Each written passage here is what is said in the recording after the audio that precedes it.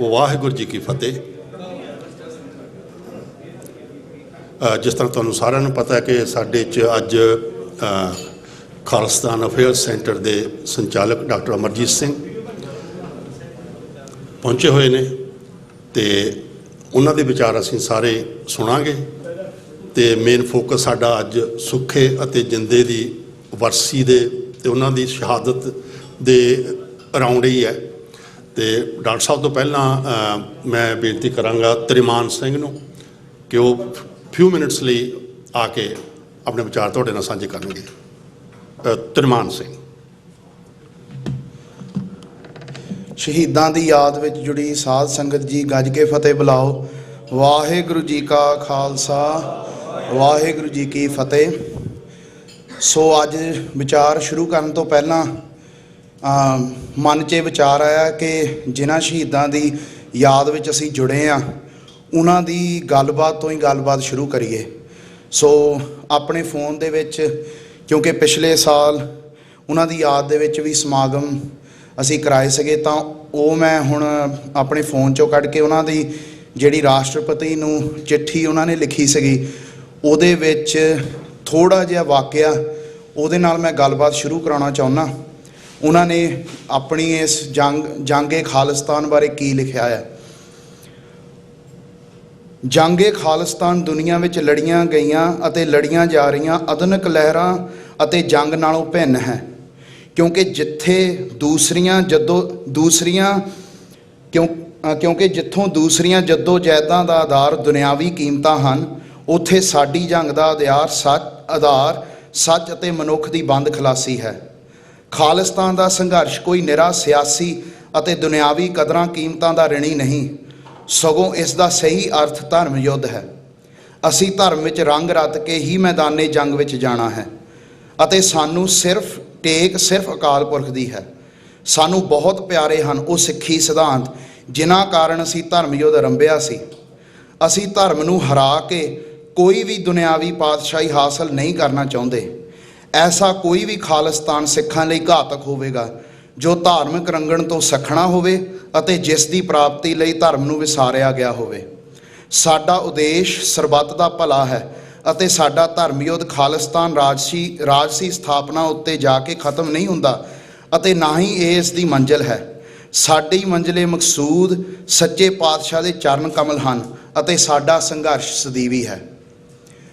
सो इस दे नाल जो जेड़ी वड्डी शहादत इन्हां सिंघां ने उस वेले किन्ने साल पहलां शहादत उस वेले कौम लई उन्होंने अपना शरीर अर्पण किया उन्होंने अपने नज़र रखदियां उस थॉट प्रोसैस विच विचरदियां जां उहदे विच एग्जिस्ट करदियां सानू अपने अगले राह होर क्लीयर हुंदे आ कि सानू की करना चाहिदा।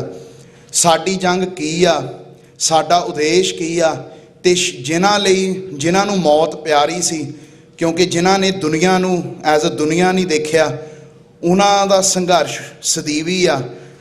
उन्हां ने सानू उद्देश भी यही दिता कि साडा संघर्ष सदीवी आ।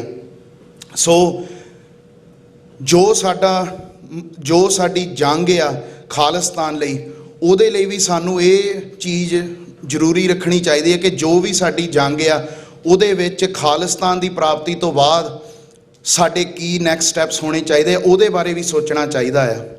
तो नाल दी नाल जिन्हां कीमतां लई जिन्हां सिੱਖੀ सिद्धांतां लई आपां जंग लड़ना उहदे बारे भी सोचण दी बहुत ज़्यादा लोड़ आ। ते हुण जिन्हां ने अज बोलना है उन्हां बारे भी थोड़ी जी इंट्रोडक्शन देना चाहुंदे सीगे कि डॉक्टर अमरजीत सिंह सब तो वड्डी गल कि इन्हां ने भी किन्ने साल जिस तरीके नाल भाई जिंदे सुखा हुणां ने कहा कि साडा संघर्ष सदीवी है किन्ने साल खालिस्तान अफेयर सेंटर राहीं TV 84 राहीं इस संघर्ष नूं एक हमेशा इस नूं अगे वधाउंदे रहे आ अपने विचारां नाल। ते इन्हां दा स्टैंड भी इन्ने सालां लई हमेशा पक्का रहा। तो सब तो वड्डी इन्हां दी जिहड़ी देन आ कि इन्हां ने हमेशा जिहड़ा भी इस राह ते तुर रहा आ उन्हां नूं सही पासे तोरिया उन्हां नूं सही सिद्धांतक तौर पर उन्होंने फाउंडेशनली उन्होंने सही पासे लगाया। तो जिथे किते भी कोई खालिस्तान लई काम कर रहा उन्होंने उत्साहित किया ना कि उन्हों की निंदा की है। ਸੋ ਸਭ ਤੋਂ ਵੱਡੀ ਗੱਲ ਉਹਨਾਂ ਤੋਂ ਸਿੱਖਣ ਵਾਲੀ ਇਹ ਆ, ਤੇ ਸਾਨੂੰ ਵੀ ਇਹਨਾਂ ਸ਼ਹੀਦਾਂ ਦਾ ਜੋ ਰਾਹ ਆ ਉਹਦੇ ਬਾਰੇ ਰਿਫਲੈਕਟ ਕਰਕੇ ਹੀ ਆਪਣੇ ਅਗਲੇਰੇ ਰਾਹ ਉਹਨਾਂ ਬਾਰੇ ਸੋਚਣਾ ਚਾਹੀਦਾ। ਇੰਨਾ ਕੁ ਕਹਿੰਦਾ ਹੋਇਆ ਖਿਮਾ ਦਾ ਜਾ ਚੁੱਕਿਆ। ਵਾਹਿਗੁਰੂ ਜੀ ਕਾ ਖਾਲਸਾ, ਵਾਹਿਗੁਰੂ ਜੀ ਕੀ ਫਤਿਹ। ਵਾਹਿਗੁਰੂ ਜੀ ਕਾ ਖਾਲਸਾ, ਵਾਹਿਗੁਰੂ ਜੀ ਕੀ ਫਤਿਹ। ਇਹ ਸਨ ਬੇਟਾ ਧਰਮਾਨ ਸਿੰਘ। ਸਾਨੂੰ ਬੜਾ ਮਾਣ ਹੈ ਇਹਨਾਂ ਦੇ ਉੱਤੇ। ਇਹ ਸਾਡੇ ਚਮਕਦੇ ਸਿਤਾਰੇ ਹਨ। ਤੇ ਇਹਨੇ ਜੋ ਚਿੱਠੀ ਲਿਖੀ ਸੀ ਭਾਈ ਸੁੱਖਾ ਤੇ ਭਾਈ ਜਿੰਦਾ ਨੇ ਫਾਂਸੀ ਲੱਗਣ ਤੋਂ ਪਹਿਲਾਂ ਰਾਸ਼ਟਰਪਤੀ ਨੂੰ, ਉਹਦੇ ਬਾਰੇ ਤੁਹਾਨੂੰ ਜਾਣੂ ਕਰਵਾਇਆ। 1992 ਦੇ ਵਿੱਚ ਭਾਈ ਸੁੱਖਾ ਤੇ ਭਾਈ ਜਿੰਦਾ ਨੂੰ ਅਕਤੂਬਰ ਦੇ ਮਹੀਨੇ 9 ਤਾਰੀਖ ਨੂੰ ਫਾਂਸੀ ਦਿੱਤੀ ਗਈ ਸੀ। ਤੇ ਹੁਣ ਮੈਂ ਬੇਨਤੀ ਕਰਾਂਗਾ ਭਾਈ ਗੁਰਵਿੰਦਰ ਸਿੰਘ ਗਿੱਲ ਹੋਰਾਂ ਨੂੰ, ਉਹ ਕੁਝ ਮਿੰਟਾਂ ਲਈ ਆ ਕੇ ਆਪ ਜੀ ਨਾਲ ਵਿਚਾਰ ਸਾਂਝੇ ਕਰਨਗੇ। ਵਾਹਿਗੁਰੂ ਜੀ ਕਾ ਖਾਲਸਾ, ਵਾਹਿਗੁਰੂ ਜੀ ਕੀ ਫਤਿਹ। ਵਾਹਿਗੁਰੂ ਜੀ ਕਾ ਖਾਲਸਾ, ਵਾਹਿਗੁਰੂ ਜੀ ਕੀ ਫਤਿਹ। ਮੈਂ ਇਹ ਆਪਣੀ ਗੱਲ ਗੁਰਬਾਣੀ ਤੋਂ ਸ਼ੁਰੂ ਕਰਨ ਦੀ ਕੋਸ਼ਿਸ਼ ਕਰੂੰਗਾ। ਗੁਰਬਾਣੀ ਇਸ ਜਗ ਮੈਂ ਚਾਨਣ, ਕਰਮ ਵਸੇ ਜੀ ਨਾਲੇ। ਗੁਰੂ ਸਾਹਿਬ ਕਹਿੰਦੇ ਗੁਰਬਾਣੀ ਇਸ ਜਗ 'ਚ ਚਾਨਣ ਹੈ, ਪਰ ਕਦੋਂ ਚਾਨਣ ਹੈ? ਜਦੋਂ ਕਰਮ ਵਸੇ ਜੀ ਨਾਲੇ, ਜਦੋਂ ਕਰਮਾਂ 'ਚ ਲੈ ਆਵਾਂਗੇ ਉਦੋਂ। ਤੇ ਜਿਹੜਾ ਆਪਣਾ ਸੰਘਰਸ਼ ਹੈ ਜਿੰਨਾ ਵੀ, ਇਹ ਸਿਧਾਂਤਕ ਤੌਰ 'ਤੇ ਹੀ ਚੱਲਿਆ ਪਹਿਲਾਂ ਵੀ, ਤੇ ਅੱਗੇ ਵੀ ਸਿਧਾਂਤਕ ਤੌਰ 'ਤੇ ਹੀ ਚੱਲਣਾ ਚਾਹੀਦਾ ਗੁਰਬਾਣੀ ਦੇ ਚਾਨਣ 'ਚ। ਆਪ ਹੁਦਰੀਆਂ ਕਿਸੇ ਨੂੰ ਵੀ ਨਹੀਂ ਮਾਰਨੀਆਂ ਚਾਹੀਦੀਆਂ ਗੀਆਂ। ਜਿਵੇਂ ਭਾਈ ਸੁੱਖੇ ਜਿੰਦੇ ਹੋਣੀ ਸੀਗੇ, ਪਹਿਲਾਂ ਸੀਗੇ ਉਹ ਮੰਨ ਲਓ ਵੀ ਲੜਾਈਆਂ ਪੜਾਈਆਂ ਕਰਦੇ ਹੁੰਦੇ ਜੇ ਗੈਂਗਸਟਰ ਵਾਂਗੂ, ਕਿਤੇ ਉਹਨੂੰ ਕੁੱਟਤਾ ਕਿਤੇ ਉਹਨੂੰ ਕੁੱਟਤਾ। ਪਰ ਜਦੋਂ ਉਹ ਧਰਮੀ ਇਨਸਾਨ ਦੀ ਨਜ਼ਰ 'ਚ ਆਏ, ਧਰਮੀ ਇਨਸਾਨ ਦੀ ਸ਼ਰਨ 'ਚ ਆਏ, ਫਿਰ ਉਹਨਾਂ ਦਾ ਜੀਵਨ ਬਦਲ ਗਿਆ। ਫਿਰ ਉਹਨਾਂ ਦਾ ਜੀਵਨ ਵੀ ਧਰਮੀ ਬਣ ਗਿਆ। ਉਹਨਾਂ ਨੇ ਜਿੰਨੇ ਵੀ ਕੰਮ ਕੀਤੇ ਆ ਧਰਮ ਨੂੰ ਮੂਹਰੇ ਰੱਖ ਕੇ, ਗੁਰਬਾਣੀ ਸਿਧਾਂਤ ਨੂੰ ਮੂਹਰੇ ਰੱਖ ਕੇ ਉਹਦੇ ਅੰਡਰ ਹੀ ਕੀਤੇ ਆ। ਆਪ ਉਧਰੀਆਂ ਨਹੀਂ ਮਾਰੀਆਂ, ਨਾ ਆਪ ਉਧਰੀਆਂ ਸਿੱਖਾਂ ਨੂੰ ਮਾਰਨੀਆਂ ਚਾਹੀਦੀਆਂ। ਤੇ ਬਾਕੀ ਜਿਹੜੇ ਭਾਈ ਸੁੱਖਾ ਜੀ, ਭਾਈ ਜਿੰਦਾ ਜੀ, ਉਹ ਤਾਂ ਬਹੁਤ ਮਹਾਨ ਸੀਗੇ। ਉਹਨਾਂ ਬਾਰੇ ਤਾਂ ਜਿਹੜੇ ਜੱਜ ਉਹਨਾਂ ਨੂੰ ਫਾਂਸੀ ਦਿੰਦੇ ਆ, ਉਹ ਵੀ ਦੇਖ ਲਓ ਨਾ, ਉਹ ਵੀ ਉਹਨਾਂ ਦੇ ਕਿਰਦਾਰ ਤੋਂ ਕਿੰਨੇ ਪ੍ਰਭਾਵਿਤ ਹੋਏ। ਉਹਨਾਂ ਦੇ ਕਿਰਦਾਰ ਤੋਂ ਪ੍ਰਭਾਵਿਤ ਹੋ ਕੇ ਉਹਨਾਂ ਦੀਆਂ ਫੋਟੋਆਂ ਉਹਨਾਂ ਨੇ ਆਪਣੇ ਡਰਾਇੰਗ ਰੂਮ 'ਚ ਲਾਈਆਂ। ਇੱਕ ਪੁਲਿਸ ਵਾਲਾ ਸੀਗਾ ਆਈ, ਉਹ ਬਹੁਤ ਪ੍ਰਭਾਵਿਤ ਹੋਇਆ ਉਹਨਾਂ ਤੋਂ, ਕਿਉਂਕਿ ਜਦੋਂ ਵੀ ਭਾਈ ਸੁੱਖਾ ਜੀ ਮਿਲਦੇ ਸੀਗੇ ਉਹ ਮੁਸਕਰਾਉਂਦੇ ਰਹਿੰਦੇ ਹੁੰਦੇ ਸੀ। ਜਿੰਨੇ ਵੀ ਉਹ ਗ੍ਰਿਫਤਾਰ ਹੋਏ ਆ ਉਹ ਮੁਸਕਰਾਉਂਦੇ ਰਹਿੰਦੇ ਹੁੰਦੇ ਸੀ, ਕਦੇ ਵੀ ਭੈ ਭੀਤ ਨਹੀਂ ਹੋਏ ਸੀਗੇ। ਕਾਹਤੋਂ ਨਹੀਂ ਭੈ ਭੀਤ ਹੋਏ ਸੀਗੇ? ਕਿਉਂਕਿ ਗੁਰਬਾਣੀ ਦੇ ਚਾਨਣ 'ਚ ਚੱਲਦੇ ਸੀਗੇ। ਸਾਨੂੰ ਵੀ ਗੁਰਬਾਣੀ ਦੇ ਚਾਨਣ 'ਚ ਚੱਲਣਾ ਚਾਹੀਦਾ। ਜਿਵੇਂ ਡਾਕਟਰ ਅਮਰਜੀਤ ਸਿੰਘ ਜੀ ਕਦੋਂ ਦੇ ਸੰਘਰਸ਼ 'ਚ ਲੱਗੇ ਵੇ, ਪਰ ਇਹਨਾਂ ਨੇ ਵੀ ਗੁਰਬਾਣੀ ਸਿਧਾਂਤ ਦਾ, ਗੁਰਬਾਣੀ ਦਾ ਪੱਲਾ ਸਿਧਾਂਤ ਦਾ ਨਹੀਂ ਛੱਡਿਆ ਗਾ। ਗੁਰਬਾਣੀ ਸਿਧਾਂਤ 'ਚ ਚੱਲੋਗੇ ਤਾਂ ਇਕੱਠੇ ਰਹੋਗੇ। ਜੋ ਗੁਰਬਾਣੀ ਸਿਧਾਂਤ ਨੂੰ ਅੱਡ ਅੱਡ ਸਿਧਾਂਤ ਬਣਾਓਗੇ ਫੇਰ ਖੇਰੂ ਖੇਰੂ ਹੋਵਾਂਗੇ। ਅਸੀਂ ਖੇਰੂ ਖੇਰੂ ਨਹੀਂ ਹੋਣਾ, ਅਸੀਂ ਇਕੱਠੇ ਹੋ ਕੇ ਹੀ ਚੱਲਣਾ ਗੁਰਬਾਣੀ ਸਿਧਾਂਤ ਦੇ ਵਿੱਚ। ਤੇ ਬਾਕੀ ਜਿਹੜਾ ਸੰਘਰਸ਼ ਚੱਲ ਰਿਹਾ ਖਾਲਿਸਤਾਨ, ਇਹ ਤਾਂ ਬਹੁਤ ਨੇੜੇ ਆ। ਜਿਵੇਂ ਮੰਨ ਲਓ ਹੁਣ ਤਾਲਿਬਾਨ ਵਾਲੇ, ਉਹਨਾਂ ਨਾਲ ਮੀਟਿੰਗਾਂ ਕਰਦੇ ਫਿਰਦੇ ਇੰਡੀਆ ਵਾਲੇ। ਪਹਿਲਾਂ ਉਹਨੂੰ ਕਾਤਲ ਕਹਿੰਦੇ ਸੀ, ਕੀ ਕੁਛ ਕਹਿੰਦੇ ਸੀਗੇ, ਪਰ ਅੱਜ ਉਹਨਾਂ ਨਾਲ ਮੀਟਿੰਗ ਕਰਦੇ ਰਹੇ। ਪਰ ਇਹ ਵੀ ਸੋਚਣ ਵਾਲੀ ਗੱਲ ਹੈ, ਜਿਹੜੇ ਇਹ ਤਾਲਿਬਾਨ ਵਾਲੇ ਸੀਗੇ, ਸਿੱਖਾਂ ਨੂੰ ਵੀ ਇਹਨਾਂ ਨੇ ਮਾਰਿਆ ਉੱਥੇ। ਕਾਹਤੋਂ ਮਾਰਿਆ? ਕਿਉਂਕਿ ਇਹ ਵੀ ਹੀ ਸਰਕਾਰਾਂ ਦੇ, ਭਾਰਤੀ ਸਰਕਾਰਾਂ ਦੇ ਬੰਦੇ ਹੀ ਸੀਗੇ। ਟਾਰਗੇਟ ਕਰਦੇ ਸੀਗੇ ਸਿੱਖਾਂ ਨੂੰ, ਕਰਤਾ ਕਿਤੇ ਉੱਥੇ ਬੰਬ ਕਰਤੇ, ਕਿਤੇ ਉੱਥੇ ਜਿਹੜਾ ਮੰਨ ਲਓ ਪ੍ਰੈਕਟੀਕਲ ਗਰਾਊਂਡ ਹੈ ਜਿਹੜੀ ਭਾਰਤ ਦੀ ਹਿੰਦੂਵਾਦ ਦੀ, ਉਹ ਬਣਾਉਣ ਵਾਸਤੇ ਇਹ ਕੰਮ ਵੀ ਸਾਰੇ ਉਹਨਾਂ ਦੇ ਸੀਗੇ। ਤੇ ਅੱਗੇ ਵਾਸਤੇ ਵੀ ਜਿਵੇਂ ਮੰਨ ਲਓ ਵੀ ਅਵੈਸੀ ਨਹੀਂ ਬਣਨਾ ਚਾਹੀਦਾ ਕਿਸੇ ਨੂੰ। ਜਿਵੇਂ ਉੱਥੇ ਅਵੈਸੀ ਆ, ਮੁਸਲਮਾਨਾਂ ਦਾ ਅਵੈਸੀ ਆ, ਉਹ ਉਹਨਾਂ ਦੀ ਗਰਾਊਂਡ ਬਣਾ ਕੇ ਦਿੰਦਾ। ਸਾਡੇ ਬੰਦਿਆਂ ਨੂੰ ਵੀ ਅਵੈਸੀ ਨਹੀਂ ਬਣਨਾ ਚਾਹੀਦਾ ਵਾ, ਉਹਨਾਂ ਚੀਜ਼ਾਂ ਤੋਂ ਵੀ ਬਚਣਾ ਚਾਹੀਦਾ।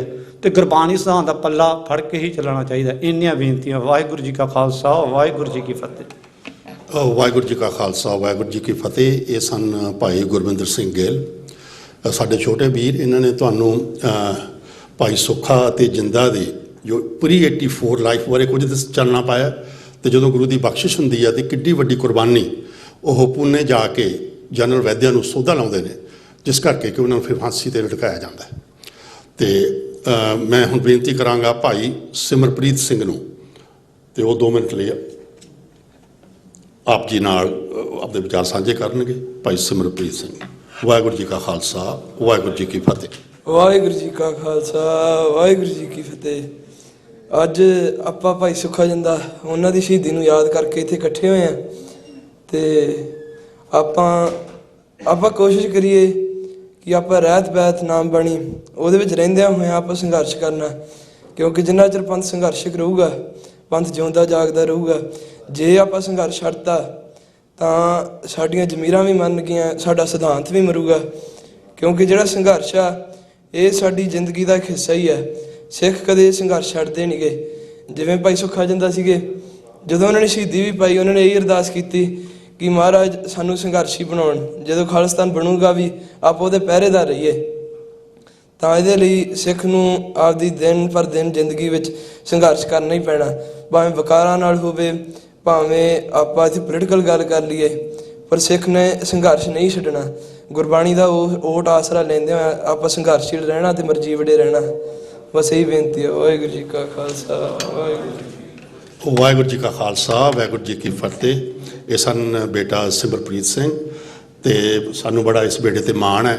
ਇਹ ਜਦੋਂ ਕਦੇ ਗੁਰਦੁਆਰਾ ਸਾਹਿਬ ਇਹ ਰੌਲ ਵੀ ਲਾਉਂਦੇ ਨੇ ਤੇ ਆਸਾ ਦੀ ਵਾਰ ਦਾ ਕੀਰਤਨ ਵੀ ਕਰਦੇ ਨੇ, ਤੇ ਇਸ ਨੂੰ ਈਵਨ ਆਪਦੇ ਕੰਠ ਹੈ ਆਸਾ ਦੀ ਵਾਰ ਦਾ ਸੰਪੂਰਨ ਕੀਰਤਨ। So we are proud of you. ਤੇ ਮੈਂ ਅੱਗੇ ਬੇਨਤੀ ਕਰਾਂਗਾ ਬੇਟਾ ਸਿਮਰਨਜੋਤ ਸਿੰਘ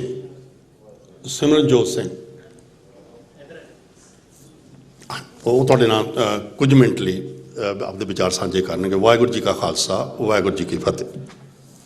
ਧੰਨ ਧੰਨ ਸਾਹਿਬ ਸ੍ਰੀ ਗੁਰੂ ਗ੍ਰੰਥ ਸਾਹਿਬ ਮਹਾਰਾਜ ਦੇ ਵੱਲੋਂ ਸਵਾਰੇ ਗੁਰੂ ਪੰਥ ਜੀਓ ਫਤਿਹ ਪ੍ਰਵਾਨ ਕਰਨੀ।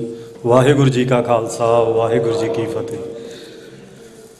ਮੈਨੂੰ ਤਾਂ ਹੁਣੇ ਭਾਈ ਸਾਹਿਬ ਹੋਰਾਂ ਨੇ ਅੰਦਰ ਆਉਂਦਿਆਂ ਹੀ ਹੁਕਮ ਕੀਤਾ ਹੈ ਤੇ ਬੋਲਣ ਦਾ, ਮੈਂ ਕੋਈ ਆਪ ਜੀ ਦੇ ਨਾਲ ਵਿਚਾਰ ਸਾਂਝੇ ਕਰਨ ਦੀ ਕੋਈ ਤਿਆਰੀ ਕਰਕੇ ਨਹੀਂ ਸੀ ਆਇਆ, ਇਹ ਤਾਂ ਡਾਕਟਰ ਸਾਹਿਬ ਨੂੰ ਸੁਣਨ ਆਏ ਸੀ। ਕੁਝ ਦਿਨ ਪਹਿਲਾਂ ਕਿਤੇ ਪੜ੍ਹ ਰਿਹਾ ਸੀਗਾ, ਤੇ ਉਹ ਹੁਣ ਵੀ ਜਦੋਂ ਡਾਕਟਰ ਸਾਹਿਬ ਬਾਰੇ ਸੋਚਦੇ ਹਾਂ ਤੇ ਉਹ ਗੱਲ ਹੂਬਹੂ ਸਹੀ ਲੱਗਦੀ ਹੈ ਕਿ ਖਾਲਸਾ ਪੰਥ ਜਾਂ ਸਿੱਖ ਕੌਮ ਤੋਂ ਬਿਨਾਂ ਦੁਨੀਆ ਨੂੰ ਪਤਾ ਹੈ ਕਿ ਸਾਡੇ ਲੀਡਰ ਕੌਣ ਨੇ, ਸਿਰਫ ਸਾਨੂੰ ਨਹੀਂ ਪਤਾ। ਅਸੀਂ ਆਪਣੇ ਜੁਝਾਰੂਆਂ ਨੂੰ, ਆਪਣੇ ਯੋਧਿਆਂ ਨੂੰ ਬਹੁਤ ਅੰਡਰ ਐਸਟੀਮੇਟ ਕਰਦੇ ਹਾਂ। ਇੱਦਾਂ ਹੀ ਭਾਈ ਸੁੱਖਾ ਜਿੰਦਾ ਹੋਰਾਂ ਦੇ ਸੰਘਰਸ਼ ਨੂੰ ਵੀ ਸਿਰਫ ਵੈਦਿਆ ਦੇ ਕਤਲ ਤੱਕ ਸੀਮਿਤ ਕਰ ਦਿੱਤਾ ਗਿਆ।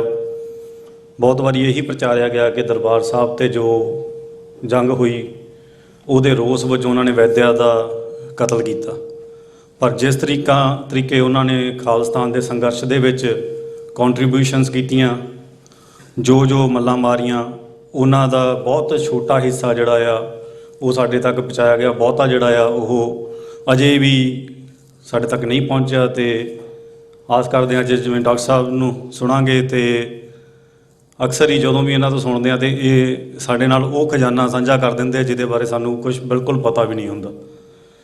ਤੇ ਅੱਜ ਪੂਰਾ ਸਮਾਂ ਜਿਹੜਾ ਆ ਆਪਾਂ ਡਾਕਟਰ ਸਾਹਿਬ ਨੂੰ ਸੁਣ ਕੇ ਉਹੀ ਸਮਰਪਿਤ ਕਰਨਾ ਹੈ। ਅਖੀਰ ਦੇ ਵਿੱਚ ਮੈਂ ਸਿਰਫ ਭਾਈ ਸੁੱਖੇ ਜਿੰਦੇ ਹੋਰਾਂ ਦੀ ਸ਼ਹਾਦਤ ਨੂੰ ਸਮਰਪਿਤ ਦੋ ਕੁ ਬੋਲ ਆਪ ਜੀ ਦੇ ਨਾਲ ਸਾਂਝੇ ਕਰਕੇ ਫਤਿਹ ਬੁਲਾਵਾਂਗਾ। ਇੱਕ ਕਿਸੇ ਨੇ ਬੜੀ ਸੋਹਣੀ ਲਿਖਤ ਲਿਖੀ, ਕਹਿੰਦੇ ਕਿੰਨੇ ਸਹਿਜ ਹੁੰਦੇ ਨੇ ਵੱਡੇ ਜਾਪਣ ਵਾਲੇ ਵਰਤਾਰੇ ਵੀ ਯੋਧਿਆਂ ਲਈ। ਕਹਿੰਦੇ ਉਹਨਾਂ ਫਾਂਸੀ ਤੇ ਚੜ੍ਹਨ ਤੋਂ ਪਹਿਲੀ ਰਾਤ ਜਿਹੜੀ ਆ ਹਮੇਸ਼ਾ ਵਾਂਗ ਸੋਹਿਲਾ ਸਾਹਿਬ ਪੜ੍ਹਿਆ, ਦੇਹੋ ਸੱਜਣ ਅਸੀਂ ਸੜੀਆਂ ਜੇ ਹੋਵੇ ਸਾਹਿਬ ਸਿਓ ਮੇਲ। ਅੰਮ੍ਰਿਤ ਵੇਲੇ ਜਪਜੀ ਸੰਗ ਉੱਠੇ ਜਿਨੀ ਨਾਮ ਤੇ ਆਇਆ, ਗਏ ਮਸਕਤ ਘਾਲ ਨਾਨਕ ਤੇ ਮੁਖੀ ਉਜਲੇ ਕੀਤੀ ਛੁੱਟੀ ਨਾਲ। ਤੇ ਉਹ ਸੱਚਮੁੱਚ ਹੀ ਉਜਲੇ ਮੁਖ ਲੈ ਦਰਗਾਹ ਵਿੱਚ ਗੁਰੂ ਸਾਹਿਬ ਅੱਗੇ ਪੇਸ਼ ਹੋਏ। ਇੱਕ ਕਵੀ ਜੁਗਰਾਜ ਸਿੰਘ ਦੀ ਲਿਖਤ ਆਪ ਜੀ ਦੇ ਨਾਲ ਸਾਂਝੀ ਕਰਨਾ। ਉਹ ਜੋਤ ਲਹੂ ਦੀ ਬੁਝਣੀ ਨਾ ਜਿਹਨੇ ਰਾਹਾਂ ਨੂੰ ਰੋਸ਼ਨਾਉਣਾ ਹੈ, ਸੂਰਜ ਦੀ ਹਰ ਕਿਰਨ ਨੇ ਉਹਦੇ ਮੁਖ ਨੂੰ ਚੁੰਮ ਕੇ ਆਉਣਾ ਹੈ। ਉਹਨੂੰ ਧੁੱਪਾਂ ਨੇ ਚਮਕਾਉਣਾ ਹੈ ਤੇ ਜਸ ਹਵਾ ਨੇ ਗਾਉਣਾ ਹੈ। ਯੁਗਾਂ ਦੀ ਕਾਲੀ ਰਾਤ ਚੀਰ ਕੇ ਸਦਾ ਸੱਚ ਦੇ ਸੂਰਜ ਚੜ੍ਹਦੇ ਹੁੰਦੇ। ਦੱਸ ਦਿਓ ਕੋਈ ਦਿੱਲੀ ਨੂੰ ਇੰਜ ਨਹੀਂ ਯੋਧੇ ਮਰਦੇ ਹੁੰਦੇ। ਦੱਸ ਦਿਓ ਕੋਈ ਦਿੱਲੀ ਨੂੰ ਇੰਜ ਨਹੀਂ ਯੋਧੇ ਮਰਦੇ ਹੁੰਦੇ। ਇਸ ਲਾਲ ਕਿਲੇ ਨੂੰ ਖੰਡਰ ਹੁੰਦਿਆਂ ਬਹੁਤੀ ਦੇਰ ਨਾ ਲੱਗਣੀ ਹੈ। ਤੇਰੇ ਮਹਿਲ ਦੇ ਦੀਵੇ ਬੁਝਣੇ ਨੇ ਅਜੇ ਹਨੇਰੀ ਐਸੀ ਵਗਣੀ ਹੈ। ਨਜ਼ਰ ਜੋ ਤੇਰੀ ਨ ਠੱਗਣੀ ਹੈ ਉਹ ਅੱਖ ਅਜੇ ਤਾਂ ਕੱਢਣੀ ਹੈ। ਅੱਖਾਂ ਦੇ ਇਸ ਜਾਲ ਦੇ ਅੰਦਰ ਮਰਦ ਦਲੇਰ ਨਾ ਅੜਦੇ ਹੁੰਦੇ। ਦੱਸ ਦਿਓ ਕੋਈ ਦਿੱਲੀ ਨੂੰ ਇੰਜ ਨਹੀਂ ਯੋਧੇ ਮਰਦੇ ਹੁੰਦੇ। ਜਿੰਨੇ ਮਰਜ਼ੀ ਯੋਧੇ ਉਹ ਸਾਡੀ ਕੌਮ ਦੇ ਖਤਮ ਕਰ ਲੈਣ, ਪਰ ਜਿੰਨਾ ਮਰਜ਼ੀ ਜ਼ੋਰ ਲਾ ਲੈਣ, ਇਹ ਲਾਈਨ ਐਡੀ ਲੰਮੀ ਆ ਕਿ ਪਹਿਲੇ ਜਾਈ ਜਾਂਦੇ ਆ ਤੇ ਅੱਗੋਂ ਹੋਰ ਤਿਆਰ ਹੋਈ ਜਾਂਦੇ ਆ। ਉਹ ਮੁੜ ਕੇ ਜਨਮ ਧਾਰ ਕੇ ਸਾਡੇ ਵਿੱਚੋਂ ਹੀ ਪ੍ਰਗਟ ਹੋਈ ਜਾਂਦੇ ਆ। ਗੁਰੂ ਪਾਤਸ਼ਾਹ ਇੱਕ ਸਵੱਲੀ ਨਜ਼ਰ ਦੇ ਨਾਲ ਸਧਾਰਨ ਸੰਗਤ ਦੇ ਵਿੱਚੋਂ ਸੂਰਬੀਰ ਯੋਧੇ ਪੈਦਾ ਕਰੀ ਜਾਂਦੇ ਆ। ਇਸ ਦੀ ਮਿਸਾਲ ਸਾਡੇ ਕੋਲ ਅੱਜ ਦੇ ਸਮੇਂ ਦੇ ਵਿੱਚ ਵੀ ਹੈ। ਜਿਵੇਂ ਭਾਈ ਹਰਦੀਪ ਸਿੰਘ ਨਿੱਜਰ, ਭਾਈ ਅਵਤਾਰ ਸਿੰਘ ਖੰਡਾ, ਉਹਨਾਂ ਦੀਆਂ ਸ਼ਹਾਦਤਾਂ, ਭਾਈ ਪਰਮਜੀਤ ਸਿੰਘ ਪੰਜਵੜ, ਤਾਂ ਚਲੋ ਉਹ ਲੰਮੇ ਸਮੇਂ ਤੋਂ ਸੰਘਰਸ਼ ਦੇ ਵਿੱਚ ਸੀਗੇ। ਪਰ ਹੋਰ ਵੀ ਬਹੁਤ ਸਿੰਘ ਅੱਜ ਵੀ ਸਾਡੇ ਵਿੱਚ ਪ੍ਰਗਟ ਹੋ ਰਹੇ ਹਨ, ਜੋ ਬਿਲਕੁਲ ਸਹਿਜ ਦੇ ਵਿੱਚ ਸਧਾਰਨ ਜਾਪਦੇ ਹੁੰਦੇ ਹਨ ਜਦੋਂ ਉਹਨਾਂ ਨੂੰ ਮਿਲਦੇ ਗਿਲਦੇ ਆ, ਪਰ ਪਤਾ ਉਦੋਂ ਲੱਗਦਾ ਹੈ ਜਦੋਂ ਉਹ ਪੰਥ ਦੇ ਲਈ ਕੋਈ ਵੱਡੀ ਘਾਲਣਾ ਘਾਲ ਜਾਂਦੇ ਹਨ। ਆਪ ਜੀ ਦੇ ਨਾਲ ਸਿਰਫ ਇੰਨੀ ਕੁ ਬੇਨਤੀ ਹੈ ਕਿ ਅਸੀਂ ਵੀ ਆਪਣੇ ਯੋਧਿਆਂ ਨੂੰ ਪਛਾਣਨਾ ਸ਼ੁਰੂ ਕਰੀਏ। ਵੱਧ ਤੋਂ ਵੱਧ ਜਿਹੜੇ ਸਿੰਘ ਭਾਵੇਂ ਕੋਈ ਤਿਲ ਫੁੱਲ ਕੁਛ ਵੀ ਸੇਵਾ ਕਿਸੇ ਤਰੀਕੇ ਦੀ ਕਰ ਰਹੇ ਆ, ਉਹਨਾਂ ਦੀ ਵੱਧ ਤੋਂ ਵੱਧ ਉਹਨਾਂ ਲਈ ਕਦਰਦਾਨਤਾ ਦਿਖਾਈਏ, ਉਹਨਾਂ ਦੀ ਹੌਸਲਾ ਅਫਜ਼ਾਈ ਕਰੀਏ। ਇੰਨੀਆਂ ਕੁ ਬੇਨਤੀਆਂ ਪ੍ਰਵਾਨ। ਵਾਹਿਗੁਰੂ ਜੀ ਕਾ ਖਾਲਸਾ, ਵਾਹਿਗੁਰੂ ਜੀ ਕੀ ਫਤਿਹ। ਵਾਹਿਗੁਰੂ ਜੀ ਕਾ ਖਾਲਸਾ, ਵਾਹਿਗੁਰੂ ਜੀ ਕੀ ਫਤਿਹ। ਇਹ ਸਨ ਭਾਈ ਸਿਮਰਨਜੋਤ ਸਿੰਘ। ਇਹਨਾਂ ਨੇ ਠੀਕ ਆਖਿਆ ਕਿ ਅਸੀਂ ਸੁੱਖੇ ਅਤੇ ਜਿੰਦੇ, ਭਾਈ ਹਰਜਿੰਦਰ ਸਿੰਘ ਜਿੰਦਾ ਅਤੇ ਭਾਈ ਸੁਖਦੇਵ ਸਿੰਘ ਸੁੱਖਾ ਨੂੰ ਸਿਰਫ ਜਨਰਲ ਵੈਦਿਆ ਤੱਕ ਹੀ ਲਿਮਿਟ ਕਰ ਦਿੰਦੇ ਹਾਂ। ਪਰ ਅਸੀਂ ਕਈ ਵਾਰ ਭੁੱਲ ਜਾਂਦੇ ਹਾਂ ਕਿ ਦਿੱਲੀ ਦੇ ਜੋ member of parliament, sitting member of parliament, ਜਦੋਂ ਨਵੰਬਰ ਹੋਇਆ 84 ਹੋਇਆ, ਉਸ ਤੋਂ ਬਾਅਦ ਵਿਦਿਨ 6-7 ਮੰਥਸ ਇਹਨਾਂ ਨੇ ਲਲਿਤ ਮਾਕਨ ਅਤੇ ਅਰਜਨ ਦਾਸ, ਦੋ ਸਿਟਿੰਗ ਮੈਂਬਰ ਆਫ ਪਾਰਲੀਮੈਂਟਸ ਵੀ ਮੌਤ ਦੇ ਘਾਟ ਉਤਾਰੇ ਨੇ, ਜਿਨ੍ਹਾਂ ਵਿੱਚ ਇਹਨਾਂ ਦੇ ਹੱਥ ਸਨ। ਸੋ ਅਸੀਂ ਕਈ ਵਾਰ ਲਿਮਿਟ ਕਰ ਦਿੰਦੇ ਹਾਂ ਕਿ ਜਨਰਲ ਵੈਦਿਆ ਤੱਕ ਹੀ। ਕਾਰਨਾਮੇ ਬਹੁਤ ਕੀਤੇ ਨੇ ਇਹਨਾਂ ਨੇ। ਸੋ ਮੈਂ ਇਸ ਤੋਂ ਅੱਗੇ ਬੇਨਤੀ ਕਰਾਂਗਾ ਭਾਈ ਗੁਰਵਿੰਦਰ ਸਿੰਘ ਹੋਰਾਂ ਨੂੰ ਕੁਝ ਮਿੰਟਾਂ ਲਈ ਆਪ ਜੀ ਨਾਲ ਵਿਚਾਰ ਸਾਂਝੇ ਕਰਨਗੇ। ਭਾਈ ਗੁਰਵਿੰਦਰ ਸਿੰਘ ਜੀ। ਵਾਹਿਗੁਰੂ ਜੀ ਕਾ ਖਾਲਸਾ, ਵਾਹਿਗੁਰੂ ਜੀ ਕੀ ਫਤਿਹ। ਵਾਹਿਗੁਰੂ ਜੀ ਕਾ ਖਾਲਸਾ, ਵਾਹਿਗੁਰੂ ਜੀ ਕੀ ਫਤਿਹ। ਪਹਿਲਾਂ ਤਾਂ ਮੈਂ ਸਾਰੇ ਮਿੱਤਰ ਦੋਸਤਾਂ ਦਾ, ਸਾਰਿਆਂ ਦਾ ਧੰਨਵਾਦ ਕਰਨਾ ਚਾਹੁੰਦਾ ਵੀ ਤੁਸੀਂ ਅੱਜ ਸਮਾਂ ਕੱਢ ਕੇ ਇੱਥੇ ਆਏ। ਆਪਾਂ ਡਾਕਟਰ ਸਾਹਿਬ, ਡਾਕਟਰ ਅਮਰਜੀਤ ਸਿੰਘ, ਉਹਨਾਂ ਨੂੰ ਸੁਣਨ ਵਾਸਤੇ ਇੱਥੇ ਆਏ ਹਾਂ। ਆਪਾਂ ਤਾਂ ਬਹੁਤੀਆਂ ਗੱਲਾਂ ਕਰਦੇ ਚੰਗੇ ਨਹੀਂ ਲੱਗਦੇ ਉਹਨਾਂ ਦੇ ਸਾਹਮਣੇ, ਪਰ ਆਪਣਾ ਜੋ ਇਹ ਪ੍ਰੋਗਰਾਮ ਕਰਨ ਦਾ ਮਕਸਦ ਕੀ ਸੀਗਾ, ਵੀ ਆਪਾਂ ਇਹ ਰੱਖਿਆ ਕਾਹਦੇ ਵਾਸਤੇ ਆ ਪ੍ਰੋਗਰਾਮ, ਇਹਦੇ 'ਚ ਸਾਰਿਆਂ ਨਾਲੋਂ ਵੱਡੀ ਗੱਲ ਇਹ ਆ, ਜਿਵੇਂ ਆਪਾਂ ਹੁਣ ਇੱਥੇ ਸ਼ਹਿਰ 'ਚ ਜਿਹੜੇ ਹੁਣ ਮੈਨੂੰ ਜਾਣਦੇ ਆ, ਮੇਰੇ ਪਰਸਨਲ ਦੋਸਤ ਵੀ ਆ, ਦੇਖੋ ਬਹੁਤ ਸਾਰੇ ਮੇਰੇ ਮਿੱਤਰ ਨੇ ਜਿਹੜੇ ਕਹਿੰਦੇ ਆ ਵੀ ਸਰਦਾਰ ਸਿਮਰਨਜੀਤ ਸਿੰਘ ਮਾਨ ਤੋਂ ਬਗੈਰ ਕੋਈ ਹੋਰ ਗੱਲ ਹੋ ਹੀ ਨਹੀਂ ਸਕਦੀ, ਸਿੱਖਾਂ ਦਾ ਭਲਾ, ਸਿੱਖਾਂ ਦਾ ਲੀਡਰ ਇੱਕ ਆ। ਮੇਰੇ ਇਹੋ ਜਿਹੇ ਦੋਸਤ ਵੀ ਇੱਥੇ ਬੈਠੇ ਆ ਜਿਹੜੇ ਕਹਿੰਦੇ ਆ ਵੀ ਭਾਈ ਦਲਜੀਤ ਸਿੰਘ ਹੀ ਕੌਮ ਨੂੰ ਸਿੱਧੀ ਸੇਧ ਦੇ ਸਕਦੇ ਆ, ਅਤੇ ਇੱਦਾਂ ਦੇ ਮਿੱਤਰ ਵੀ ਹੈਗੇ ਆ ਜਿਹੜੇ ਕਹਿੰਦੇ ਆ ਹੁਣ ਜਿਹੜਾ ਪੰਥ ਨੂੰ ਅੱਗੇ ਲੈ ਕੇ ਜਾਵੇਗਾ ਉਹ ਭਾਈ ਅੰਮ੍ਰਿਤਪਾਲ ਸਿੰਘ ਹੀ ਉਸ ਨੂੰ ਕੱਢੂਗਾ। ਪਰ ਆਪਣੇ ਕੋਲੇ ਇੱਕ ਬੰਦੇ ਪੰਜਾਬ 'ਚ ਵੀ ਹੋਣਗੇ, ਪਰ ਆਪਾਂ ਅੱਜ ਅਮਰੀਕਾ 'ਚ ਰਹਿੰਦੇ ਹਾਂ ਅਤੇ ਸਾਡੇ ਕੋਲੇ ਇੱਥੇ ਡਾਕਟਰ ਅਮਰਜੀਤ ਸਿੰਘ ਹੈਗੇ ਆ, ਜਿਨ੍ਹਾਂ ਨੇ ਸਾਨੂੰ ਸਿਖਾਇਆ। ਸਾਡੀ ਗੱਲਬਾਤ ਵੀ ਹੁੰਦੀ ਰਹਿੰਦੀ ਹੈ ਇਸ ਵਿਸ਼ੇ 'ਤੇ। ਹਰੇਕ ਬੰਦੇ ਦਾ ਅਲੱਗ-ਅਲੱਗ ਸੁਭਾਅ ਹੁੰਦਾ ਅਤੇ ਅਲੱਗ-ਅਲੱਗ ਜਥੇਬੰਦੀਆਂ ਆਪਦੇ ਖੇਤਰ 'ਚ ਆਪਦੇ ਤਰੀਕੇ ਨਾਲ ਕੰਮ ਕਰਦੇ ਆ। ਆਪਾਂ ਦੁਨੀਆ ਨੂੰ ਸਾਂਝੀਵਾਲਤਾ ਸਿਖਾਉਣੀ ਆ, ਪਰ ਅੱਜ ਆਪਣੀ ਇਹੋ ਜਿਹੇ ਹਾਲਾਤ ਬਣ ਗਏ ਆ ਵੀ ਆਪਾਂ ਸਾਰੇ ਅਲੱਗ-ਅਲੱਗ ਆਪਣੇ ਧੜਿਆਂ 'ਚ, ਅਤੇ ਆਪਾਂ એનર્ਜੀ ਆਪਣੀ ਇਸ ਪਾਸੇ। ਇੱਥੋਂ ਆਪਾਂ ਕੈਂਟਨ ਮਿਸ਼ੀਗਨ ਦੀ ਧਰਤੀ ਤੋਂ ਆਪਾਂ ਦੁਨੀਆ ਨੂੰ ਇਹ ਸੁਨੇਹਾ, ਇਹ ਵੀਡੀਓ TV 84 ਰਾਹੀਂ ਹੋਰ ਦੁਨੀਆ ਤੱਕ ਪਹੁੰਚਣਗੀਆਂ। ਅਸੀਂ ਇੱਕ ਆਮ ਸਿੱਖ ਆ, ਅਸੀਂ ਕੌਮ ਦੇ ਕੋਈ ਲੀਡਰ ਨਹੀਂ, ਕੋਈ ਨਹੀਂ। ਸਾਡੇ ਹਰੇਕ ਸਿੱਖ ਦੇ ਮਨ 'ਚ ਇਹ ਆ ਵੀ ਅੱਜ ਜੋ ਹਾਲਾਤ ਬਣੇ ਆ, ਸਿੱਖ ਪੰਥ ਇਕੱਠਾ ਹੋਵੇ। ਅਤੇ ਅੱਜ ਸਾਡੇ ਕੋਲ ਜਿਵੇਂ ਡਾਕਟਰ ਸਾਹਿਬ ਸਾਨੂੰ ਸਿਖਾਉਂਦੇ ਆ, ਸਾਡੇ ਕੋਲ ਹੈਗੇ ਆ ਵੀ ਇਹਨਾਂ ਨੂੰ ਰੈਫਰੈਂਡਮ ਵਾਲੇ ਵੀ ਬੁਲਾ ਲੈਂਦੇ ਆ, ਉਹ ਵੀ ਸਤਿਕਾਰ ਦਿੰਦੇ ਆ। ਜੇ ਸ਼੍ਰੋਮਣੀ ਅਕਾਲੀ ਦਲ ਅੰਮ੍ਰਿਤਸਰ ਵਾਲੇ ਕਿਤੇ ਬੁਲਾਉਂਦੇ ਆ ਡਾਕਟਰ ਸਾਹਿਬ, ਉੱਥੇ ਵੀ ਖੜੇ ਹੁੰਦੇ ਆ। ਕੋਈ ਦਲ ਖਾਲਸਾ ਦਾ ਪ੍ਰੋਗਰਾਮ, ਹਰ ਥਾਂ 'ਤੇ ਜਾਂਦੇ ਆ। ਅਤੇ ਸਿੱਖਾਂ ਨੂੰ ਇਹੋ ਜਿਹਾ ਸੁਭਾਅ ਬਣਾਉਣਾ ਚਾਹੀਦਾ। ਮੈਂ ਨਹੀਂ ਕਹਿੰਦਾ ਵੀ ਸਾਰੇ ਸਿੱਖ ਇਕੱਠੇ ਹੋ ਜਾਣ, ਇੱਕ ਉਸ 'ਤੇ ਆ ਜਾਣ। ਜਿੱਥੇ ਜਿੱਥੇ ਹੈਗੇ ਆ ਸਾਰੇ ਉੱਥੇ ਰਹੋ। ਸਾਡੇ 'ਚ ਅੱਜ ਬਹੁਤ ਸਾਰੇ ਵੀਰ ਇਹੋ ਜਿਹੇ ਆ ਜੋ ਮਿਸ਼ਨਰੀ ਸੋਚ ਨੂੰ ਅੱਗੇ ਰੱਖਦੇ ਆ, ਬਹੁਤ ਸਾਰੇ ਪੱਕੇ ਟਕਸਾਲ ਨਾਲ ਜੁੜੇ ਹੋਏ ਆ, ਕੋਈ ਅਖੰਡ ਕੀਰਤਨੀ ਜਥੇ ਨਾਲ ਜੁੜੇ ਆ। ਜਿੱਥੇ ਆ ਇਹ ਸਾਰੇ ਸਾਡੇ ਬਾਗ ਦੇ, ਜਿਹੜਾ ਸਿੱਖੀ ਦਾ ਬਾਗ ਆ, ਉਹਦੇ ਫੁੱਲ ਨੇ। ਇਵੇਂ ਸਾਰੀਆਂ ਜਥੇਬੰਦੀਆਂ, ਇਵੇਂ ਸਾਰੀਆਂ ਵਿਚਾਰਧਾਰਾ। ਇੱਕ ਤਾਂ ਕੇਵਲ ਪਰਮਾਤਮਾ ਹੋ ਸਕਦਾ, ਜੋ ਮੇਰੀ ਸਮਝ ਆ। ਗੁਰਬਾਣੀ ਤੋਂ ਬਗੈਰ ਹੋਰ ਕੋਈ ਵੀ ਚੀਜ਼ ਇੱਕ ਹੋ ਹੀ ਨਹੀਂ ਸਕਦੀ। ਰੱਬ ਨੇ ਇਹ ਡਿਵਰਸਿਟੀ ਪੈਦਾ ਕੀਤੀ ਆ, ਸਾਨੂੰ ਉਹ ਡਿਵਰਸਿਟੀ ਦੇ ਵਿੱਚ ਰਹਿ ਕੇ, ਆਪਦੇ ਵਿੱਚ ਰਹਿ ਕੇ, ਪਰ ਜਿਹੜਾ ਇੱਕ ਓਂਕਾਰ ਆ, ਜਿਹੜਾ ਇੱਕ ਗੁਰੂ ਗ੍ਰੰਥ ਸਾਹਿਬ, ਇੱਕ ਗੁਰਬਾਣੀ, ਉਹ ਉੱਥੇ ਆਪਦੀ ਟੇਕ ਰੱਖਣੀ ਚਾਹੀਦੀ ਹੈ। ਉਵੇਂ ਸਿੱਖਾਂ ਦਾ ਨਿਸ਼ਾਨਾ ਵੀ ਇੱਕ ਹੈ। ਜਿਵੇਂ ਸਟਾਰਟਿੰਗ 'ਚ ਭਾਈ ਤਰਮਾਨ ਸਿੰਘ ਨੇ ਦੱਸਿਆਗਾ ਵੀ ਇਹ ਜਿਹੜੀ ਜਦੋਜਹਿਦ ਆ ਖਾਲਿਸਤਾਨ ਦੀ, ਇਹ ਕੋਈ ਇਹ ਨਹੀਂ ਵੀ ਇੱਕ ਦੇਸ਼ ਦੀ ਪ੍ਰਾਪਤੀ ਹੋ ਗਈ ਅਤੇ ਖਾਲਿਸਤਾਨ ਹੋ ਗਿਆ। ਇਹ ਸ਼ਬਦ ਤਾਂ ਹੁਣ ਉੱਭੜ ਕੇ ਸਾਹਮਣੇ ਆ ਗਿਆ ਵੀ ਸਿੱਖਾਂ ਨੇ ਇੱਕ ਖਿੱਤੇ 'ਚ, ਜਿੱਥੇ ਸਿੱਖਾਂ ਦੀ ਬਹੁ ਗਿਣਤੀ ਆ, ਉੱਥੇ ਸਿੱਖਾਂ ਨੇ ਰਾਜ ਕਾਇਮ ਕਰਨਾ, ਜਿੱਥੇ ਗੁਰੂ ਸਾਹਿਬ ਪ੍ਰਗਟ ਹੋਏ ਨੇ। ਪੰਜਾਬ ਸਾਡੇ ਲਈ ਖਾਸ ਹੈ। ਗੁਰੂ ਸਾਹਿਬ 10ਵੇਂ ਪਾਤਸ਼ਾਹ ਦੇਖੋ, ਉਹਨਾਂ ਦਾ ਜਨਮ ਬਿਹਾਰ ਦੇ ਵਿੱਚ ਹੋਇਆ, ਫਿਰ ਪੰਜਾਬ ਨੂੰ ਚੱਲ ਕੇ ਆਏ। ਸ਼੍ਰੀ ਗੁਰੂ ਗ੍ਰੰਥ ਸਾਹਿਬ ਪੰਜਾਬ ਦੇ ਵਿੱਚ ਪ੍ਰਗਟ ਹੋਇਆ। ਪੰਜਾਬ ਧਰਤੀ ਸਾਰੀ ਦੁਨੀਆ 'ਚ ਖਾਸ ਹੈ। ਸਾਰੀ ਧਰਤੀ ਅਕਾਲ ਪੁਰਖ ਨੇ ਸਾਜੀ ਹੈ। ਪੰਜਾਬ ਉਹਦੇ 'ਚ ਖਾਸ ਆ, ਅਤੇ ਸਿੱਖਾਂ ਦੀ ਉੱਥੇ ਬਹੁਤ ਗਿਣਤੀ ਆ। ਜੇ ਸਿੱਖ ਨੇ ਆਪਦੀ ਲਾਈਫ ਦਾ ਸਰਕਲ ਕੰਪਲੀਟ ਕਰਨਾ, ਜੇ ਉਹਨੇ ਅਖੀਰਲੀ ਪੌੜੀ ਤੱਕ ਪਹੁੰਚਣਾ, ਅਖੀਰਲੇ ਦਰਵਾਜ਼ੇ ਤੱਕ ਪਹੁੰਚਣਾ, ਜੇ ਉਹਨੇ ਪੂਰਨ ਖਾਲਸਾ ਬਣਨਾ, ਖਾਲਿਸਤਾਨ ਵੀ ਉਹਦੀ ਇੱਕ ਸਟੇਜ ਆ।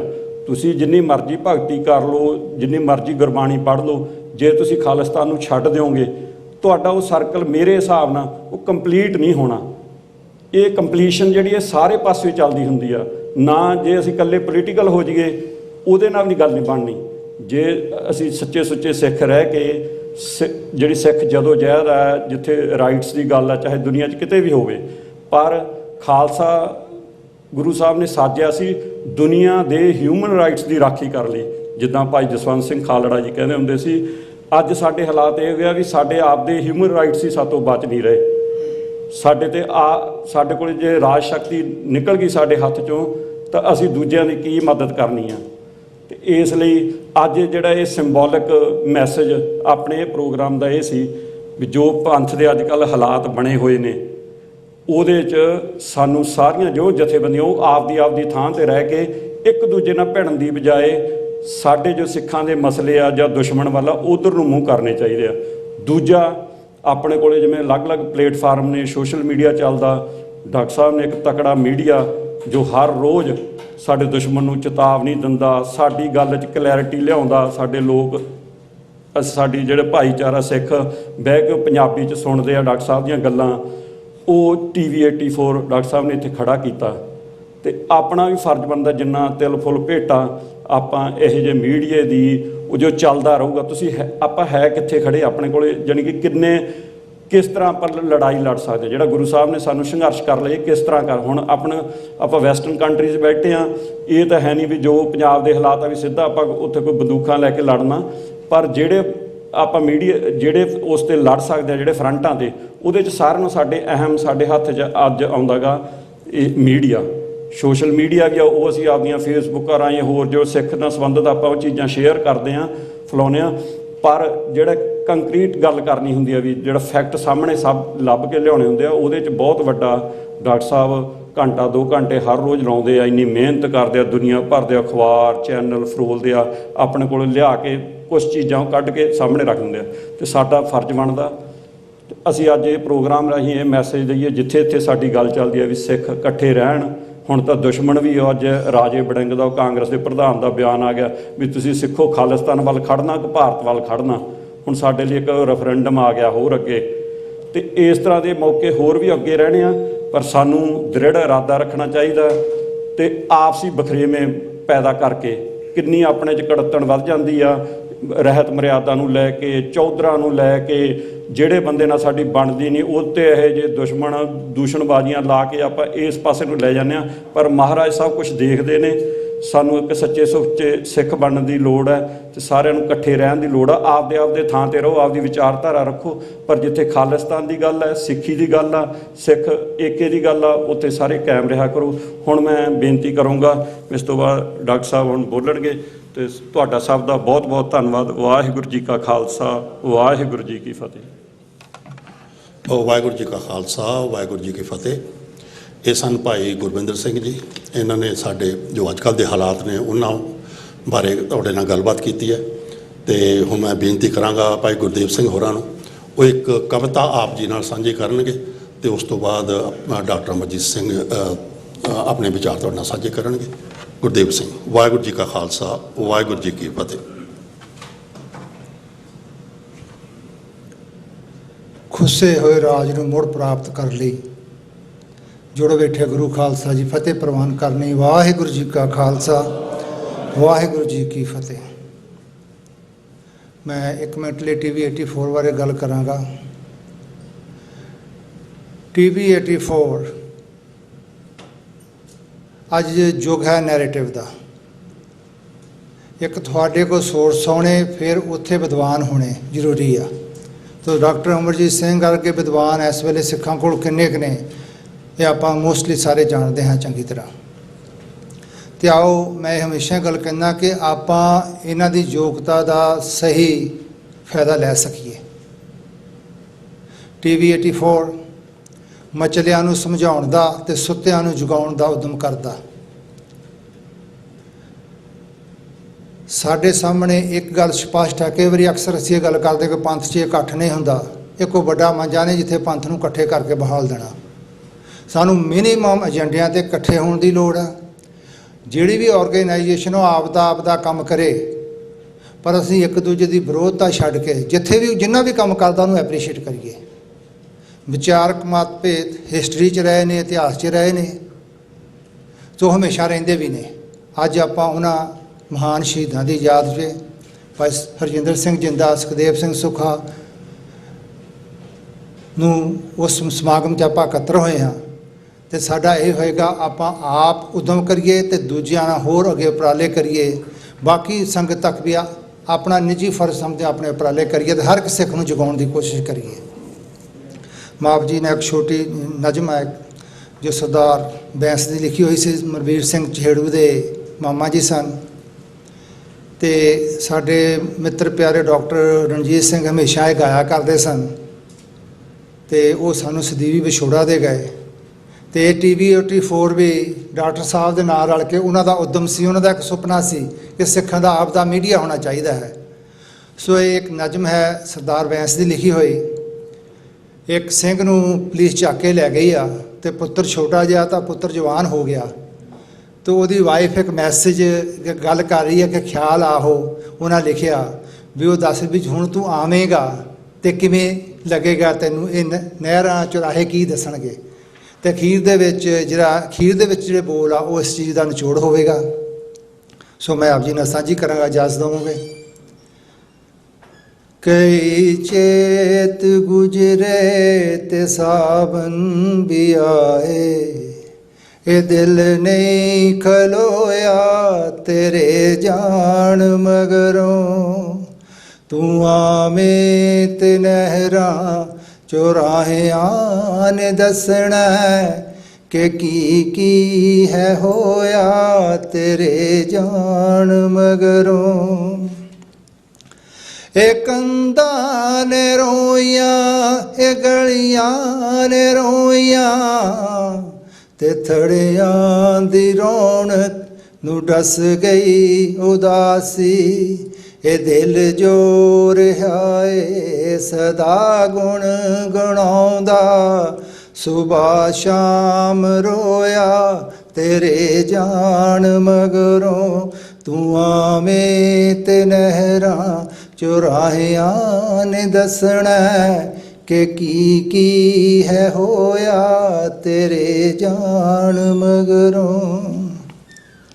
ਉਹ ਰੁੱਤਾਂ ਨਾ ਮੁੜੀਆਂ, ਹੋ ਮੌਸਮ ਨਾ ਪਰਤੇ, ਬਾਗਾਂ ਚੋਂ ਸੁਣਦੇ ਨੇ ਨਗਮੇ ਉਦਾਸੇ।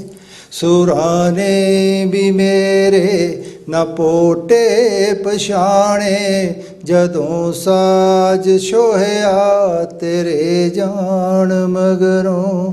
ਕਈ ਚੇਤ ਗੁਜਰੇ ਤੇ ਸਾਵਨ ਵੀ ਆਏ, ਇਹ ਦਿਲ ਨਹੀਂ ਖਲੋਇਆ ਤੇਰੇ ਜਾਣ ਮਗਰੋਂ। ਇਹ ਅਮਨਾਂ ਦੇ ਰਾਖੇ, ਇਹ ਲੋਕਾਂ ਦੇ ਮੋਢੀ, ਬੜਾ ਨਾਜ਼ ਕਰਦੇ ਨੇ ਦੇ ਸਜਾਵਾਂ। ਇਹਨਾਂ ਚੁਣ ਚੁਣ ਕੇ ਮਾਰੀ ਬੇਦੋਸ਼ੀ ਜਵਾਨੀ, ਤੇ ਕੰਜਕਾਂ ਨੂੰ ਕੋਇਆ ਤੇਰੇ ਜਾਣ ਮਗਰੋਂ। ਤੂੰ ਆਵੇਂ ਤੇ ਨਹਿਰਾਂ ਚੁਰਾਹਿਆਂ ਨੇ ਦੱਸਣਾ ਕਿ ਕੀ ਹੈ ਹੋਇਆ ਤੇਰੇ ਜਾਣ ਮਗਰੋਂ। ਉਹ ਰੁੱਤਾਂ ਨਾ ਮੁੜੀਆਂ, ਹੋ ਮੌਸਮ ਨਾ ਪਰਤੇ, ਬਾਗਾਂ ਚੋਂ ਸੁਣਦੇ ਨੇ ਨਗਮੇ ਉਦਾਸੇ। ਸੁਰਾਂ ਨੇ ਵੀ ਮੇਰੇ ਨਾ ਪੋਟੇ ਪਛਾਣੇ ਜਦੋਂ ਸਾਜ ਛੋਹਿਆ ਤੇਰੇ ਜਾਣ ਮਗਰੋਂ ਕਈ ਚੇਤ ਗੁਜਰੇ ਤੇ ਸਾਵਨ ਵੀ ਆਏ ਇਹ ਦਿਲ ਨਹੀਂ ਖਲੋਇਆ ਤੇਰੇ ਜਾਣ ਮਗਰੋਂ ਤੇਰੀ ਪੈੜ ਸੁੰਘਦੇ ਨੇ ਗਦਰੇ ਤੇ ਸਾਵੇਂ ਸੁੱਕ ਗਏ ਬਰੋਟੇ ਤੇਰੀ ਦੀਦ ਬਾਝੋਂ ਹੈ ਨੱਚਦੀ ਚੁਫੇਰੇ ਮੌਤ ਅੱਜ ਕੱਲ ਹੈ ਜੀਵਨ ਖਲੋਇਆ ਤੇਰੇ ਜਾਣ ਮਗਰੋਂ ਤੂੰ ਆਵੇਂ ਤੇ ਨਹਿਰਾਂ ਚੁਰਾਹਿਆਂ ਨੇ ਦੱਸਣਾ ਕਿ ਕੀ ਹੈ ਹੋਇਆ ਤੇਰੇ ਜਾਣ ਮਗਰੋਂ ਓ ਮਾਤਾ ਵਿਚਾਰੀ ਤਮੰਜੀ ਨੂੰ ਲੱਗ ਗਈ ਪੈਣਾ ਪਰਾਵਾਂ ਰਹਿ ਗਏ ਨੇ ਹੋ ਕੇ ਓ ਮਾਤਾ ਵਿਚਾਰੀ ਤਮੰਜੀ ਨੂੰ ਲੱਗ ਗਈ ਪੈਣਾ ਪਰਾਵਾਂ ਰਹਿ ਗਏ ਨੇ ਹੋ ਕੇ ਮੈਂ ਬਾਪੂ ਵਿਚਾਰੇ ਦਾ ਕੀ ਹਾਲ ਆਖਾਂ ਉਹ ਜਿਉਂਦਾ ਨਾ ਮੋਇਆ ਤੇਰੇ ਜਾਣ ਮਗਰੋਂ ਤੂੰ ਆਵੇਂ ਤੇ ਨਹਿਰਾਂ ਚੁਰਾਹਿਆਂ ਨੇ ਦੱਸਣਾ ਕਿ ਕੀ ਹੈ ਹੋਇਆ ਤੇਰੇ ਜਾਣ ਮਗਰੋਂ। ਜਿਹੜਾ ਆਖਰੀ ਜੇ ਸਿੱਖੀ ਸਪਿਰਿਟ ਆ ਉਹ ਪੁੱਤਰ ਜਵਾਨ ਹੋ ਗਿਆ ਖੁਸ਼ੀ ਏ ਤੇਰਾ ਲਾਲ ਤੇਰੇ ਹੀ ਵਾਂਗੂ ਹੱਕ ਤੇ ਨਿਆਲੇ ਹੈ ਬੇਚੈਨ ਹੋਇਆ ਖੁਸ਼ੀ ਏ ਤੇਰਾ ਲਾਲ ਤੇਰੇ ਹੀ ਵਾਂਗੂ ਹੱਕ ਤੇ ਨਿਆਲੇ ਹੈ ਬੇਚੈਨ ਹੋਇਆ ਇਹ ਕੌਮੀ ਅਮਾਨਤ ਤੁਰੀ ਕੌਮ ਖਾਤਰ ਮੈਂ ਘਰ ਨਹੀਂ ਲਕੋਇਆ ਤੇਰੇ ਜਾਣ ਮਗਰੋਂ ਮੈਂ ਘਰ ਨਹੀਂ ਲਕੋਇਆ ਤੇਰੇ ਜਾਣ ਮਗਰੋਂ। ਕਿਸੇ ਵੀ ਭੁੱਲ ਚੁੱਕ ਲਿਖਵਾ ਗੁਰੂ ਕੌਮ ਨੂੰ ਚੜ੍ਹਦੀ ਕਲਾ ਬਖਸ਼ੇ। ਆਓ ਇਕੱਠੇ ਹੋ ਕੇ ਜੰਗ ਲੜੀਏ, ਜੰਗ ਜਾਰੀ ਹੈ, ਅਸੀਂ ਜਿੱਤਾਂਗੇ ਜ਼ਰੂਰ। ਵਾਹਿਗੁਰੂ ਜੀ ਕਾ ਖਾਲਸਾ, ਵਾਹਿਗੁਰੂ ਜੀ ਕੀ ਫਤਿਹ।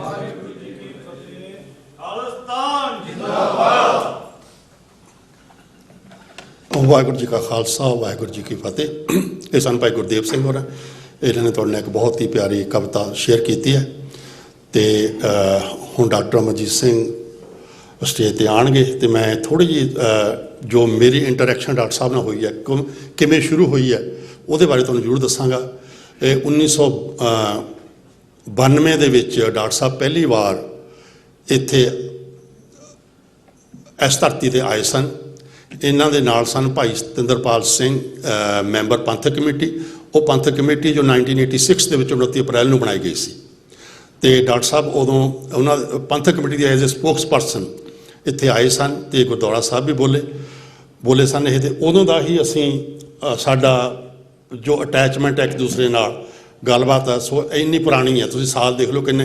ਅਤੇ ਉਦੋਂ ਮੇਰੇ ਵੀ ਬਿਲਕੁਲ ਕਾਲੀ ਦਾੜੀ ਸੀ ਅਤੇ ਇਹਨਾਂ ਦੀ ਵੀ ਕਾਲੀ ਦਾੜੀ ਸੀਗੀ ਅਤੇ ਹੁਣ ਦੇਖ ਲਓ ਅਸੀਂ ਕਿੱਥੇ ਹਾਂ। ਅਤੇ ਡਾਕਟਰ ਸਾਹਿਬ ਇੱਕ ਬਹੁਤ ਹੀ ਪਿਆਰਾ ਨਿਊਜ਼ ਲੈਟਰ ਲਿਖਦੇ ਨੇ, ਖਾਲਿਸਤਾਨ ਕਾਲਿੰਗ, ਜੋ ਪੰਜਾਬੀ ਔਰ ਅੰਗਰੇਜ਼ੀ ਵਿੱਚ ਛਪਦਾ ਰਿਹਾ। ਕਈ ਮੈਗਜ਼ੀਨ ਕੈਰੀ ਕਰਦੇ ਸਨ ਉਹਨਾਂ ਨੂੰ ਅਤੇ ਚੜ੍ਹਦੀ ਕਲਾ ਇੰਟਰਨੈਸ਼ਨਲ ਕੈਰੀ ਕਰਦਾ ਸੀਗਾ। ਅਤੇ ਇਨ ਐਡੀਸ਼ਨ ਟੂ ਦੈਟ ਜੋ ਚੜ੍ਹਦੀ ਕਲਾ ਇੰਟਰਨੈਸ਼ਨਲ ਦਾ ਐਡੀਟੋਰੀਅਲ ਹੈ ਪੰਜਾਬੀ ਦੇ ਵਿੱਚ, ਉਹ ਵੀ ਡਾਕਟਰ ਸਾਹਿਬ ਲਿਖਦੇ ਰਹੇ ਸਨ।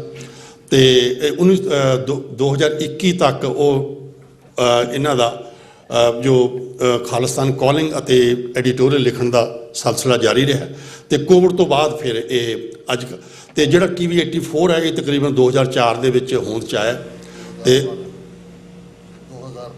2012 ਵਿੱਚ ਡਾਕਟਰ ਸਾਹਿਬ ਨੇ ਮੈਨੂੰ ਕਰੈਕਟ ਕੀਤਾ। ਅਤੇ 2012 ਦੇ ਵਿੱਚ ਸੋ ਹੁਣ ਤੁਸੀਂ ਸਾਲ ਦੇਖ ਲਓ ਕਿੰਨੇ ਹੋ ਗਏ ਨੇ। ਅਤੇ ਇਹ ਤਕਰੀਬਨ 13 ਸਾਲ ਦੇ ਵਿੱਚ ਇਹਨਾਂ ਦਾ ਤਕਰੀਬਨ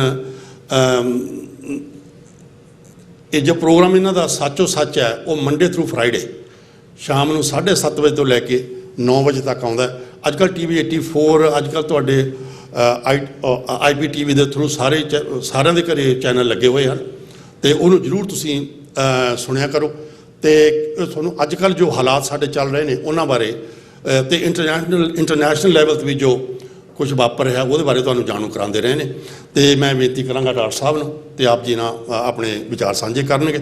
ਵਾਹਿਗੁਰੂ ਜੀ ਕਾ ਖਾਲਸਾ, ਵਾਹਿਗੁਰੂ ਜੀ ਕੀ ਫਤਿਹ। ਗਗਨ ਦਮਾਮਾ ਬਾਜਿਓ ਪਰਿਓ ਨਿਸ਼ਾਨੈ ਘਾਓ, ਖੇਤ ਜੋ ਮਾਂਡਿਓ ਸੂਰਮਾ ਅਬ ਜੂਝਣ ਕੋ ਦਾਓ, ਸੂਰਾ ਸੋ ਪਹਿਚਾਨੀਐ ਜੋ ਲਰੈ ਦੀਨ ਕੇ ਹੇਤ, ਪੁਰਜ਼ਾ ਪੁਰਜ਼ਾ ਕੱਟ ਮਰੈ ਕਬਹੂ ਨਾ ਛਾੜੇ ਖੇਤ। ਵਾਹਿਗੁਰੂ ਜੀ ਕਾ ਖਾਲਸਾ, ਵਾਹਿਗੁਰੂ ਜੀ ਕੀ ਫਤਿਹ। 12 ਅਕਤੂਬਰ ਦੀ ਸ਼ਾਮ ਇਸ ਹਾਲ ਦੇ ਅੰਦਰ ਖਾਲਿਸਤਾਨੀ ਗਗਨ ਦੇ ਉਹ ਦੋ ਰੌਸ਼ਨ ਸਿਤਾਰੇ ਭਾਈ ਹਰਜਿੰਦਰ ਸਿੰਘ ਜਿੰਦਾ, ਭਾਈ ਸੁਖਦੇਵ ਸਿੰਘ ਸੁੱਖਾ, ਉਹਨਾਂ ਦੀ ਸ਼ਹੀਦੀ ਯਾਦ ਨੂੰ ਸਮਰਪਿਤ ਇਹ ਸਮਾਗਮ, ਜਿਸ ਦੇ ਵਿੱਚ ਮੈਂ ਦੇਖ ਸਕਦਾ ਹਾਂ ਵੱਡੀ ਗਿਣਤੀ ਦੇ ਵਿੱਚ ਨੌਜਵਾਨ ਸ਼ਾਮਲ ਨੇ। ਇਹ ਇੱਕ ਯਾਦ ਦਹਾਨੀ ਵੀ ਹੈ ਸਾਡੇ ਆਪਣੇ ਆਪ ਨੂੰ, ਜਿਹੜੇ ਅਲਫਾਜ਼ ਸੰਤ ਜਰਨੈਲ ਸਿੰਘ ਖਾਲਸਾ ਪਿੰਡਰਾਂ ਵਾਲੇ ਅਕਸਰ ਦੁਹਰਾਉਂਦੇ ਸਨ, ਖਾਲਸਾ ਜੀ ਸ਼ਹੀਦਾਂ ਦੇ ਖੂਨ ਦਾ ਹੱਕ ਲੈਣੇ। ਇਹ ਸਾਡੇ ਲਈ ਰਿਮਾਈਂਡਰ ਹੈ ਸਭ ਲਈ। ਅਤੇ ਅੱਜ ਜਿਸ ਮੁਕਾਮ ਦੇ ਉੱਤੇ ਸਾਡੀ ਕੌਮ ਖੜੀ ਹੈ, ਜੋ ਸਾਡਾ ਖਿੱਤਾ ਸਾਊਥ ਏਸ਼ੀਆ, ਸੈਂਟਰਲ ਏਸ਼ੀਆ, ਉਸ ਵਿੱਚ ਤਬਦੀਲੀਆਂ ਅਮਰੀਕਾ ਦੀ ਨਵੀਂ ਲੀਡਰਸ਼ਿਪ ਵੱਲੋਂ ਬਣਾਇਆ ਜਾ ਰਿਹਾ ਨਵਾਂ ਵਰਲਡ ਆਰਡਰ, ਇਸ ਦੇ ਥੱਲੇ ਸਾਡੇ ਆਪਣੇ ਮੁਲਕ ਦੀਆਂ ਸੰਭਾਵਨਾਵਾਂ ਜਿਹੜੀਆਂ ਕਾਫੀ ਕਲੋਜ਼ ਸੰਭਾਵਨਾਵਾਂ, ਇੱਕ ਜ਼ਮਾਨੇ 'ਚ ਇੱਕ ਤਬਕੇ ਨੂੰ ਲੱਗਦਾ ਸੀ ਕਿ ਜੀ ਹੁਣ ਛੋਟੇ ਮੁਲਕਾਂ ਦਾ ਤਾਂ ਕੋਈ ਕਾਨਸੈਪਟ ਨਹੀਂ ਰਿਹਾ, ਦੁਨੀਆ ਇੱਕ ਗਲੋਬਲ ਵਿਲੇਜ ਬਣ ਗਈ, ਵੱਡੇ ਟ੍ਰੇਡ ਦੇ ਨਾਲ ਹੀ ਸਾਰਾ ਕੁਝ ਜੁੜਿਆ ਹੋਇਆ ਹੈ, ਔਰ ਹੁਣ ਕੋਈ ਛੋਟੇ ਮੁਲਕਾਂ ਦੇ ਵਿੱਚ ਕਿਸੇ ਦੀ ਕੋਈ ਦਿਲਚਸਪੀ ਨਹੀਂ ਹੈ। ਪਰ ਇਹ ਦੇਸ਼ ਤੇ ਕਾਲ, ਟਾਈਮ ਐਂਡ ਸਪੇਸ, ਇਹਨਾਂ ਦੇ ਵਿੱਚ ਇਹ ਜਿਹੜੀਆਂ ਲੀਕਾਂ ਨੇ ਮੁਲਕਾਂ ਦੀਆਂ, ਇਹ ਬਦਲਦੀਆਂ ਰਹਿੰਦੀਆਂ ਨੇ। ਕਿਸੇ ਜ਼ਮਾਨੇ ਦੇ ਵਿੱਚ ਅੰਪਾਇਰ ਹੁੰਦੇ ਸਨ ਜਿਨ੍ਹਾਂ ਨੂੰ ਸਾਮਰਾਜ ਕਹਿੰਦੇ ਨੇ। ਸ਼ਾਇਦ ਤੁਹਾਡੇ 'ਚੋਂ ਬਹੁਤ ਸਾਰਿਆਂ ਨੂੰ ਹੈਰਾਨੀ ਹੋਏਗੀ ਕਿ ਈਵਨ ਇਹ ਪਾਸਪੋਰਟ ਦਾ ਕਾਨਸੈਪਟ ਵੀ 20ਵੀਂ ਸਦੀ ਦੇ ਪਹਿਲੇ ਕੁਆਟਰ ਤੋਂ ਬਾਅਦ ਹੀ ਸ਼ੁਰੂ ਹੋਇਆ। ਕੋਈ ਪਾਸਪੋਰਟ ਨਹੀਂ ਸੀ ਹੁੰਦੇ। ਈਵਨ ਜਿਹੜਾ ਜਨਮ ਦਿਨ ਰਿਕਾਰਡ ਕਰਨਾ ਹੈ ਸਾਡੇ ਖਿੱਤੇ ਦੇ ਵਿੱਚ 1930ਵਿਆਂ ਦੇ ਵਿੱਚ ਪਹਿਲੀ ਵਾਰ ਬਰਥਡੇ ਰਿਕਾਰਡਿੰਗ ਦਾ ਸਿਲਸਿਲਾ ਸ਼ੁਰੂ ਹੋਇਆ। ਇਹੀ ਕਾਰਨ ਹੈ ਕਿ ਬਾਬਾ ਫੌਜਾ ਸਿੰਘ ਜਿਹੜੇ 117 ਸਾਲ ਤੱਕ ਉਮਰ ਦੇ ਵਿੱਚ ਵੀ ਮੈਰਾਥਨ ਰਨ ਕਰਦੇ ਰਹੇ, ਉਹਨਾਂ ਦਾ ਗਿਨੀ ਬੁੱਕ ਆਫ ਰੈਕਡ ਦੇ ਵਿੱਚ ਨਾਂ ਨਹੀਂ ਆ ਸਕਿਆ, ਕਿਉਂਕਿ ਜਦੋਂ ਉਹਨਾਂ ਤੋਂ ਬਰਥ ਸਰਟੀਫਿਕੇਟ ਕਿਹਾ ਜਾਂਦਾ ਸੀ ਤੇ ਜਦੋਂ ਉਹਨਾਂ ਦਾ ਬਰਥ ਹੋਇਆ ਉਦੋਂ ਰਿਕਾਰਡ ਹੀ ਨਹੀਂ ਸੀ ਹੁੰਦਾ ਉੱਥੇ ਬਰਥ। ਅਤੇ ਸਕੂਲ ਦੇ ਵਿੱਚ ਅੰਦਾਜ਼ੇ ਜਿਹੇ ਨਾਲ ਤਰੀਕ ਲਿਖੀ ਜਾਂਦੀ ਸੀ ਅਤੇ ਬਿਆਸ ਪਿੰਡ ਜ਼ਿਲ੍ਹਾ ਜਲੰਧਰ ਨਾਲ ਸੰਬੰਧਿਤ ਬਾਬਾ ਫੌਜਾ ਸਿੰਘ, ਕਿਉਂਕਿ ਸਕੂਲੇ ਗਏ ਨਹੀਂ ਸਨ ਕਦੇ, ਉਹ ਵੀ ਸਰਟੀਫਿਕੇਟ ਨਹੀਂ ਸੀ। ਇਹ ਮੈਂ ਇਸ ਲਈ ਰਿਮਾਈਂਡ ਕਰਵਾ ਰਿਹਾ ਕਿ ਜਦੋਂ ਜਿਹੜੇ ਲੋਕ ਪੜ੍ਹਨ ਦਾ ਸ਼ੌਕ ਨਹੀਂ ਰੱਖਦੇ, ਦੇਖੋ ਹਿਸਟਰੀ ਔਰ ਜੋਗਰਾਫੀਆ ਇਹ ਦੋਵੇਂ ਟੁਗੈਦਰ ਜਾਂਦੇ ਨੇ। ਜਿਹੜਾ ਜੋਗਰਾਫੀ ਹੈ, ਮੁਲਕ ਤਾਂ ਜੋਗਰਾਫੀਆ ਨੇ, ਲਾਈਨਾਂ ਬਦਲਦੀਆਂ ਨੇ, ਨਵੀਆਂ ਖਿੱਚੀਆਂ ਜਾਂਦੀਆਂ ਨੇ, ਮੁਲਕ ਟੁੱਟਦੇ ਨੇ, ਲੇਕਿਨ ਜੋਗਰਾਫੀਏ ਨਾਲੋਂ ਵੀ ਅਹਿਮੀਅਤ ਵਾਲਾ ਇਤਿਹਾਸ ਹੁੰਦਾ। ਅਤੇ ਇਤਿਹਾਸ ਹੁਣ ਵੀਰ ਨੇ ਬਹੁਤ ਸੋਹਣੇ ਅੰਦਾਜ਼ 'ਚ ਭਾਈ ਹਰਜਿੰਦਰ ਸਿੰਘ ਜੰਦਾ, ਭਾਈ ਸੁਖਦੇਵ ਸਿੰਘ ਸੁੱਖਾ ਦਾ ਰਾਸ਼ਟਰਪਤੀ ਨੂੰ ਲਿਖਿਆ ਪੱਤਰ, ਉਸ ਦੇ ਨਾਲ ਅੱਜ ਦੇ ਸਮਾਗਮ ਦੀ ਸ਼ੁਰੂਆਤ ਕੀਤੀ। ਉਹ ਤੁਸੀਂ ਜ਼ਰੂਰ ਪੜ੍ਹੋ, ਗੂਗਲ ਕਰੋਗੇ, ਪੰਜਾਬੀ 'ਚ ਵੀ ਅਵੇਲੇਬਲ ਹੈ, ਅੰਗਰੇਜ਼ੀ 'ਚ ਵੀ ਅਵੇਲੇਬਲ ਹੈ। ਔਰ ਅੰਗਰੇਜ਼ੀ ਵਾਲਾ ਵਰਜ਼ਨ ਉਸ ਜ਼ਮਾਨੇ 'ਚ, ਮੈਂ ਕੱਲ੍ਹ ਹੀ ਭਾਈ ਸੁਖਦੇਵ ਸਿੰਘ ਇੱਕ ਵੱਡੇ ਜਰਨਲਿਸਟ ਨੇ, ਉਹਨਾਂ ਨੇ ਸੰਤਾਂ ਦੇ ਵੀ ਕਰੀਬ ਸਨ, ਦਲਬੀਰ ਸਿੰਘ ਔਰ ਸੁਖਦੇਵ ਸਿੰਘ, ਕਿਉਂਕਿ ਦਲਬੀਰ ਸਿੰਘ ਟ੍ਰਿਬਿਊਨ ਦੇ ਰਿਪੋਰਟਰ ਸਨ ਅੰਮ੍ਰਿਤਸਰ ਦੇ ਅੰਦਰ, ਸੁਖਦੇਵ ਸਿੰਘ UNI ਨਾਲ ਸਨ। ਸੋ ਇਹਨਾਂ ਦੀ ਕਾਫੀ ਕਲੋਜ਼, ਜਿਹਨੂੰ ਤੁਸੀਂ ਕਹਿ ਸਕਦੇ ਹੋ ਕਿ ਸੱਚ ਦੀ ਕਰੀਬੀ ਵਾਲੇ ਇਹਨਾਂ ਦੀਆਂ ਰਾਈਟਿੰਗਸ ਨੇ। ਕੱਲ੍ਹ ਜਾਂ ਪਰਸੋਂ ਹੀ ਉਹਨਾਂ ਦਾ ਇੱਕ ਇੰਟਰਵਿਊ ਸੀ ਕਿ ਭਾਈ ਹਰਜਿੰਦਰ ਸਿੰਘ ਜਿੰਦਾ, ਭਾਈ ਸੁਖਦੇਵ ਸਿੰਘ ਸੁੱਖਾ ਦਾ ਲੈਟਰ ਪ੍ਰੈਜ਼ੀਡੈਂਟ ਨੂੰ ਲਿਖਿਆ, ਕਿਵੇਂ ਛਪਿਆ। ਉਹਨਾਂ ਨੇ ਕਿਹਾ ਜੀ ਸਿੰਘਾਂ ਦੀ चिट्ठी आई और उस वेले दो मेजर अखबार ट्रिब्यून और इंडियन एक्सप्रैस अंग्रेजी दे, बाकी पंजाबी दा अजीत जां ठग बाणी ये दूजे सारे चलते ही सन। उन्होंने कहा भी जे तुसी एक लैटर ना छापिया हू बाहू, ये कोई कौमा कोई फुल स्टॉप भी बदलना नहीं चाहिए, तो फिर अपनी जिहड़ी है जिंदगियां दे नाल की तुहाडे वापरदा उहदे जिम्मेवार तुसी खुद होवोगे। और ये लैटर जिहड़ा एक इतिहासक दस्तावेज है, जिहड़ा खालिस्तान दा भविख उस दी टैस्टीमनी है, साडे बीते 4 सदियां दे अकाल तखत दे इतिहास नूं एक फर्म फुटिंग दे उत्ते खड़ा करदा है। ते शहीद की हुंदा है ते मौत नूं कलोला करना। अक्सर साडे ढाडी सिंह कविशर जदों सिंह मौत नूं कलोला करदे ने लफज कहंदे सी, ते मैं समझदा कि हरजिंदर सिंह जिंदा, भाई सुखदेव सिंह सुक्खा वो योधे ने जिन्हां ने मतलब भी समझाया कि मौत नूं कलोला करना की है। और उस लैटर च एक थां ते भाई साहब दोवें वीर लिखते ने, when the Nations awake history शिवर्स, कि जदों कौमां जागदियां ने वो इतिहास नूं कंबनी छेड़ दिंदियां ने, तो जिहड़ी जोग्राफी है वो इतिहास चों निकलदा है। जदों कौमां खलो जांदियां ने अपने हक्कां दे लई, असीं 18वीं सदी दे इतिहास तो वाकफ हैं।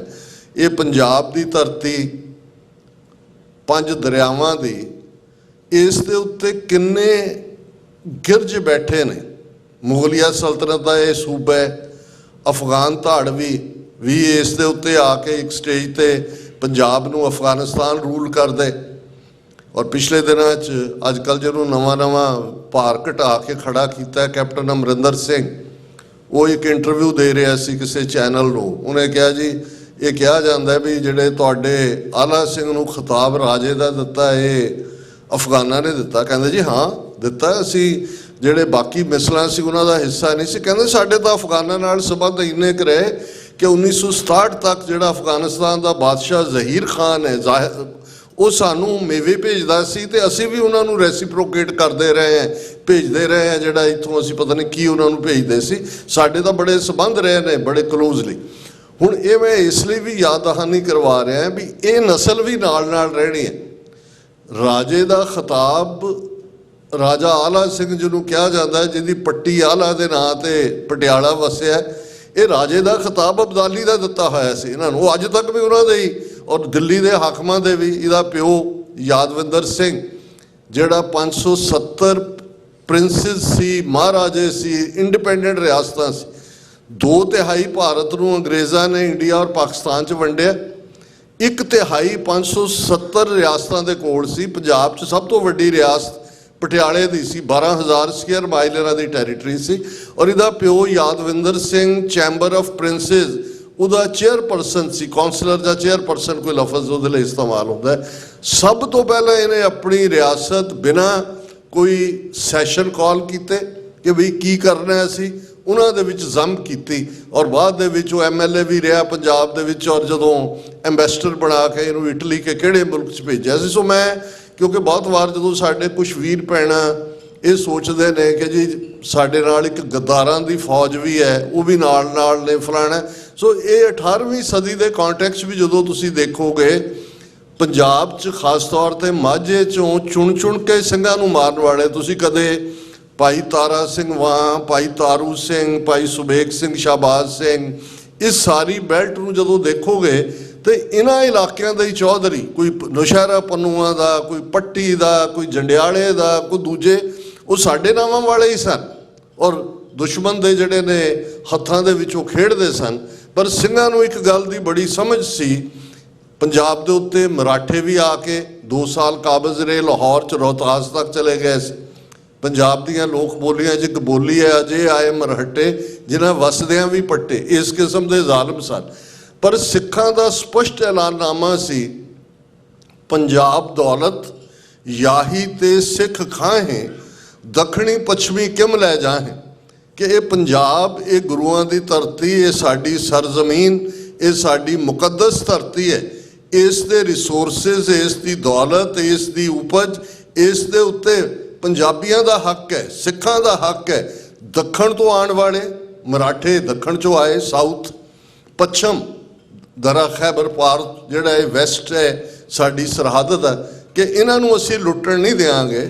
ਔਰ ਜੇ ਤੁਸੀਂ ਉਸੇ ਹੀ ਕੌਂਟੈਕਸਟ ਦੇ ਵਿੱਚ ਦੇਖੋ ਕਿ ਜਦੋਂ ਜੂਨ 84 ਦੇ ਵਿੱਚ ਭਾਰਤੀ ਸਿਸਟਮ ਹਮਲਾਵਰ ਹੁੰਦਾ ਹੈ, ਇਕੱਲਾ ਹਮਲਾਵਰ ਨਹੀਂ ਹੈ, ਇਸ ਨੂੰ ਕਿਹਾ ਜਾਂਦਾ ਹੈ declaration of total war. Declared ਨਹੀਂ ਸੀ, ਵੈਸੇ ਜਦੋਂ ਕੋਈ ਮੁਲਕ ਕਿਸੇ ਦੇ ਖਿਲਾਫ ਵਾਰ ਦੇ ਵਿੱਚ ਜਾਂਦਾ ਹੈ, ਡਿਕਲੇਅਰ ਕੀਤਾ ਜਾਂਦਾ ਹੈ ਕਿ ਵੀ ਆਰ ਡਿਕਲੇਅਰਿੰਗ ਏ ਵਾਰ। ਜਿਵੇਂ ਫਸਟ ਵਰਲਡ ਵਾਰ ਹੋਇਆ, ਇੱਕ ਮਾਰਿਆ ਗਿਆ ਉਹਨਾਂ ਬਾਲਟਿਕ ਦੇ ਏਰੀਆ ਦੇ ਵਿੱਚ, ਉਹਨਾਂ ਨੇ ਕਿਹਾ we are declaring war against the other country, ਜਿਹਦੇ 'ਚ ਫਿਰ ਬਾਕੀ ਮੁਲਕ ਇਹਨਾਂ ਨੇ ਡਿਕਲੇਅਰ ਨਹੀਂ, ਪਰ ਇਹ ਅਨਡਿਕਲੇਅਰਡ ਟੋਟਲ ਵਾਰ ਜੂਨ 84 ਦੇ ਵਿੱਚ ਜਦੋਂ ਇਹਨਾਂ ਨੇ ਕੀਤੀ, ਤੇ ਫਿਰ ਉਦੋਂ ਜੇ ਇੱਕ ਪਾਸੇ ਅਫਜ਼ਲ ਅਹਿਸਨ ਰੰਧਾਵਾ ਬਾਰਡਰ ਪਾਰ ਬੈਠਾ ਇਹ ਕਹਿੰਦਾ ਕਿ ਵੈਰੀਆਂ ਕੱਢ ਵਿਖਾਲਿਆ 5 ਸਦੀਆਂ ਦਾ ਵੈਰ। ਇਹ ਗੱਲ ਕਿਉਂਕਿ ਤੁਸੀਂ ਸਾਰੇ ਬੜੇ ਸੂਝਵਾਨ ਵੀ ਹੋ ਜਿਹੜੇ ਇਸ ਹਾਲ 'ਚ ਆਏ ਹੋ, ਜ਼ਾਹਰ ਹੈ ਖਾਲਿਸਤਾਨੀ ਐਕਟਿਵਿਸਟ ਵੀ ਹੋ, ਯੰਗਸਟਰਸ ਹੋ, ਸੋਸ਼ਲ ਮੀਡੀਆ ਰਾਹੀਂ ਵੀ ਜਿਹੜਾ ਅੱਜ ਕੱਲ੍ਹ ਬਹੁਤ ਸਾਰੀ ਜਾਣਕਾਰੀ ਵੀ ਹੈ, ਪਰ ਜਾਣਕਾਰੀ ਨਾਲੋਂ ਦੁੱਗਣੀ ਡਿਸਇਨਫੋਰਮੇਸ਼ਨ ਵੀ ਹੈ। ਸੋ ਤੁਹਾਡੇ ਲਈ ਇਹ ਜ਼ਰੂਰੀ ਹੈ ਕਿ ਤੁਸੀਂ ਡਿਸਰਨ ਕਰ ਸਕੋ ਸੱਚ ਤੇ ਕੱਚ ਦੇ ਵਿਚਾਲੇ।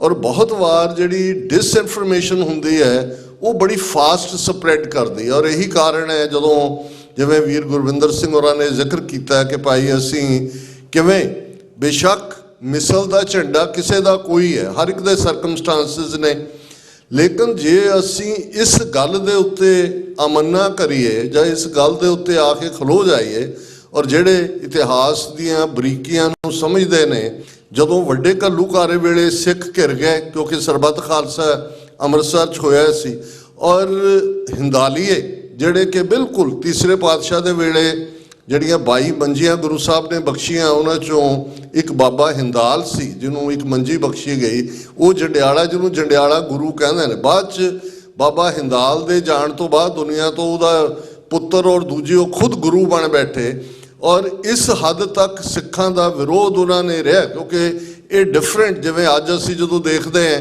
ਕਿ ਜੀ ਕਿਵੇਂ ਕੋਈ ਰਾਧਾ ਸਵਾਮੀ ਖੜੇ ਕਰਤੇ, ਕੋਈ ਨਰਕਧਾਰੀ ਖੜਾ ਕਰਤਾ, ਕੋਈ ਸੌਦਾ ਸਾਧ ਕਰਤਾ, ਕੋਈ ਭਨਿਆਰਾ ਕਰਤਾ, ਹਰ ਚੌਥੇ ਦਿਨ ਕੋਈ ਨਾ ਕੋਈ, ਅੱਜ ਕੱਲ੍ਹ ਤੁਸੀਂ ਉਹ ਨਕਲੀ ਨਿਹੰਗ ਤੇ ਸਨਾਤਨੀ ਤੇ ਫਲਾਣੇ ਉਸ ਕਿਸਮ ਦੇ ਦੇਖਦੇ ਹੋ ਕਿੱਦਾਂ ਦੇ ਇਹ ਹਕੂਮਤਾਂ ਕਰਦੀਆਂ ਹੁੰਦੀਆਂ ਨੇ।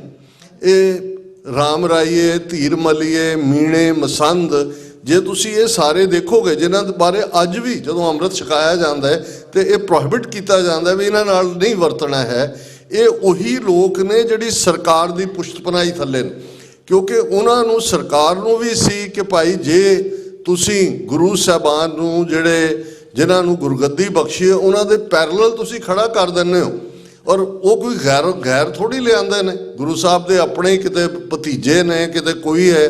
ਤੁਸੀਂ ਪ੍ਰਿਥੀਏ ਤੋਂ ਲੈ ਕੇ ਕਿਸ ਲੈਵਲ ਤੱਕ ਜਾ ਕੇ ਅਖੀਰ ਮਸੰਦਾਂ ਦੇ ਰੋਲ ਤੱਕ, ਜਾਂ ਉਸ ਤੋਂ ਬਾਅਦ ਹਿੰਦਾਲੀਆਂ ਦਾ ਰੋਲ, ਅਬਦਾਲੀ ਨੂੰ ਹਿੰਦਾਲੀਏ ਨੇ ਕਿਉਂਕਿ ਸਿੱਖ ਸਰਬੱਤ ਖਾਲਸਾ ਤੋਂ ਮੁੜੇ, ਉਹਨਾਂ ਨੇ ਜੰਡਿਆਲਿਆਂ ਨੂੰ ਘੇਰ ਲਿਆ ਕਿ ਵੀ ਇਹਨਾਂ ਦਾ ਕੰਮ ਕਰਦੇ ਹੀ ਹੈ, ਇਹਨਾਂ ਨੇ ਬਹੁਤ ਹੱਥ ਚੁੱਕੀ ਹੋਈ ਹੈ।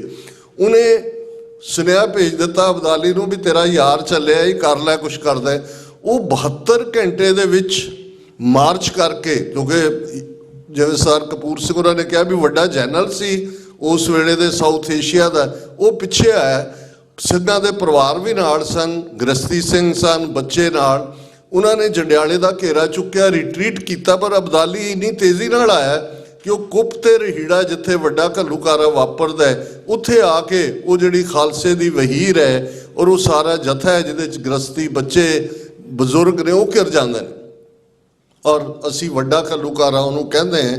ਇੱਕ ਦਿਨ ਦੇ ਵਿੱਚ ਲਗਭਗ ਅੱਧੀ ਸਿੱਖ ਕੌਮ, ਇਹ ਮੇਰੇ ਲਫ਼ਜ਼ ਨਹੀਂ ਨੇ, ਇਹ ਸਾਡੇ ਜਿਹੜੇ ਸਭ ਤੋਂ ਪੁਰਾਣੇ ਇਤਿਹਾਸਕਾਰ ਨੇ, 18ਵੀਂ ਸਦੀ ਦੇ ਵਿੱਚ ਕੀ ਵਾਪਰਿਆ ਉਹਦੇ ਬਾਰੇ ਬਹੁਤ ਘੱਟ ਲਿਖਤਾਂ ਨੇ।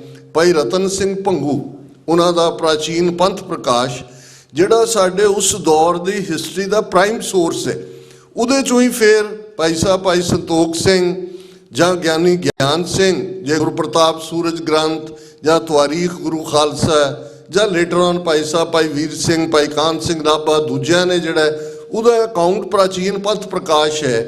ਔਰ ਉਹ ਭਾਈ ਰਤਨ ਸਿੰਘ ਭੰਗੂ, ਭਾਈ ਮਤਾਬ ਸਿੰਘ ਮੀਰਾਂ ਕੋਟੀਏ, ਜਿਨ੍ਹਾਂ ਨੇ ਭਾਈ ਸੁੱਖਾ ਸਿੰਘ, ਇਸ ਜੋੜੀ ਨੇ ਮੱਸੇ ਰੰਗੜ ਨੂੰ ਸਜ਼ਾ ਯਾਫਤਾ ਕੀਤਾ। ਔਰ ਜਦੋਂ ਅਸੀਂ ਅੱਜ ਭਾਈ ਬੇਅੰਤ ਸਿੰਘ ਭਾਈ ਸਤਵੰਤ ਸਿੰਘ ਦੀ ਜੋੜੀ ਦੀ ਗੱਲ ਕਰਦੇ ਹਾਂ, ਭਾਈ ਹਰਜਿੰਦਰ ਸਿੰਘ ਜਿੰਦਾ ਭਾਈ ਸੁਖਦੇਵ ਸਿੰਘ ਸੁੱਖਾ ਦੀ ਜੋੜੀ ਦੀ ਗੱਲ ਕਰਦੇ ਹਾਂ, ਤੇ ਅਕਸਰ ਇੱਕ ਜਿਹੜਾ ਜੁਮਲਾ ਮੈਂ ਦੁਹਰਾਉਂਦਾ ਕਿ ਇਹਨਾਂ ਦੀਆਂ ਸ਼ਹਾਦਤਾਂ ਨੇ, ਇਹਨਾਂ ਦੇ ਕਾਰਨਾਮਿਆਂ ਨੇ ਇਹ ਸਾਬਤ ਕੀਤਾ ਕਿ ਭਾਈ ਸੁੱਖਾ ਸਿੰਘ ਭਾਈ ਮਹਤਾਬ ਸਿੰਘ ਦੇ ਵਾਰਸਾਂ ਦੀ ਲੜੀ ਅਜੇ ਟੁੱਟੀ ਨਹੀਂ, ਇਹ ਕੰਟੀਨਿਊਟੀ ਹੈ। ਔਰ ਉਹਨਾਂ ਦੇ ਉਹ ਗ੍ਰੈਂਡਸਨ ਨੇ ਭਾਈ ਰਤਨ ਸਿੰਘ ਭੰਗੂ, ਔਰ ਉਹ ਇਹ ਕਹਿੰਦੇ ਨੇ ਕਿ ਅੱਧੀ ਸਿੱਖ ਕੌਮ ਜਿਹੜੀ ਹੈ ਉਹ ਉਸ ਘੱਲੂਘਾਰੇ ਦੀ ਭੇਟ ਚੜ੍ਹਦੀ ਹੈ, ਤੇ ਜਿਹੜੇ ਸਰਵਾਈਵਰ ਨੇ ਉਹਨਾਂ 'ਚੋਂ ਕੋਈ ਵੀ ਐਸਾ ਨਹੀਂ ਹੈ ਜਿਹਦੇ ਸਰੀਰ 'ਤੇ ਜ਼ਖਮ ਨਾ ਹੋਏ। ਉਹਨਾਂ ਦੇ ਚੋਲੇ ਸਾਰੇ ਲਹੂ ਨਾਲ ਜਿਹੜੇ ਨੇ ਉਹ ਪੂਰੀ ਤਰ੍ਹਾਂ ਤਰ ਨੇ। ਔਰ ਦਲ ਖਾਲਸਾ ਦੇ ਆਗੂ ਸਰ ਜੱਸਾ ਸਿੰਘ ਆਹਲੂਵਾਲੀਆ, ਉਹਨਾਂ ਦੇ ਸਰੀਰ 'ਤੇ ਵੀ 22 ਫੱਟ ਨੇ। ਹੁਣ ਇਹਦੇ 'ਚੋਂ 2 ਸਬਕ ਸਿੱਖਣ ਵਾਲੇ ਨੇ। ਪਹਿਲਾ ਕਿ ਜਦੋਂ ਇਹ ਹਮਲਾ ਹੁੰਦਾ ਹੈ ਤੇ ਮਿਸਲਾਂ ਦੇ ਸਰਦਾਰ, ਕਿਉਂਕਿ ਸਰ ਚੜ੍ਹਤ ਸਿੰਘ ਵੀ ਨੇ, ਦੂਸਰੇ ਵੀ ਨੇ, ਸਰਬੱਤ ਖਾਲਸਾ ਸੀ, ਇਹਨਾਂ ਨੂੰ ਪਟਿਆਲੇ ਵਾਲੇ ਗਦਾਰਾਂ ਨੂੰ ਛੱਡ ਕੇ ਫੂਲਕੀਆਂ ਵਾਲਿਆਂ ਨੂੰ, ਜਿਹੜੇ ਅੱਜ ਤੱਕ ਵੀ ਝੂਠ ਬੋਲੀ ਜਾਂਦੇ ਨੇ ਜੀ ਇਹ ਸਾਡੇ ਕੋਲ ਹੁਕਮਨਾਮਾ ਹੈ, ਤੇਰਾ ਕਰ ਮੇਰਾ ਸੇ ਗੁਰੂ, ਇਹਨਾਂ ਨੇ ਇਹ ਟ੍ਰੇਟਰ ਰਹੇ ਨੇ। ਹੁਣ ਵੀ ਇਹ ਜਿਹੜਾ ਇਹਨੂੰ ਸ਼ਿੰਗਾਰ ਕੇ ਕੱਢਿਆ, ਇਹਨਾਂ ਨੂੰ ਇਹ ਲੱਗਦਾ ਵੀ ਪੰਜਾਬ 'ਚ ਜਿਹੜਾ ਇੱਕ ਗੈਪ ਹੈ ਲੀਡਰਸ਼ਿਪ ਦਾ, ਉਸ ਨੂੰ ਇਹ ਸਾਰੇ ਉਹਨਾਂ ਨੇ ਟਰਾਈ ਕਰ ਲਏ ਨੇ, ਇਹਨੂੰ ਫੇਰ ਸ਼ਿੰਗਾਰ ਕੇ ਜਿਹੜਾ ਉਹ ਬਾਹਰ ਕੱਢਿਆ। ਹੁਣ ਇਹ ਪੁੱਛਦੇ ਨੇ ਵੀ ਕਿਵੇਂ ਅਸੀਂ ਲੜੀਏ ਮਿਸਲਾਂ ਦੇ ਝੰਡਿਆਂ ਥੱਲੇ, ਤੇ ਜਿਹੜਾ ਜਵਾਬ ਸਰਦਾਰ ਜੱਸਾ ਸਿੰਘ ਆਹਲੂਵਾਲੀਆ ਨੇ ਦਿੱਤਾ ਹੈ, ਸਾਡੇ ਇਤਿਹਾਸ ਦੇ ਪੰਨਿਆਂ 'ਚ ਸਾਂਭਿਆ ਹੋਇਆ। ਉਹਨਾਂ ਨੇ ਕਿਹਾ ਮਿਸਲ ਵੰਡ ਅਬ ਕਬਹੂ ਨਾ ਪਾਓ, ਰਲ ਮਿਲ ਕੇ ਇਹ ਪੰਥ ਬਚਾਓ। ਕਿ ਇਸ ਵੇਲੇ ਲੜਾਈ ਸਰਵਾਈਵਲ ਦੀ ਹੈ, ਹੋਂਦ ਦੀ ਹੈ, ਝੰਡੇ ਰੱਖ ਦਿਓ ਇਸ ਵੇਲੇ। ਹੁਣ ਤੁਸੀਂ ਇਹ ਦੇਖੋ ਕਿ ਵੀ ਤੁਸੀਂ ਇਹਨੂੰ ਕੱਢਣਾ ਕਿਵੇਂ ਹੈ, ਜਿਹੜੇ ਸਰਵਾਈਵਰ ਨੇ ਉਹਨਾਂ ਨੂੰ ਤੁਸੀਂ ਕਿਵੇਂ ਸਰਵਾਈਵ ਕਰਵਾਉਣਾ। ਔਰ ਇਹ ਉਹ ਪੀਰੀਅਡ ਹੁੰਦੇ ਨੇ ਕੌਮਾਂ ਦੀ ਜ਼ਿੰਦਗੀ 'ਚ ਜਿਹੜੇ ਸਭ ਤੋਂ ਮਿਸਫੋਰਚੂਨ ਵਾਲੇ ਪੀਰੀਅਡ ਹੁੰਦੇ ਨੇ, ਜਿਹੜੇ ਕੁਰਬਾਨੀਆਂ ਵਾਲੇ, ਜਿਹੜੇ ਕਤਲੇਆਮ ਵਾਲੇ, ਜਿਹੜੇ ਘੱਲੂਘਾਰਿਆਂ ਵਾਲੇ, ਜਿਹੜੇ ਜੈਨੋਸਾਈਡ ਵਾਲੇ, ਉਹ ਓਪਰਚੁਨਿਟੀਜ਼ ਵੀ ਹੁੰਦੇ ਨੇ। ਕਿਉਂਕਿ ਉਹਦੇ 'ਚੋਂ ਹੀ, ਔਰ ਇਹ ਜਦੋਂ ਅਸੀਂ ਵੱਡੇ ਘੱਲੂਘਾਰੇ ਨੂੰ ਦੇਖਦੇ, ਜਦੋਂ ਸਿੰਘ ਸੇਫਟੀ ਦੇ ਵਿੱਚ ਨਿਕਲ ਜਾਂਦੇ ਨੇ ਔਰ 4 ਚਫੇਰਾ ਦੇਖ ਰਹੇ ਨੇ, ਤੇ ਇੱਕ ਬਿਰਧ ਨਿਹੰਗ ਸਿੰਘ ਉਹ ਖਲੋ ਜਾਂਦਾ ਹੈ, ਵੈਟਰਨ ਹੈ, 10ਵੇਂ ਪਾਤਸ਼ਾਹ ਦਾ ਵਰਸਾਇਆ ਹੋਇਆ ਸਿੰਘ ਹੈ। ਪਹਿਲਾਂ ਤਾਂ ਉਸਨੇ ਉਸ ਇਕੱਠ ਨੂੰ ਸੰਬੋਧਨ ਕਰਦਿਆਂ ਕਿਹਾ, ਖਾਲਸਾ ਜੀ, ਗੁਰੂ ਨੇ ਕੁਠਾਲੀ ਪ੍ਰੀਖਿਆ ਪਾਈ ਸੀ, ਖੋਟ ਝੜ ਗਿਆ, ਕੁੰਦਨ ਰਹਿ ਗਿਆ। ਹੁਣ ਇਸ ਦਾ ਮਤਲਬ ਇਹ ਨਹੀਂ ਹੈ ਕਿ ਸ਼ਹੀਦ ਹੋਣ ਵਾਲੇ ਕੋਈ ਖੋਟ ਨੇ ਤੇ ਉਹ ਸੋਨੇ। ਸਿੱਖ ਸਰੀਰ ਨੂੰ ਖੋਟਾ ਕਰਕੇ ਜਾਣਦੇ ਸੀ। ਅਸੀਂ ਬਾਣੀ ਪੜ੍ਹਦੇ ਹਾਂ, ਇਸ ਮਨ ਖੁਟਹਰ ਕਾ ਨਹੀਂ ਵਿਸਾਸ, ਇੰਨਾ ਖੋਟਾ ਮਨ ਹੈ ਕਿਉਂਕਿ ਕਬਹੂ ਜੀੜਾ ਊਬ ਚੜਤ ਹੈ, ਕਬਹੂ ਜਾਏ ਪਿਆਲੇ, ਲੋਭੀ ਜੀੜਾ ਥਿਰ ਨਾ ਰਹਿਤ ਹੈ, ਚਾਰੇ ਕੁੰਟਾਂ ਪਾਲੇ। ਇਹ ਸਾਰੀ ਮਨ ਦੀ ਖੇਡ ਹੈ। ਕਦੋਂ, ਔਰ ਅਸੀਂ ਇਹਨਾਂ 4 ਦਹਾਕਿਆਂ ਦੇ ਸੰਘਰਸ਼ ਦੇ ਵਿੱਚ ਵੀ ਦੇਖਿਆ, ਬੜੀਆਂ ਬੜੀਆਂ ਗੱਲਾਂ ਕਰਨ ਵਾਲੇ, ਬੜੇ ਬੜੇ ਕੀਰਤਨ ਔਰ ਦੂਸਰਿਆਂ ਰਾਹੀਂ ਪ੍ਰੇਰਿਤ ਕਰਨ ਵਾਲੇ, ਜਦੋਂ ਸੱਚਮੁੱਚ ਪ੍ਰੀਖਿਆ ਦਾ ਵੇਲਾ ਆਇਆ, ਭਗੌੜੇ ਹੋ ਗਏ। ਤੇ ਜਿਨ੍ਹਾਂ ਨੇ ਉਹਨਾਂ ਦਾ ਕੋਈ ਕੀਰਤਨ ਸੁਣਿਆ ਜਾਂ ਉਹਨਾਂ 'ਚ ਪ੍ਰੇਰਨਾ ਹੋਈ ਕਿ ਜੀ ਦੀਵਾਨ 'ਚ ਖਲੋ ਕੇ ਦੀਵਾਨ ਦੇ ਵਿੱਚ ਕੀਰਤਨ 'ਚੋਂ ਕਹਿ ਰਹੇ ਨੇ ਕਿ ਇਹੋ ਜਿਹਾ ਹੋਇਆ ਦਰਬਾਰ ਸਾਹਿਬ 'ਚ ਘੱਲੂਘਾਰੇ 'ਚ, ਇੰਨੇ ਬੱਚੇ ਵੀ ਮਾਰ ਦਿੱਤੇ। ਅੱਜ ਕਿੱਥੇ ਨੇ ਸੁੱਖਾ ਸਿੰਘ ਮਹਤਾਬ ਸਿੰਘ? ਤੇ ਉਸ ਦੀਵਾਨ 'ਚ ਬੈਠਾ ਬੇਅੰਤ ਸਿੰਘ ਜਿਹੜਾ ਜ਼ਾਰੋ-ਜ਼ਾਰ ਰੋ ਵੀ ਰਿਹਾ, ਉਹ ਆਪਣੇ ਕਰੀਬੀ ਰਿਸ਼ਤੇਦਾਰ ਕੇਰ ਸਿੰਘ ਨਾਲ ਬੈਠੇ ਨੇ। ਉਹਨਾਂ ਨੂੰ ਕਹਿੰਦੇ ਨੇ, ਸਿੰਘ ਇਵੇਂ ਨਹੀਂ, ਇਹ ਤੇਰੇ ਅਥਰੂ ਤਾਂ ਵਿਰਾਗਦੇ ਨੇ, ਪਰ ਤੇਰੇ ਕੋਲ ਮੌਕਾ ਹੈ, ਕੁਛ ਕਰ।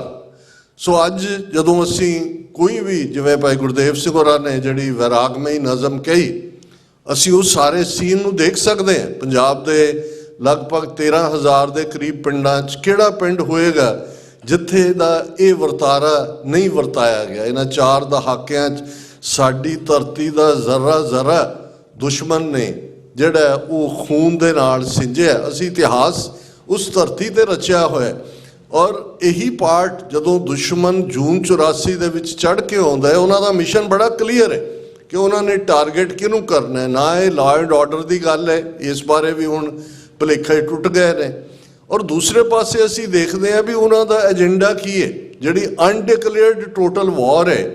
ਔਰ ਬਹੁਤ ਸਾਰਿਆਂ ਨੇ 9 ਜਾਂ 10 ਜੂਨ 1984 ਦੀ ਇੱਕ ਪਬਲੀਕੇਸ਼ਨ 15 ਰੋਜ਼ਾ, ਜਿਹਨੂੰ ਫੋਰਟਨਾਈਟਲੀ ਕਹਿੰਦੇ ਨੇ, ਅਮਰੀਕਾ 'ਚ ਟਰਮ ਬਾਈ ਵੀਕਲੀ ਯੂਜ਼ ਹੁੰਦੀ ਹੈ ਜ਼ਿਆਦਾ, ਉਹ ਬਾਤਚੀਤ, ਇਹ ਉਹਨਾਂ ਦੀ ਇੱਕ ਪਬਲੀਕੇਸ਼ਨ ਸੀ ਫੌਜ ਦੀ, ਜਿਹੜੀ ਉਹਨਾਂ ਨੇ ਆਪਣੀਆਂ ਛਾਉਣੀਆਂ ਰਾਹੀਂ ਜਿਹੜੀ ਤਾਇਨਾਤ ਪੂਰਬੀ ਦੱਖਣੀ, ਜਦੋਂ ਅਸੀਂ ਪੂਰਬੀ ਦੱਖਣੀ ਦੀ ਗੱਲ ਕਰਦੇ ਹਾਂ, ਜੇ ਸ਼ਾਹ ਮੁਹੰਮਦ ਨੇ ਕਿਹਾ ਜਦੋਂ 1846 ਦੇ ਵਿੱਚ ਪਹਿਲੀ ਜੰਗ, ਬੇਸ਼ੱਕ ਉਹਨੂੰ ਅੱਜ ਜੰਗਨਾਮਾ ਸਿੰਘਾਂ ਫਰੰਗੀਆਂ ਦਾ ਨਾਂ ਦਿੱਤਾ ਗਿਆ, ਇਹ ਉਹਦਾ ਓਰੀਜਨਲ ਨਾਂ ਨਹੀਂ ਹੈ, ਉਹਦਾ ਨਾਂ ਸੀ ਜੰਗ ਹਿੰਦ ਪੰਜਾਬ। ਔਰ ਉਸ ਦੇ ਵਿੱਚ ਸ਼ਾਹ ਮੁਹੰਮਦ ਜਦੋਂ ਇਹ ਕਹਿੰਦਾ ਕਿ ਜੰਗ ਹਿੰਦ ਪੰਜਾਬ ਦਾ ਹੋਣ ਲੱਗਾ, ਦੋਵੇਂ ਪਾਤਸ਼ਾਹੀ ਫੌਜਾਂ ਭਾਰੀਆਂ ਨੇ, ਅੱਜ ਹੋਵੇ ਸਰਕਾਰ ਤਾਂ ਮੁੱਲ ਪਾਵੇ, ਜਿਹੜੀਆਂ ਖਾਲਸੇ ਨੇ ਤੇਗਾਂ ਮਾਰੀਆਂ ਨੇ। ਹਿੰਦ ਪੰਜਾਬ ਇਹ ਆਈਡੀਓਲੋਜੀ ਦੀ ਲੜਾਈ, ਇਹ 5 ਸਦੀਆਂ ਦਾ ਵੈਰ, ਤੇ ਕਈ ਕੋਟ ਚੜ੍ਹੇ ਪੂਰਬੀ ਦੱਖਣੀ ਜੀ। ਉਦੋਂ ਵੀ ਪੂਰਬੀ ਅਤੇ ਦੱਖਣੀ ਉਹਨਾਂ ਦੀਆਂ ਪਲਟਨਾਂ ਸਭ ਤੋਂ ਮੂਹਰੇ ਸੀ ਪੰਜਾਬ ਦੀ ਆਜ਼ਾਦੀ ਨੂੰ ਖੋਹਣ ਦੇ ਲਈ। ਤੇ ਜੂਨ 84 ਇਸ ਗੱਲ ਦਾ ਸਬੂਤ ਹੈ, ਭਾਵੇਂ ਸਾਹਮਣੇ ਉੱਪਰ ਜ਼ੈਲ ਸਿੰਘ ਬੈਠਾ ਹੈ, ਥੱਲੇ ਰਣਜੀਤ ਦਿਆਲ ਲੈਫਟੀਨੈਂਟ ਜਨਰਲ ਹੈ, ਆਪਰੇਸ਼ਨਲ ਮੇਜਰ ਜਨਰਲ ਬਰਾੜ ਹੈ, ਥੱਲੇ ਵੀ ਉਸ ਲੈਵਲ ਦੇ ਸਭ ਤੋਂ ਪਹਿਲਾਂ ਕਮਾਂਡੋ ਵਿੱਚ ਵੰਡ ਵਾਲਾ ਜੰਮੂ ਦਾ ਜਸਬੀਰ ਸਿੰਘ ਹੈ, ਜਿਹਦੀਆਂ ਲੱਤਾਂ ਕੱਟੀਆਂ ਗਈਆਂ ਔਰ ਬਾਅਦ 'ਚ ਆ ਕੇ ਹੁਣ ਉਹ ਮਾਫੀਆਂ ਮੰਗਦੇ ਫਿਰਦੇ ਨੇ। ਲੇਕਿਨ ਮਕਸਦ ਇੱਕੋ ਹੀ ਸੀ ਕਿ ਸਿੱਖ ਕੌਮ ਦਾ ਨਾਮੋ ਨਿਸ਼ਾਨ ਮਿਟਾਉਣਾ। ਔਰ ਜਿਹੜਾ ਆਰਮੀ ਸਰਕੂਲਰ ਸਾਰੇ ਪਾਸੇ ਸਰਕੂਲੇਟ ਹੋਇਆ, ਉਹਦੇ ਓਰੀਜਨਲ ਲਫ਼ਜ਼ ਨੇ, ਬਾਅਦ ਦੇ ਵਿੱਚ ਉਹਨੂੰ ਚੈਲੰਜ ਕੀਤਾ ਗਿਆ ਪੰਜਾਬ ਹਰਿਆਣਾ ਹਾਈ ਕੋਰਟ 'ਚ, ਉਹਨਾਂ ਨੇ ਵਾਪਸ ਲਿਆ, ਪਰ ਇਹ ਦੱਸਦਾ ਹੈ ਵੀ ਲੜਾਈ ਕਿਸ ਲੈਵਲ 'ਤੇ ਹੈ।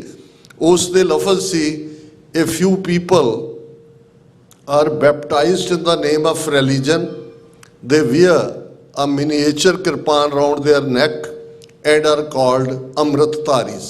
ਇਹ ਹੁਣ ਜਿਹੜੇ ਪੂਰਬੀ ਦੱਖਣੀ ਹੈ ਫੌਜੀ ਜਿਨ੍ਹਾਂ ਨੇ ਪਿੰਡਾਂ 'ਚ ਜਾਣਾ, ਉਹਨਾਂ ਨੂੰ ਇਹ ਜਾਣਕਾਰੀ ਦੇ ਰਹੇ ਨੇ ਵੀ ਤੁਹਾਡਾ ਨਿਸ਼ਾਨਾ ਕੀ ਹੈ, ਕਿ ਕੁਝ ਲੋਕਾਂ ਨੂੰ ਧਰਮ ਦੇ ਨਾਂ 'ਤੇ ਸਹੁੰ ਚੁਕਾਈ ਜਾਂਦੀ ਹੈ, ਉਹ ਇੱਕ ਛੋਟੀ ਕਿਰਪਾਨ ਗਲ ਦੇ ਦੁਆਲੇ ਪਾਉਂਦੇ ਨੇ ਤੇ ਉਹਨਾਂ ਨੂੰ ਅੰਮ੍ਰਿਤਧਾਰੀ ਕਿਹਾ ਜਾਂਦਾ ਹੈ। ਫਿਰ ਉਹਦਾ ਸਬ ਹੈਡਿੰਗ ਹੈ, ਐਨ appeal, these amritdharis, they are very dangerous people, they may appear innocent from outside, but basically they are committed to arson, murder and loot.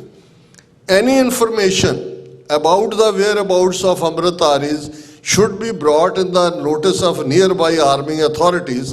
It will be a great service to the Indian nation. ਜਿਸ ਨੂੰ operation wood ਰੋਜ਼, ਜੰਗਲੀ ਫੁੱਲ, ਜੰਗਲੀ ਗੁਲਾਬ ਦਾ ਨਾਂ ਦਿੱਤਾ ਗਿਆ, ਉਸ ਦੀ ਹਦਾਇਤ ਇਸ ਬਾਤਚੀਤ ਸਰਕੂਲਰ ਰਾਹੀਂ ਜਿਹੜੀ ਹੈ ਉਹ ਪੰਜਾਬ ਦੇ ਵਿੱਚ ਕਰਨ ਦੀ ਸੀ। ਹੁਣ ਇੱਥੋਂ ਸ਼ੁਰੂਆਤ ਹੁੰਦੀ ਹੈ। ਜੇ ਅਸੀਂ ਕੋਡ ਨੇਮ ਬੜੇ ਇੰਪੋਰਟੈਂਟ ਹੁੰਦੇ ਨੇ। ਹੁਣ ਜੇ ਪਹਿਲਾ ਐਟਮ ਧਮਾਕਾ 1974 ਦੇ ਵਿੱਚ ਇੰਦਰਾ ਗਾਂਧੀ ਨੇ ਪੋਖਰਾਨ ਦੇ ਵਿੱਚ ਕੀਤਾ, ਉਸ ਦਾ ਕੋਡ ਨੇਮ ਰੱਖਿਆ ਗਿਆ ਸਮਾਈਲਿੰਗ ਬੁੱਧਾ। ਹੁਣ ਜਿਹੜੇ ਮੈਂ ਅਗੇਨ ਇਤਿਹਾਸ ਔਰ ਜੋਗਰਾਫੀਆ ਨੂੰ ਟੁਗੈਦਰ ਸਮਝਣ ਦੇ ਲਈ ਗੱਲ ਇਸ ਲਈ ਕਰ ਰਹੇ ਹਾਂ ਕਿ ਇਹ ਗੱਲ ਸਮਝਣੀ ਹੋਏਗੀ ਕਿ ਜਿਹੜਾ ਸਾਡਾ ਦੁਸ਼ਮਣ ਹੈ, ਜਿਹਦੀ ਆਈਡੀਓਲੋਜੀ, ਜਿਹਦੇ ਲਈ ਅੱਜ ਹਿੰਦੂਤਵ ਹੈ, ਬ੍ਰਾਹਮਣਵਾਦ ਲਫ਼ਜ਼ ਮੋਰ ਐਪਰੋਪਰੀਏਟ ਹੈ, ਕਿਉਂਕਿ ਆਈਡੀਓਲੋਜੀ ਹੈ ਜਿਹਦੇ 'ਚ ਬ੍ਰਾਹਮਣ ਸਭ ਤੋਂ ਉੱਪਰ ਬੈਠਾ ਹੈ, ਬਾਕੀ ਤਾਂ ਉਹਨਾਂ ਦੇ ਸਬੋਰਡੀਨੇਟ ਨੇ। ਤੇ ਇਹਨਾਂ ਨੇ ਬੁੱਧ ਨੂੰ ਕਦੇ ਮੁਆਫ ਨਹੀਂ ਕੀਤਾ। ਔਰ ਇਹੀ ਕਾਰਨ ਹੈ, ਜਦੋਂ ਤੁਸੀਂ ਅਲਾਮਾ ਇਕਬਾਲ ਜਿਹੜੇ ਈਸਟ ਦੇ ਬਹੁਤ ਵੱਡੇ ਥਿੰਕਰ ਵੀ ਹੋਏ, ਸ਼ਾਇਰ ਵੀ ਹੋਏ, ਉਹਨਾਂ ਨੇ ਬਾਂਗੇ ਦਰਾ, ਉਹਨਾਂ ਦੀ ਇੱਕ ਕਿਤਾਬ ਹੈ, ਉਸ ਦੇ ਵਿੱਚ ਇੱਕ ਨਜ਼ਮ ਨਾਨਕ ਨਾਂ ਦੇ ਥੱਲੇ ਹੈ, ਨਜ਼ਮ ਦਾ ਉਨਵਾਨ ਨਾਨਕ ਹੈ। ਔਰ ਗੁਰੂ ਨਾਨਕ ਪਾਤਸ਼ਾਹ ਦੀ ਗੱਲ ਕਰਨ ਤੋਂ ਪਹਿਲਾਂ ਅਲਾਮਾ ਇਕਬਾਲ ਬੁੱਧ ਦੀ ਗੱਲ ਕਰਦੇ ਨੇ, ਔਰ ਉਹ ਕਹਿੰਦੇ ਨੇ ਕਿ ਤੁਮਨੇ पैगामे गौतम की ज़रा परवाह न की, कदर जानी न उस गौहर यकदाना की। लंबी नज़म है कि तुसी गौतम दे पैगाम की कोई परवाह नहीं की। यकदाना a person with a unique wisdom, जिहदे वर्गी सियाणप किसी कोल नहीं सी, गौहर हीरे नूं कहंदे ने। और फिर उन्होंने कहा भी बुद्ध दे मैसेज नूं किवें ब्राह्मण ने मारिया। उन्होंने कहा कि आश्कार उसने किया जो जिंदगी का राज था, हिंद को लेकिन ख्याली फलसफा पे नाज था, शमाए हक से जो मुनव्वर हो ये वो महफिल न थी, बारिशे रहमत हुई लेकिन जिमी काबिल न थी। कि एक खुश्क फलसफा वेदांत के उत्ते खड़ा, शास्त्रार्थ वेद जिहदे च कुछ नहीं है, और बुद्ध की गल दे विच सीक्रेट ऑफ लाइफ है, आश्कार उसने किया जो जिंदगी का राज था। लेकिन ये जिहड़ी इत्थों दी रियाया है, इनू तो ख्याली फलसफे के उत्ते खड़ा किया होया ब्राह्मण ने। इसलिए मींह तो पिया रहमत दा, लेकिन ये जमीन ही इस दे काबिल नहीं सी। और फिर जो अलामा इकबाल ये कहते हैं कि ब्राह्मण सरशार है अब तक, मैं पिंदार में शमाए गौतम जल रही है महफिले अग्यार में। कि अज भी इस धरती के उत्ते ब्राह्मण हंकार की शराब पी के मैं पिंदार प्रफुल्लित है, ते गौतम की गल महफिले अग्यार दूसरिया थावां ते, China, Burma, Thailand, Tibet, north Korea, south Korea, Vietnam, Laos, ये जिहड़ी सारी कि वो बाहर गल चली गई। इत्थे ब्राह्मण जिहड़ा बैठा है बड़े आराम दे नाल। हुण बुद्ध जीसस तो भी लगभग 400 साल पहला पैदा होंदे ने।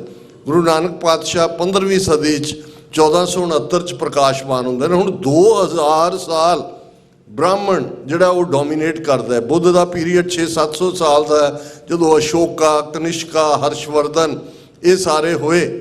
फिर अलामा इकबाल दियां नज़रां नाल असीं इस सारे स्ट्रगल दे भेत नूं समझ सकते हैं, जदों कहंदे ने कि बुत कदा फिर बाद मुद्दत के मगर रोशन हुआ, नूरे अब्राहम से आज़र का घर रोशन हुआ। कि बुत परस्तां दा मुल्क मुद्दतां बाद अगेन इस दे विच अब्राहम दा नूर आया। हुण अब्राहम कौन ने? जिहड़े 4 सैमेटिक धर्म ने मिडल ईस्ट दे, ज़ोरेस्ट्रियनिज़म, जूडाइज़म, क्रिश्चियनिटी और इस्लाम। इस्लाम सब तो यंग है, 1450 साल। इन्हां सारियां दा पैगंबर अब्राहम है। इस्लाम हज़रत इब्राहिम कहंदा है, ये अब्राहम कहंदे ने, यहूदी इब्राहिम कहंदे ने। और अलामा इकबाल गुरु नानक पातशाह दे विच उस अब्राहम नूं देखदे ने, सैमेटिक धर्मां दा बाप है, जिहड़ा फादर है। पिछले दिनां तुसीं देखिया होना कि ट्रंप ने पहली टर्म वेले जिहड़ा एक अकॉर्ड भी करवाया, जिहड़ा हुण फिर अगेन जाएगा, उन्होंने अब्राहमैनिक अकॉर्ड का नाम दिता गया। अब्राहमैनिक अकॉर्ड इसलिए कि सारे सैमेटिक धर्मां दा प्रॉफिट तो अब्राहम है। तो उन्होंने नज़र आया कि मेहता कालू दे घर जिवें आज़र अब्राहम दे बाप का नाम सी, जिवें आज़र दे घर अब्राहम आए, इवें मेहता कल्याण दास जी दे घर गुरु नानक आए। कि बुत कदा फिर बाद मुद्दत के मगर रोशन हुआ, नूरे अब्राहम से आज़र का घर रोशन हुआ। तो फिर वो बयान देने कि चेंज की है, गुरु नानक का थॉट किवें बदल दिंदा है। आह शूदर के लिए हिंदुस्तान गम खाना है, दर्द इंसानी से इस बस्ती का दिल बेगाना है। फिर उठी आखिर सदा तौहीद की पंजाब से, हिंद को एक मर्द कामिल ने जगाया ख्वाब से। कि शूदर दे लई गम खाना, ये जिहड़ी कौम है, इन्हां च तां दर्द इंसानी, इंसान का दर्द की है, इहदी तां वो खाना ही नहीं है। वो नर्व ही नहीं एग्जिस्ट करती इन्हां दे सेंट्रल नर्वस सिस्टम च, जिहड़ी दर्द नूं पछाणदी होए जां दर्द नूं महसूसदी होए। ये तां बिल्कुल क्रूअल है। और उस क्रूअलिटी नूं जदों तुसीं गुरु नानक पातशाह की बाणी पढ़ते हो, मत्थे टिक्का तेड़ धोती कखाई, हथ छुरी जगत कसाई, बुचर ऑफ द वर्ल्ड।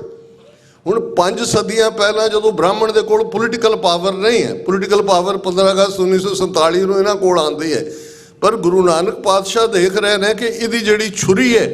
और जिथे तुसीं गुरु ग्रंथ साहिब की बाणी च देखोगे, ब्राह्मण का एक कॉन्सैप्ट है, जिवें नाजीज़म, फाशिज़म, ये सारे कम्युनिज़म, इवें ब्राह्मणिज़म है। उत्थे छुरी की गल है, उत्थे लहू की गल है। जदों गुरु नानक पातशाह याद करवाते हैं कि कादी कूड़ बोल मल खाए, ब्राह्मण नावे जियां काए, जोगी जुगत न जाने, अंध तीने उजाड़े का बंद। ये तीनों ही जड़े थॉट ने ब्राह्मण की गल की कि ब्राह्मण नावे जियां काए, जीवां का घाण करके खांदा है। हुण ये आइडियोलॉजी है जिहड़ी एनमी है of the human kind. Core values ਜਿਹੜੀਆਂ ਹਿਊਮੈਨਿਟੀ ਦੀਆਂ ਨੇ, ਤੇ ਗੁਰੂ ਨਾਨਕ ਪਾਤਸ਼ਾਹ ਉਸ ਰਹਿਮਤ ਦਾ ਮੀਂਹ ਨੇ ਜਿਹੜੀ ਉਸ ਧਰਤੀ ਦੇ ਉੱਤੇ ਵਰਸਦਾ ਹੈ, ਜਿਹੜੀ ਤੌਹੀਦ, ਜਦੋਂ ਅਲਾਮਾ ਇਕਬਾਲ ਕਹਿੰਦਾ ਫਿਰ ਉੱਠੀ ਆਖਰ ਸਦਾ, ਆਵਾਜ਼ ਸਦਾ ਨੂੰ ਕਹਿੰਦੇ ਨੇ, ਤੌਹੀਦ ਰੱਬ ਇੱਕ ਹੈ, ਸਾਹਿਬ ਮੇਰਾ ਏਕੋ ਹੈ ਭਾਈ ਏਕੋ ਹੈ, ਸਭਨਾ ਜੀਆਂ ਕਾ ਇੱਕ ਦਾਤਾ ਸੋ ਮੈਂ ਵਿਸਰ ਨਾ ਜਾਏ। ਫਿਰ ਉਹ ਆਵਾਜ਼ ਇੱਧਰ ਗਮਖਾਨਾ ਹੈ ਸ਼ੂਦਰ ਦੇ ਲਈ, ਬ੍ਰਾਹਮਣ ਦੀ ਸਲਤਨਤ ਦੇ ਥੱਲੇ, ਤੇ ਇੱਧਰ ਆਵਾਜ਼ ਉੱਠਦੀ ਹੈ ਨੀਚਾਂ ਅੰਦਰ ਨੀਚ ਜਾਤ, ਨੀਚੀ ਹੂੰ ਅਤ ਨੀਚ, ਨਾਨਕ ਤਿਨ ਕੈ ਸੰਗ ਸਾਥ, ਵੱਡਿਆਂ ਸਿਉ ਕਿਆ ਰੀਸ, ਜਿੱਥੇ ਨੀਚ ਸੰਭਾਲੀਆਂ ਤਿੱਥੇ ਨਦਰ ਤੇਰੀ ਬਖਸ਼ਿਸ਼। ਜਿੱਥੇ ਬ੍ਰਾਹਮਣਵਾਦ ਜਿਹੜਾ ਕੋਡੀਫਾਈ ਲਾਅ ਮਨੂ ਕਰਦਾ, ਮਨੂ ਸਮ੍ਰਿਤੀ 'ਚ, ਉਹ ਔਰਤ ਨੂੰ ਉਸ ਲੈਵਲ ਤੱਕ ਸੁੱਟ ਦਿੰਦਾ ਹੈ ਵੀ ਉਹ ਇਕੱਲੇ ਐਗਜ਼ਿਸਟ ਕਰਨ ਦਾ ਹੱਕ ਹੀ ਨਹੀਂ ਰੱਖਦੀ, ਪਹਿਲਾਂ ਬਾਪ ਫਿਰ ਪਤੀ ਫਿਰ ਪੁੱਤਰ, ਕਿਉਂਕਿ ਇਹ ਨਰਕ ਦਵਾਰੀ ਹੈ, ਇਹ ਬੇਇਤਬਾਰੀ ਹੈ, ਇਹਦੇ ਕੋਲ ਕੋਈ ਹੱਕ ਨਹੀਂ ਹੈ। ਤੇ ਇੱਥੇ ਗੁਰੂ ਨਾਨਕ ਪਾਤਸ਼ਾਹ ਯਾਦ ਕਰਵਾਉਂਦੇ ਨੇ ਕਿ ਨਾਨਕ ਭੰਡੈ ਬਾਹਰਾ ਇੱਕੋ ਸੱਚਾ ਸੋਈ। ਗੱਲ ਸਿਰਫ ਇਹ ਨਹੀਂ ਹੈ ਕਿ ਸੋ ਕਿਉਂ ਮੰਦਾ ਆਖੀਏ ਜਿਤ ਜੰਮੇ ਰਾਜਾਨ, ਬਹੁਤ ਵਾਰ ਗੱਲ ਅਸੀਂ ਉੱਥੇ ਹੀ ਮੁਕਾ ਦਿੰਦੇ ਹਾਂ। ਗੁਰੂ ਨਾਨਕ ਪਾਤਸ਼ਾਹ ਜਦੋਂ ਤੁਸੀਂ ਔਰ ਇਹ ਸਾਰੇ ਆਸਾ ਦੀ ਵਾਰ ਜਿਹੜਾ ਤੁਹਾਡੇ ਲਈ ਰੋਜ਼ ਮੈਂਡੇਟਰੀ ਹੈ ਕਿ ਨਿਤਨੇਮ ਤੋਂ ਬਾਅਦ ਆਸਾ ਦੀ ਵਾਰ ਪੜ੍ਹਨੀ ਹੈ, ਯਾਦ ਦਹਾਨੀ ਹੋਏ ਕਿ ਤੁਸੀਂ ਮਹਿਜ਼ ਕੋਈ ਸਿੱਧਾ ਜੋਗੀਆਂ ਵਾਂਗ ਕੋਈ ਪੁੱਠੇ ਲਟਕ ਕੇ, ਕੋਈ ਸਮਾਧੀ ਲਾ ਕੇ, ਕੋਈ ਤਾੜੀ ਲਾ ਕੇ, ਕੋਈ ਹੋਰ ਵਰਸ਼ਿਪ ਦੇ ਨਾਂ ਥੱਲੇ ਅੱਡ-ਅੱਡ ਕਰਮ ਕਾਂਡਾਂ 'ਚ ਫਸਣਾ ਤੁਹਾਡਾ ਨਾਂ ਨਹੀਂ ਹੈ। ਤੁਹਾਡੇ ਜ਼ਿੰਮੇ ਕੰਮ ਹੈ, ਔਰ ਉਹ ਕੰਮ ਇਨਸਾਨੀਅਤ ਦੇ ਲਈ ਗੁਰੂ ਨਾਨਕ ਪਾਤਸ਼ਾਹ ਵੇਲੇ ਦੇ ਹਾਕਮਾਂ ਨੂੰ ਵੰਗਾਰਦੇ ਨੇ। ਰਾਜੇ ਸ਼ੀਂਹ ਮੁਕੱਦਮ ਕੁੱਤੇ, ਜਾਏ ਜਗਾਇਨ ਬੈਠੇ ਸੁੱਤੇ, ਚਾਕਰ ਨਹਿੰਦਾ ਪਾਇਨ ਖਾਓ, ਰੱਤ ਪਿੱਤ ਕੁੱਤਿਓ ਝਟ ਜਾਓ। ਹੁਣ ਇਹ ਲੜਾਈ ਆਈਡੀਆਜ਼ ਦੀ ਹੈ, ਆਈਡੀਓਲੋਜੀ ਦੀ ਹੈ, ਔਰ ਬ੍ਰਾਹਮਣ ਉਦੋਂ ਹੀ ਇਸ ਨੂੰ ਸਮਝ ਲੈਂਦਾ ਹੈ। ਔਰ ਇਹ ਗੱਲ ਜਦੋਂ ਭਾਈ ਹਰਜਿੰਦਰ ਸਿੰਘ ਜਿੰਦਾ, ਭਾਈ ਸੁਖਦੇਵ ਸਿੰਘ ਸੁੱਖਾ ਰਾਸ਼ਟਰਪਤੀ ਨੂੰ ਲਿਖਦੇ ਨੇ, ਇਹ ਜਿੰਨੇ ਨੁਕਤਿਆਂ ਤੇ ਮੈਂ ਗੱਲ ਕਰ ਰਿਹਾ, ਇਹਦੇ ਬੀਜ ਉਸ ਪੱਤਰ ਦੇ ਵਿੱਚ ਨੇ ਕਿ ਤੂੰ ਜਿਸ ਨੇਸ਼ਨ ਨੂੰ ਰਿਪਰੈਜ਼ੈਂਟ ਕਰਦਾ ਉਹ ਬ੍ਰਾਹਮਣਵਾਦ ਦੇ ਉੱਤੇ ਖੜਾ ਹੈ। ਅਸੀਂ ਜਿਸ ਅਕਾਲ ਤਖਤ ਦੀ ਆਨ ਸ਼ਾਨ ਲਈ ਇਸ ਰਸਤੇ ਦੇ ਉੱਤੇ ਤੁਰੇ, ਜਿਸ ਅਕਾਲ ਤਖਤ ਨੂੰ ਤੁਸੀਂ ਖੰਡਰਾਤ ਬਣਾਇਆ, ਸਾਡੀ ਆਈਡੀਓਲੋਜੀ ਕੀ ਹੈ। ਔਰ ਫਿਰ ਪੀਰੀ ਤੇ ਮੀਰੀ ਦੀ ਗੱਲ ਕਰਦੇ ਹਾਂ, ਉਹਨਾਂ ਨੂੰ ਇੰਟਰਨੈਸ਼ਨਲੀ ਕੀ ਡਿਵੈਲਪਮੈਂਟਸ ਹੋ ਰਹੀਆਂ ਇਹਦਾ ਬਹੁਤ ਚੰਗੀ ਤਰ੍ਹਾਂ ਅਹਿਸਾਸ ਹੈ। ਉਹਨਾਂ ਨੇ ਕਿਹਾ ਕਿ ਜਦੋਂ ਜ਼ੁਲਮ ਵੱਧ ਜਾਂਦਾ ਹੈ, ਫਿਰ ਕੋਈ ਬੰਦਾ ਵਿਰਾਗੀ ਆਪਣੀ ਝੁੱਗੀ ਦੂਜੇ ਨੂੰ ਤਲਾਂਜਲੀ ਦੇ ਕੇ ਗੁਰੂ ਦੀ ਕਿਰਪਾਨ ਲੈ ਕੇ ਜਸਟਿਸ ਕਰਨ ਲਈ ਆ ਜਾਂਦਾ ਹੈ।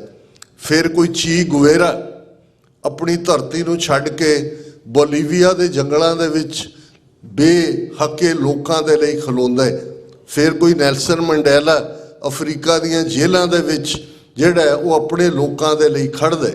ਸੋ ਭਾਈ ਹਰਜਿੰਦਰ ਸਿੰਘ ਜਿੰਦਾ, ਭਾਈ ਸੁਖਦੇਵ ਸਿੰਘ ਸੁੱਖਾ ਮਹਿਜ਼ ਬਹਾਦਰੀ ਦੇ ਐਪੀਟੋਮ ਹੀ ਨਹੀਂ ਨੇ, ਜਿਵੇਂ ਇਸ ਸਟੇਜ ਤੋਂ ਵੀ ਦੱਸਿਆ ਗਿਆ, ਕਿਉਂਕਿ ਬਹੁਤ ਵਾਰੇ ਹੁੰਦਾ ਵੀ ਜਦੋਂ ਤੁਸੀਂ ਟੀਸੀ ਦਾ ਬੇਰ ਲਾਂਦੇ ਹੋ ਤੇ ਫਿਰ ਪਛਾਣ ਤੁਹਾਡੀ ਉਹਦੇ ਨਾਲ ਬਣਦੀ ਹੈ।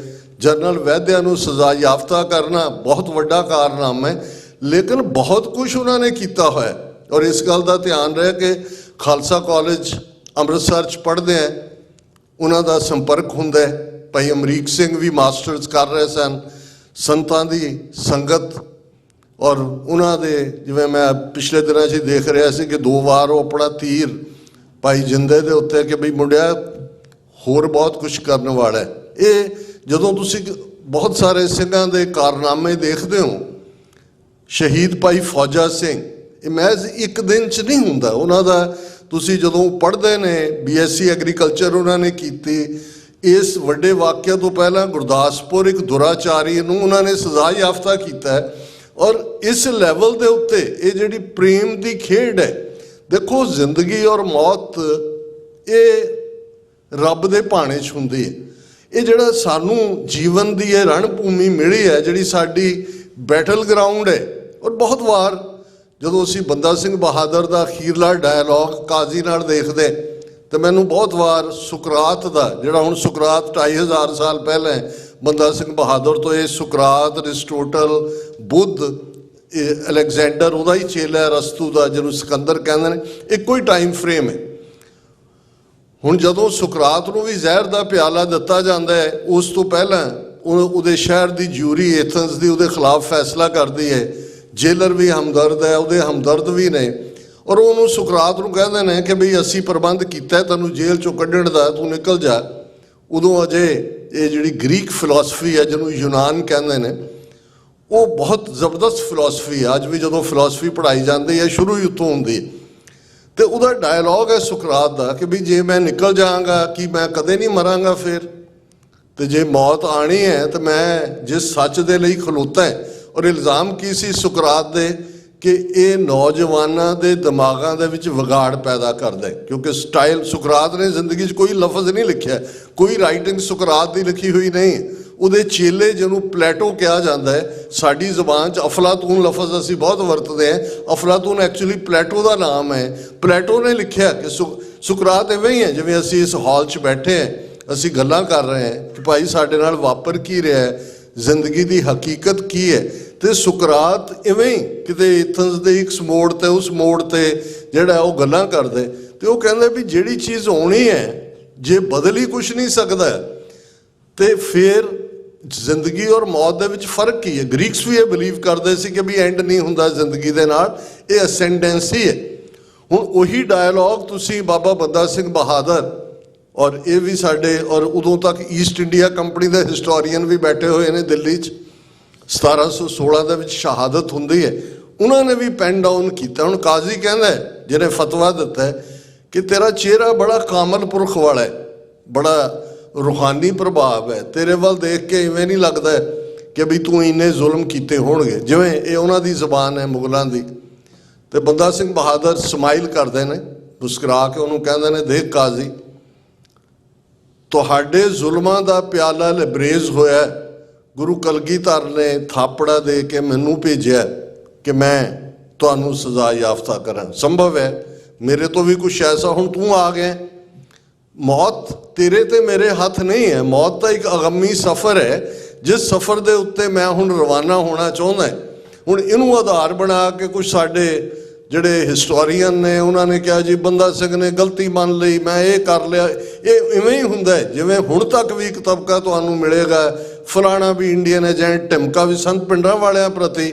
ਆਪਣੇ ਅਕਾਲੀਆਂ ਨੇ ਕਿਸ ਕਿਸਮ ਦਾ ਮਾਹੌਲ ਔਰ ਇਸ ਕਿਸਮ ਦੀ ਬਿਆਨਬਾਜ਼ੀ ਕੀਤੀ, ਇਹੀ ਕੰਮ ਮੁਗਲਿਆ ਹਕੂਮਤ ਨੇ ਕੀਤਾ।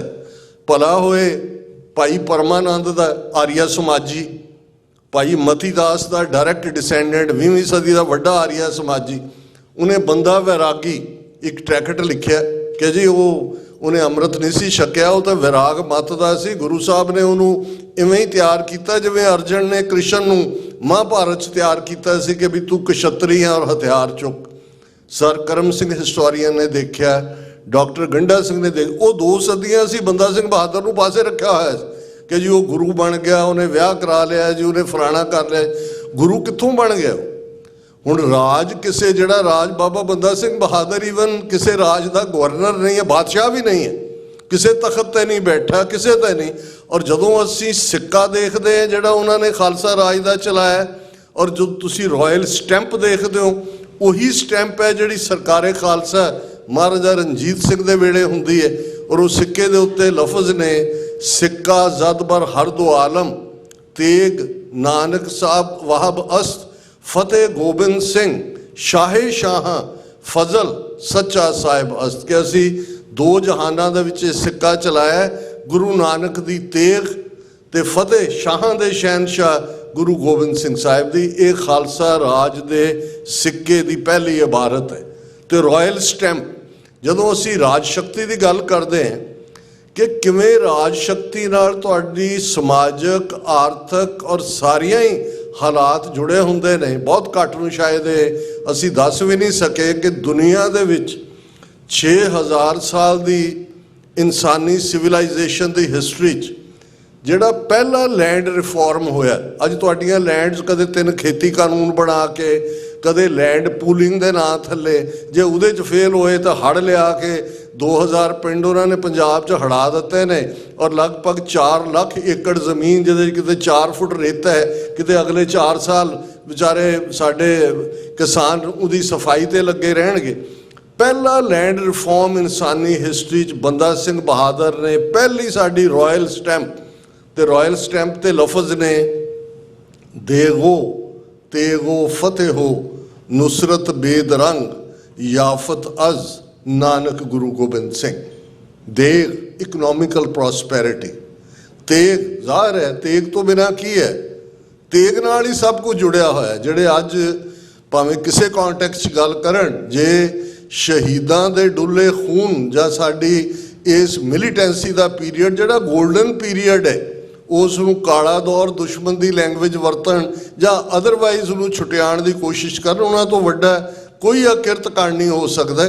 ਗੁਰੂ ਕਲਗੀਧਰ ਪਾਤਸ਼ਾਹ ਦਾ ਹੀ ਫਰਮਾਨ ਹੈ, ਸ਼੍ਰੀ ਮੁਖਵਾਕ ਭੰਨਿਓ ਗਰੀਬ ਨਿਵਾਜ਼ ਪਾਤਸ਼ਾਹੀ 10ਵੀਂ ਸ਼ਸਤਰਨ ਕੇ ਅਧੀਨ ਹੈ ਰਾਜ। ਬੇਸਿਕਲੀ ਤਾਕਤ ਦੇ ਨਾਲ ਆ ਹਮਾਸ, ਅਸੀਂ ਭਾਵੇਂ ਉਹਨਾਂ ਦੇ ਸਾਰੇ ਤੌਰ ਤਰੀਕਿਆਂ ਨਾਲ ਨਾ ਸਹਿਮਤ ਹੋਈਏ, 2 ਸਾਲ 70,000 ਬੰਦਾ ਮਾਰ ਦਿੱਤਾ, 225 ਜਰਨਲਿਸਟ ਮਾਰ ਦਿੱਤੇ, ਡਾਕਟਰਸ ਨਰਸਿਸ ਹਸਪੀਟਲ ਤਬਾਹ ਕਰ ਦਿੱਤੇ, ਦਹਿਸ਼ਤਗਰਦ ਜਥੇਬੰਦੀ ਐਲਾਨ ਕੇ ਉਹਨਾਂ ਦੇ ਨਾਲ ਹੀ ਇਜਿਪਟ ਦੇ ਵਿੱਚ ਕਤਰ ਵੀ ਬੈਠਾ ਹੈ, ਅਮਰੀਕਾ ਦੇ ਨੁਮਾਇੰਦੇ ਵੀ ਬੈਠੇ ਨੇ, ਸਮਝੌਤਾ ਵੀ ਹੁੰਦਾ ਹੈ। ਸਮਝੌਤੇ 'ਚ ਬਹੁਤਾ ਫੋਕਸ ਹੈ ਜੀ, 25 ਜਿਹੜੇ ਫੜੇ ਨੇ ਉਹ ਛੱਡ ਦਿੱਤੇ ਨੇ, 1800 ਉਹਨਾਂ ਨੇ ਕੈਦੀ ਛੁਡਵਾਇਆ, 1500 ਜਿਹੜੇ ਹੁਣ ਫੜੇ, 250 ਉਹ ਜਿਹੜੇ ਇਜ਼ਰਾਈਲ ਦੀ ਕੈਦ ਦੇ ਵਿੱਚ ਉਮਰ ਕੈਦ ਦਾ ਭੋਗ ਰਹੇ ਸੀ। ਕਾਹਦੀ ਤਾਕਤ ਦੇ ਨਾਲ?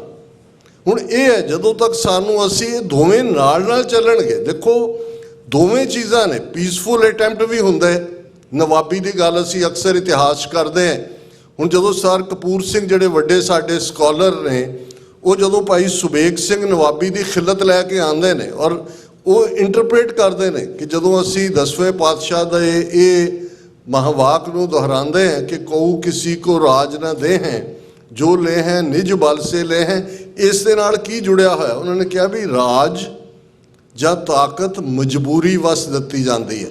ਕੋਈ ਵੀ ਤੁਹਾਨੂੰ ਕਦੇ ਵੀ ਆਫਰ ਟਰੇ 'ਚ ਰੱਖ ਕੇ ਨਹੀਂ ਕਰੇਗਾ। ਅਫਗਾਨ ਹਮਲਾਵਰ ਹੈ, ਲਾਹੌਰ ਦਾ ਗਵਰਨਰ ਜ਼ਕਰੀਆ ਖਾਨ ਜਿਹੜਾ ਜਿਹਨੇ ਜ਼ੁਲਮ ਕੀਤੇ ਹੋਏ ਨੇ, ਔਰ ਦੇਖੋ ਡਿਪਲੋਮੇਸੀ ਵੀ ਇੱਕ ਹਿੱਸਾ ਹੈ। ਔਰ ਮੈਂ ਇਹਦੇ 'ਚ ਈਵਨ ਸਰ ਕਪੂਰ ਸਿੰਘ ਇੱਕ ਥਾਂ ਜ਼ਿਕਰ ਕਰਦੇ ਨੇ ਕਿ ਵੀ ਸਿੱਖ ਸਟੂਡੈਂਟ ਫੈਡਰੇਸ਼ਨ 1946 'ਚ ਬਣ ਗਈ ਸੀ। 1947 'ਚ ਜੇ ਫੈਡਰੇਸ਼ਨ ਦੀ ਗੱਲ ਮੰਨੀ ਹੁੰਦੀ, ਇੱਕ ਮੀਟਿੰਗ ਉਹਨਾਂ ਨੇ ਲਾਹੌਰ ਦੇ ਵਿੱਚ ਆਰਗੇਨਾਈਜ਼ ਕੀਤੀ ਫੈਡਰੇਸ਼ਨ ਨੇ, ਜਿਹਦੇ 'ਚ ਮਾਸਟਰ ਤਾਰਾ ਸਿੰਘ ਔਰ ਮੁਹੰਮਦ ਅਲੀ ਜਿਨਾ ਉਹਨਾਂ ਦੀ ਮੁਲਾਕਾਤ ਹੋਣੀ ਸੀ। ਮਾਸਟਰ ਤਾਰਾ ਸਿੰਘ ਪਹਿਲਾਂ ਪਹੁੰਚ ਗਏ ਟਾਈਮ ਤੋਂ, ਪਰ ਫਿਰ ਪਿਛਲੇ ਦਰਵਾਜ਼ੇ ਰਾਹੀਂ ਚਲੇ ਗਏ। ਇਹ ਗੱਲ ਸਰ ਕਪੂਰ ਸਿੰਘ ਹੋਰਾਂ ਨੇ ਸਾਚੀ ਸਾਖੀ 'ਚ ਲਿਖੀ ਹੈ। ਜਿਹੜੀ ਵੀ ਗੱਲ ਮੇਰੀ ਕੋਟ ਹੋਏਗੀ ਉਹਦਾ ਹਿਸਟੋਰੀਕਲ ਕੋਈ ਨਾ ਕੋਈ ਸਬੂਤ ਹੋਏਗਾ। ਔਰ ਜਿਨ੍ਹਾਂ ਆਏ ਤੇ ਮਾਸਟਰ ਤਾਰਾ ਸਿੰਘ ਜਾ ਚੁੱਕੇ ਸੀ ਔਰ ਕਹਿੰਦੇ ਸਰ ਸਾਹਿਬ ਕਿ ਵੀ ਮੈਂ ਕੁਛ ਅਰਸੇ ਬਾਅਦ ਜਦੋਂ ਮਾਸਟਰ ਤਾਰਾ ਸਿੰਘ ਨੂੰ ਪੁੱਛਿਆ ਕਿ ਵੀ ਤੁਸੀਂ ਇਹ ਕੀ ਕੀਤਾ, ਤੇ ਉਹ ਕਹਿੰਦੇ ਜੀ ਮੈਂ ਸਾਹਿਬਜ਼ਾਦਿਆਂ ਦੇ ਕਾਤਲਾਂ ਦੇ ਨਾਲ ਕਿਵੇਂ ਗੱਲਬਾਤ ਕਰ ਸਕਦੇ। ਤੇ ਸਰ ਸਾਹਿਬ ਕਹਿੰਦੇ ਮੈਂ ਕਿਹਾ ਵੀ ਜਿਨ੍ਹਾਂ ਦੇ ਸਾਹਿਬਜ਼ਾਦੇ ਸ਼ਹੀਦ ਕੀਤੇ ਸੀ ਉਹਨਾਂ ਨੇ ਤਾਂ ਡਾਇਲੋਗ ਕੀਤਾ ਔਰੰਗਜ਼ੇਬ ਨਾਲ ਵੀ ਕੀਤਾ, ਜ਼ਫਰਨਾਮਾ ਇਸ ਗੱਲ ਦਾ ਸਬੂਤ ਹੈ, ਬਹਾਦਰ ਸ਼ਾਹ ਨਾਲ ਵੀ ਟਰਮਸ ਤੈਅ ਹੋਈਆਂ, ਜੇ ਨਹੀਂ ਫੁੱਲਫਿਲ ਹੋਇਆ ਤਾਂ ਬੰਦਾ ਸਿੰਘ ਬਹਾਦਰ ਨੂੰ ਭੇਜਿਆ। ਸੋ ਇਹ ਜਦੋਂ ਅਸੀਂ ਮੀਰੀ ਤੇ ਪੀਰੀ ਦੀ ਗੱਲ ਕਰਦੇ ਹਾਂ ਜਾਂ ਡਿਪਲੋਮੇਸੀ ਔਰ ਫਾਈਟਿੰਗ ਦੀ ਗੱਲ ਕਰਦੇ ਹਾਂ, 18ਵੀਂ ਸਦੀ ਦੇ ਸਾਡੇ ਬਜ਼ੁਰਗਾਂ ਨੇ ਹਰ ਉਹ ਮਾਡਲ ਲੈ ਕੀਤਾ ਹੋਇਆ। ਅੱਜ ਵੀ ਇੱਕ ਸੋਚ ਹੈ ਕਿ ਵਿਦਿਨ ਸਿਸਟਮ ਵੀ ਅਸੀਂ ਲੜਨਾ ਹੈ, ਉਹ ਭਾਵੇਂ ਸਿੰਬੋਲਿਕ ਹੁੰਦਾ ਹੈ। ਇਹ ਠੀਕ ਹੈ ਵੀ ਉਸ ਸਿਸਟਮ 'ਚੋਂ ਸਾਡੇ ਲਈ ਕੁਛ ਨਹੀਂ ਨਿਕਲਣਾ ਹੈ। 13 ਦੇ 13 ਵੀ ਖਾਲਿਸਤਾਨੀ MP ਵੀ ਬਣ ਜਾਣ, ਉੱਥੇ ਕੋਈ ਤਬਦੀਲੀ ਨਹੀਂ ਹੋਣੀ। ਲੇਕਿਨ ਕੁਛ ਮੌਕੇ ਹੁੰਦੇ ਨੇ ਜਦੋਂ ਪਹਿਲੀਆਂ ਇਲੈਕਸ਼ਨਾਂ 89 ਦੇ ਵਿੱਚ ਪਾਰਲੀਮੈਂਟ ਦੀਆਂ ਹੁੰਦੀਆਂ, ਸਿੰਬੋਲਿਜ਼ਮ ਸੀ ਕਿ ਇੱਕ ਸੀਟ ਤੋਂ ਬੀਬੀ ਵਿਮਲ ਕੌਰ ਖਾਲਸਾ ਰੋਪੜ ਤੋਂ ਖੜਾ ਕੀਤਾ MP ਲਈ, ਬਠਿੰਡਾ ਰਿਜ਼ਰਵ ਸੀਟ ਹੁੰਦੀ ਸੀ, ਬਾਬਾ ਸੁੱਚਾ ਸਿੰਘ ਮਲੋਆ ਸ਼ਹੀਦ ਬਿਆਨ ਸਿੰਘ ਹੋਰਾਂ ਦੇ ਪਿਤਾ ਜੀ ਸੀ, ਉਹਨਾਂ ਨੂੰ ਖੜੇ ਕੀਤਾ। ਸਰ ਸਿਮਰਜੀਤ ਸਿੰਘ ਮਾਨ ਜੇਲ੍ਹ 'ਚ ਸਨ, ਉਹਨਾਂ ਨੂੰ ਤਰਨਤਾਰਨ ਦੀ ਸੀਟ ਤੋਂ ਖੜਾ ਕੀਤਾ। ਇਵੇਂ ਹੀ ਬੀਬੀ ਰਜਿੰਦਰ ਕੌਰ ਬੁਲਾਰਾ, ਕਿਉਂਕਿ ਉਹਨਾਂ ਦੇ ਪਤੀ ਪ੍ਰੋਫੈਸਰ ਐਗਰੀਕਲਚਰ ਯੂਨੀਵਰਸਿਟੀ, ਉਹਨਾਂ ਨੂੰ ਸ਼ਹੀਦ ਕੀਤਾ ਗਿਆ।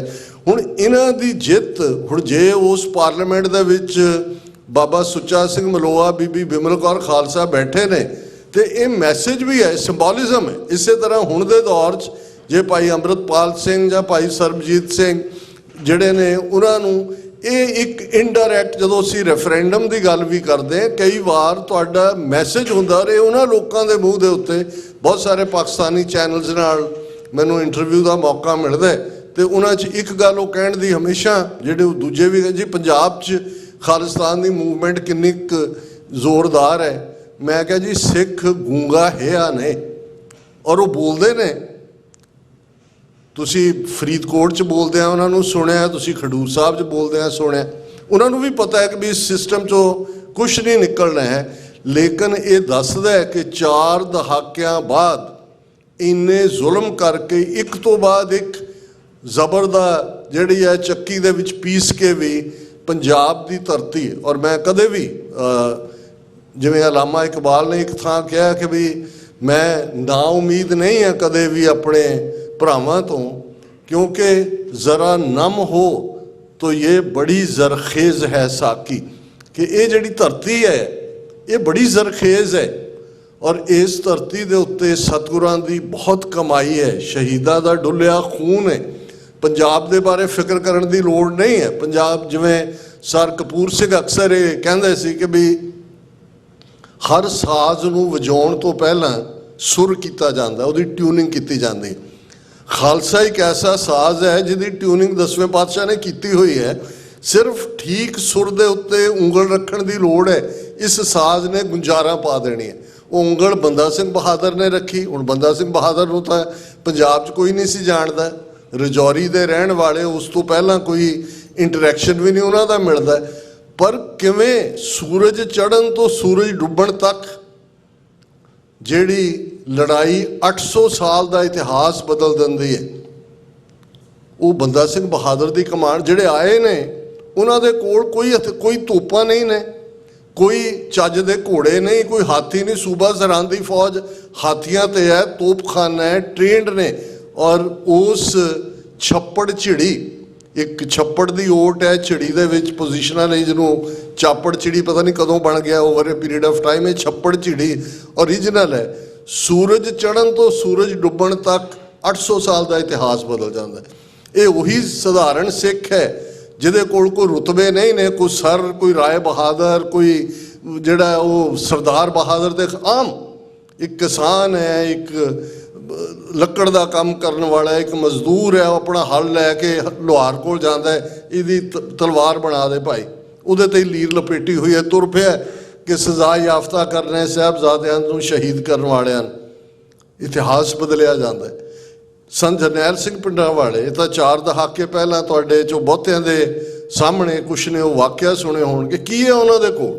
ਜੇ ਤੁਸੀਂ ਜੂਨ 84 ਦੇ ਘੱਲੂਘਾਰੇ ਜੀਵਨ ਸਰਕਾਰੀ ਲਿਸਟ ਵੀ ਦੇਖੋ ਹਥਿਆਰਾਂ ਦੀ, ਜਾਂ ਦੂਜੀ ਮੀਡੀਅਮ ਮਸ਼ੀਨ ਗਨ ਵੀ ਨਹੀਂ ਹੈ, LMGs ਨੇ, SLRs ਨੇ। ਪਰ ਜਜ਼ਬਾ ਕੀ ਹੈ? ਜਜ਼ਬਾ ਉਹੀ ਹੈ ਜਿਹੜਾ ਭਗਤ ਕਬੀਰ ਜੀ ਨੇ ਜਦੋਂ ਇਹ ਯਾਦ ਦਹਾਨੀ ਕਰਵਾਈ ਸੀ ਕਿ ਸੂਰਬੀਰਤਾ ਕਿਹਨੂੰ ਕਹਿੰਦੇ ਨੇ। ਇੱਕ ਤਾਂ ਜਾਕੋ ਹਰ ਰੰਗ ਲਾਗੋ ਇਸ ਯੁੱਗ ਮੈਂ, ਸੋ ਕਈਅਤ ਹੈ ਸੂਰਾ, ਸੂਰਬੀਰ ਬਚਨ ਕੇ ਬਲੀ। ਉਹ ਉਹੀ ਨੇ ਜਿਹੜੇ ਰੱਬ ਦੇ ਰੰਗ ਵਿੱਚ ਰੱਤੇ ਹੋਏ ਨੇ। ਔਰ ਜਦੋਂ ਤੁਸੀਂ ਭਾਈ ਜਿੰਦਾ ਸੁੱਖਾ ਦਾ ਲੈਟਰ ਪੜ੍ਹਦੇ ਹੋ, ਇਹਨੂੰ ਜ਼ਰੂਰ ਪੜ੍ਹਿਓ। ਉਹਦਾ ਇੱਕ ਇੱਕ ਅੱਖਰ ਇਹ ਯਾਦ ਦਹਾਨੀ ਕਰਵਾਉਂਦਾ ਕਿ ਕਿਸ ਰੂਹਾਨੀ ਰੰਗ ਦੇ ਵਿੱਚ ਰੰਗੀਆਂ ਹੋਈਆਂ ਇਹ ਰੂਹਾਂ ਨੇ, ਔਰ ਇਹ ਸਫ਼ਰ ਕਿਵੇਂ ਤੈਅ ਹੁੰਦਾ ਹੈ ਉਸ ਦਾ ਤੁਸੀਂ ਪਲ ਪਲ, ਉਹਨਾਂ ਨੂੰ ਕੋਈ ਮੌਤ ਦਾ ਡਰ ਨਹੀਂ ਸੀ। ਜੇ ਉਹਨਾਂ ਦੇ ਤੁਸੀਂ ਕਾਰਨਾਮੇ ਉਹਨਾਂ ਦੇ ਕਰੀਬੀ ਸਾਥੀਆਂ ਤੋਂ ਵੀ ਸੁਣੋਗੇ, ਉਹ ਬਾਜ਼ਾਰਾਂ ਦੇ ਵਿੱਚ ਘੁੰਮਦੇ ਆ, ਉਹ ਦਿੱਲੀ ਦੇ ਵਿੱਚ ਘੁੰਮਦੇ ਆ। ਕਈ ਵਾਰ ਇਹ ਹੋਣਾ ਵੀ ਵੱਡੇ ਵੱਡੇ ਇਸ਼ਤਿਹਾਰ ਲੱਗੇ ਹੋਏ ਨੇ ਜਿੰਦੇ ਸੁੱਖੇ ਦੇ ਕਿ ਵੀ ਅੱਜ ਜਿੰਦਾ ਦਿੱਲੀ ਮੇਂ, ਅੱਜ ਕਾਨਪੁਰ ਮੇਂ, ਅੱਜ ਲਖਨਊ ਮੇਂ। ਇੱਕੋ ਵੇਲੇ 3-3 ਸਪੌਟ ਜਿੱਥੇ ਉਹਨਾਂ ਦਾ ਇਸ਼ਤਿਹਾਰ ਲੱਗਾ, ਉਹਦੇ ਥੱਲੇ ਖਲੋ ਕੇ ਇੱਕ ਦੂਜੇ ਨੂੰ ਕਰ ਰਹੇ ਨੇ ਔਰ ਬਾਕੀਆਂ ਨੂੰ ਸੁਣਾ ਰਹੇ ਨੇ ਬਹੁਤ ਖਤਰਨਾਕ ਹੈ ਇਹ ਆਤੰਕਵਾਦੀ, ਬਹੁਤ ਖਤਰਨਾਕ।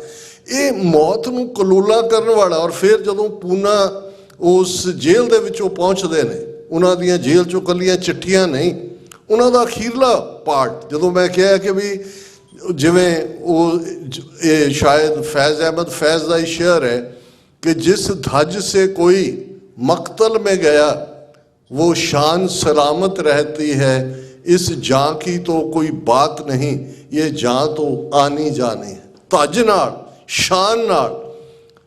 ਕਿਵੇਂ ਉਹਨਾਂ ਨੇ ਕੇਸ ਦੇ ਵਿੱਚ ਜੱਜ ਵੀ ਘਬਰਾ ਜਾਂਦਾ ਹੈ, ਉਹ ਚਾਹੁੰਦਾ ਹੈ ਵੀ ਖਾਲਿਸਤਾਨ ਜ਼ਿੰਦਾਬਾਦ ਨਾ ਕਹਿਣ, ਉਹ ਇਹ ਮੈਸੇਜ ਕਨਵੇ ਕਰਦਾ ਹੈ ਵੀ ਸਜ਼ਾਏ ਮੌਤ ਨਹੀਂ ਦੇਣਾ ਚਾਹੁੰਦਾ। ਕਹਿੰਦੇ ਅਸੀਂ ਤਾਂ ਡੀਕਦੇ, ਅਸੀਂ ਤਾਂ ਪਿਆਰੇ ਦੇ ਗਲ ਲੱਗਣ ਦਾ ਉਹਨਾਂ ਪਲਾਂ ਦੇ ਇੰਤਜ਼ਾਰ 'ਚ ਹੈ। ਔਰ ਜਦੋਂ ਉਹ ਅਖੀਰਲਾ ਵੇਲਾ ਵੀ ਆਉਂਦਾ ਹੈ, ਉਹ ਸਵੇਰ ਹੈ, ਤੁਸੀਂ ਉਹਨਾਂ ਨੇ ਆਪਣਾ ਪਹਿਲਾਂ ਵਸੀਅਤ ਕੀਤੀ ਹੋਈ ਹੈ ਕਿ ਭਾਈ ਅਸੀਂ ਦਹੀਂ ਜਮਾਇਆ, ਅਸੀਂ ਉੱਠਾਂਗੇ, ਅੰਮ੍ਰਿਤ ਵੇਲੇ ਪਾਠ ਕਰਾਂਗੇ, ਦਹੀਂ ਖਾਵਾਂਗੇ। ਫਿਰ ਉਹ ਜਿਹੜੇ ਬਾਣਾ ਉਹਨਾਂ ਨੂੰ ਪਹੁੰਚਾਇਆ ਗਿਆ ਦਮਦਮੀ ਟਕਸਾਲ ਵੱਲੋਂ, ਕਿਉਂਕਿ ਉਹਨਾਂ ਦੀ ਚਾਹਨਾ ਸੀ ਅੰਮ੍ਰਿਤ ਛਕਣ ਦੀ ਜੇਲ੍ਹ ਦੇ ਵਿੱਚ। ਬਾਬਾ ਠਾਕਰ ਸਿੰਘ ਹੋਰਾਂ ਤੱਕ ਉਹਨਾਂ ਨੇ ਮੈਸੇਜ ਵੀ ਪਹੁੰਚਾਇਆ, ਉਹਨਾਂ ਨੂੰ ਅਲਾਉ ਨਹੀਂ ਕੀਤਾ, ਪਰ ਜਿਹੜੇ ਲਫ਼ਜ਼ ਵੀ ਬਾਬਾ ਠਾਕਰ ਸਿੰਘ ਜੀ ਨੇ ਕਹੇ, ਉਹਨਾਂ ਨੇ ਕਿਹਾ ਕਿ ਵੀ ਤੁਹਾਨੂੰ ਦਸਮ ਪਾਤਸ਼ਾਹ ਆਪਣੀ ਗੋਦ 'ਚ ਬਿਠਾ ਕੇ ਆਪ ਅੰਮ੍ਰਿਤ ਛਕਾਉਣਗੇ। ਉਹ ਮੁਕੱਦਸ ਮੁਕਾਮ। ਔਰ ਜਦੋਂ ਫਿਰ ਉਹ ਵਾਕ ਕਰਦੇ ਨੇ ਖਾਲਿਸਤਾਨ, ਇੱਕ ਦੂਜੇ ਨੂੰ ਕਹਿ ਰਹੇ ਨੇ ਕਿ ਬੋਲ ਸੁੱਖਿਆ ਬੋਲ ਜਿੰਦਿਆ, ਖਾਲਿਸਤਾਨ ਜ਼ਿੰਦਾਬਾਦ, ਜੈਕਾਰੇ ਜਾਂਦੇ, ਮਕਤਲ ਤੱਕ ਜਾਂਦੇ ਨੇ, ਤਾਂ ਫਿਰ ਅਖੀਰਲੀ ਖਾਹਿਸ਼ ਕਿ ਅਸੀਂ ਜਲਾਦ ਦਾ ਮੂੰਹ ਮਿੱਠਾ ਕਰਵਾਉਣਾ, ਕਿਉਂਕਿ ਇਹ ਸਾਡਾ ਮੌਤ ਲਾੜੀ ਨਾਲ ਵਿਆਹ ਕਰਵਾ ਰਿਹਾ, ਅਸੀਂ ਰੱਸਾ ਆਪਣੇ ਗਲ 'ਚ ਆਪ ਪਾਵਾਂਗੇ। ਹੋਰ ਕਲੋਲਾਂ ਕਰਨਾ ਕਿਹਨੂੰ ਕਹਿੰਦੇ ਨੇ?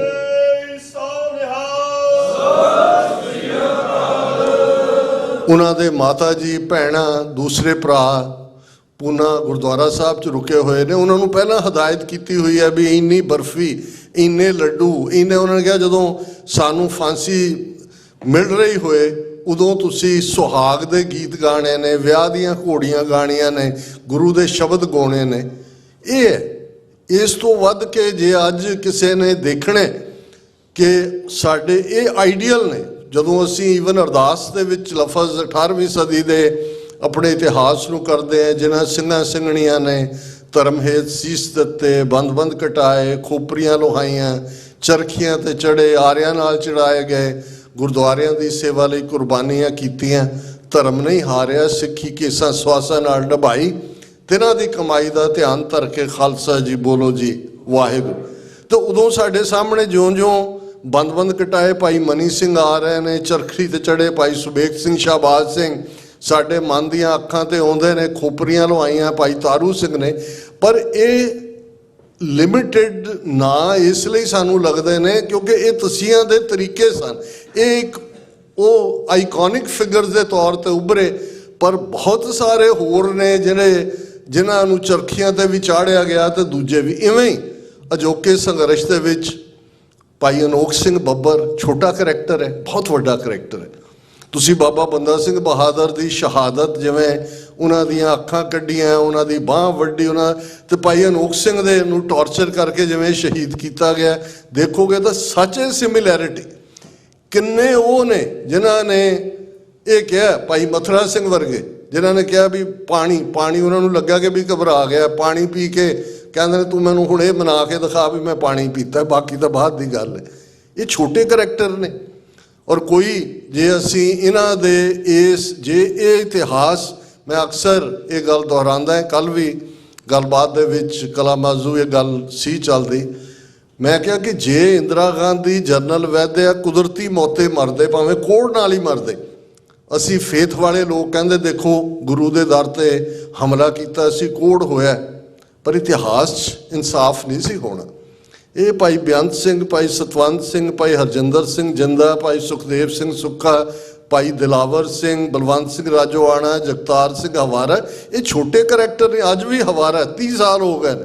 ਤੁਸੀਂ ਦੇਖ ਰਹੇ ਹੋ ਮਾਤਾ ਜਿਹੜੀ ਹੈ ਉਹ ਬਿਮਾਰ ਹੈ, ਦੂਸਰੇ ਜਾ ਕੇ ਮਿਲ ਰਹੇ ਨੇ ਅਸੀਂ ਕਿ ਜੀ ਉਹਨਾਂ ਦਾ ਮੇਲ ਕਰਾਓ। ਜਗਤਾਰ ਸਿੰਘ ਹਵਾਰਾ ਹਥਕੜੀਆਂ 'ਚ, ਬੇੜੀਆਂ 'ਚ, ਇੰਨੇ ਟੌਰਚਰ 'ਚੋਂ ਗੁਜ਼ਰਨ ਦੇ ਬਾਅਦ ਵੀ ਖਾਲਿਸਤਾਨ ਜ਼ਿੰਦਾਬਾਦ ਹੋ ਰਿਹਾ ਹੁੰਦਾ ਹੈ। ਹੋਰ ਅਸੀਂ ਕਿਸ ਗੱਲ ਦੀ ਭਾਲ 'ਚ?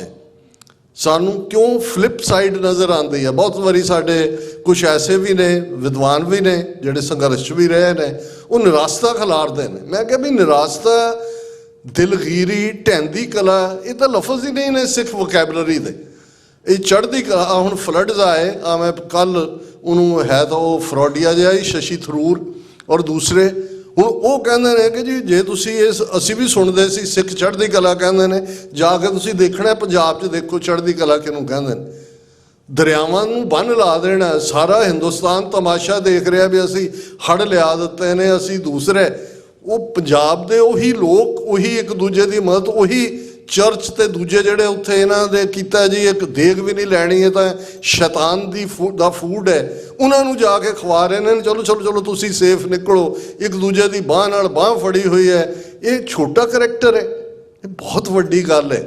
ਉਸ ਧਰਤੀ ਤੇ ਸਤਿਗੁਰਾਂ ਦੀ ਬਹੁਤ ਕਮਾਈ ਹੈ। ਅਸੀਂ ਇਹ ਦੇਖੀਏ, ਇਹ ਸਿੱਖਾਂ ਨੂੰ, ਔਰ ਸਰ ਕਪੂਰ ਸਿੰਘ ਅਕਸਰ ਕਈ ਵਾਰ ਉਦਾਸ ਵੀ ਹੁੰਦੇ ਸੀ ਉਹਨਾਂ ਦੇ ਅਖੀਰਲੇ ਦਿਨਾਂ ਤੋਂ ਕੁਛ ਅਰਸਾ ਪਹਿਲਾਂ।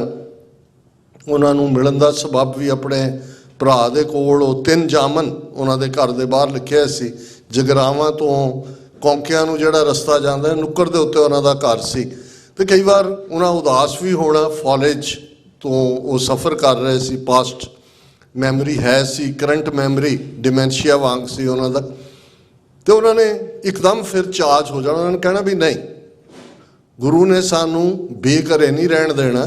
ਇਹ ਇਕਰਾਰਨਾਮਾ ਹੈ ਗੁਰੂ ਸਾਹਿਬ ਦਾ, ਪੰਥ ਖਾਲਸਾ ਖੇਤੀ ਮੇਰੀ, ਹਉ ਸੰਭਾਲ ਕਰੋ ਤੇ ਸਕੇਰੀ। ਅਸੀਂ ਜਿੰਨੇ ਮਰਜ਼ੀ ਡੂੰਘੇ ਖੂਹ 'ਚ ਡਿੱਗੇ ਹੋਈਏ, ਗੁਰੂ ਨੇ ਸਾਨੂੰ ਕੱਢ ਲੈਣਾ।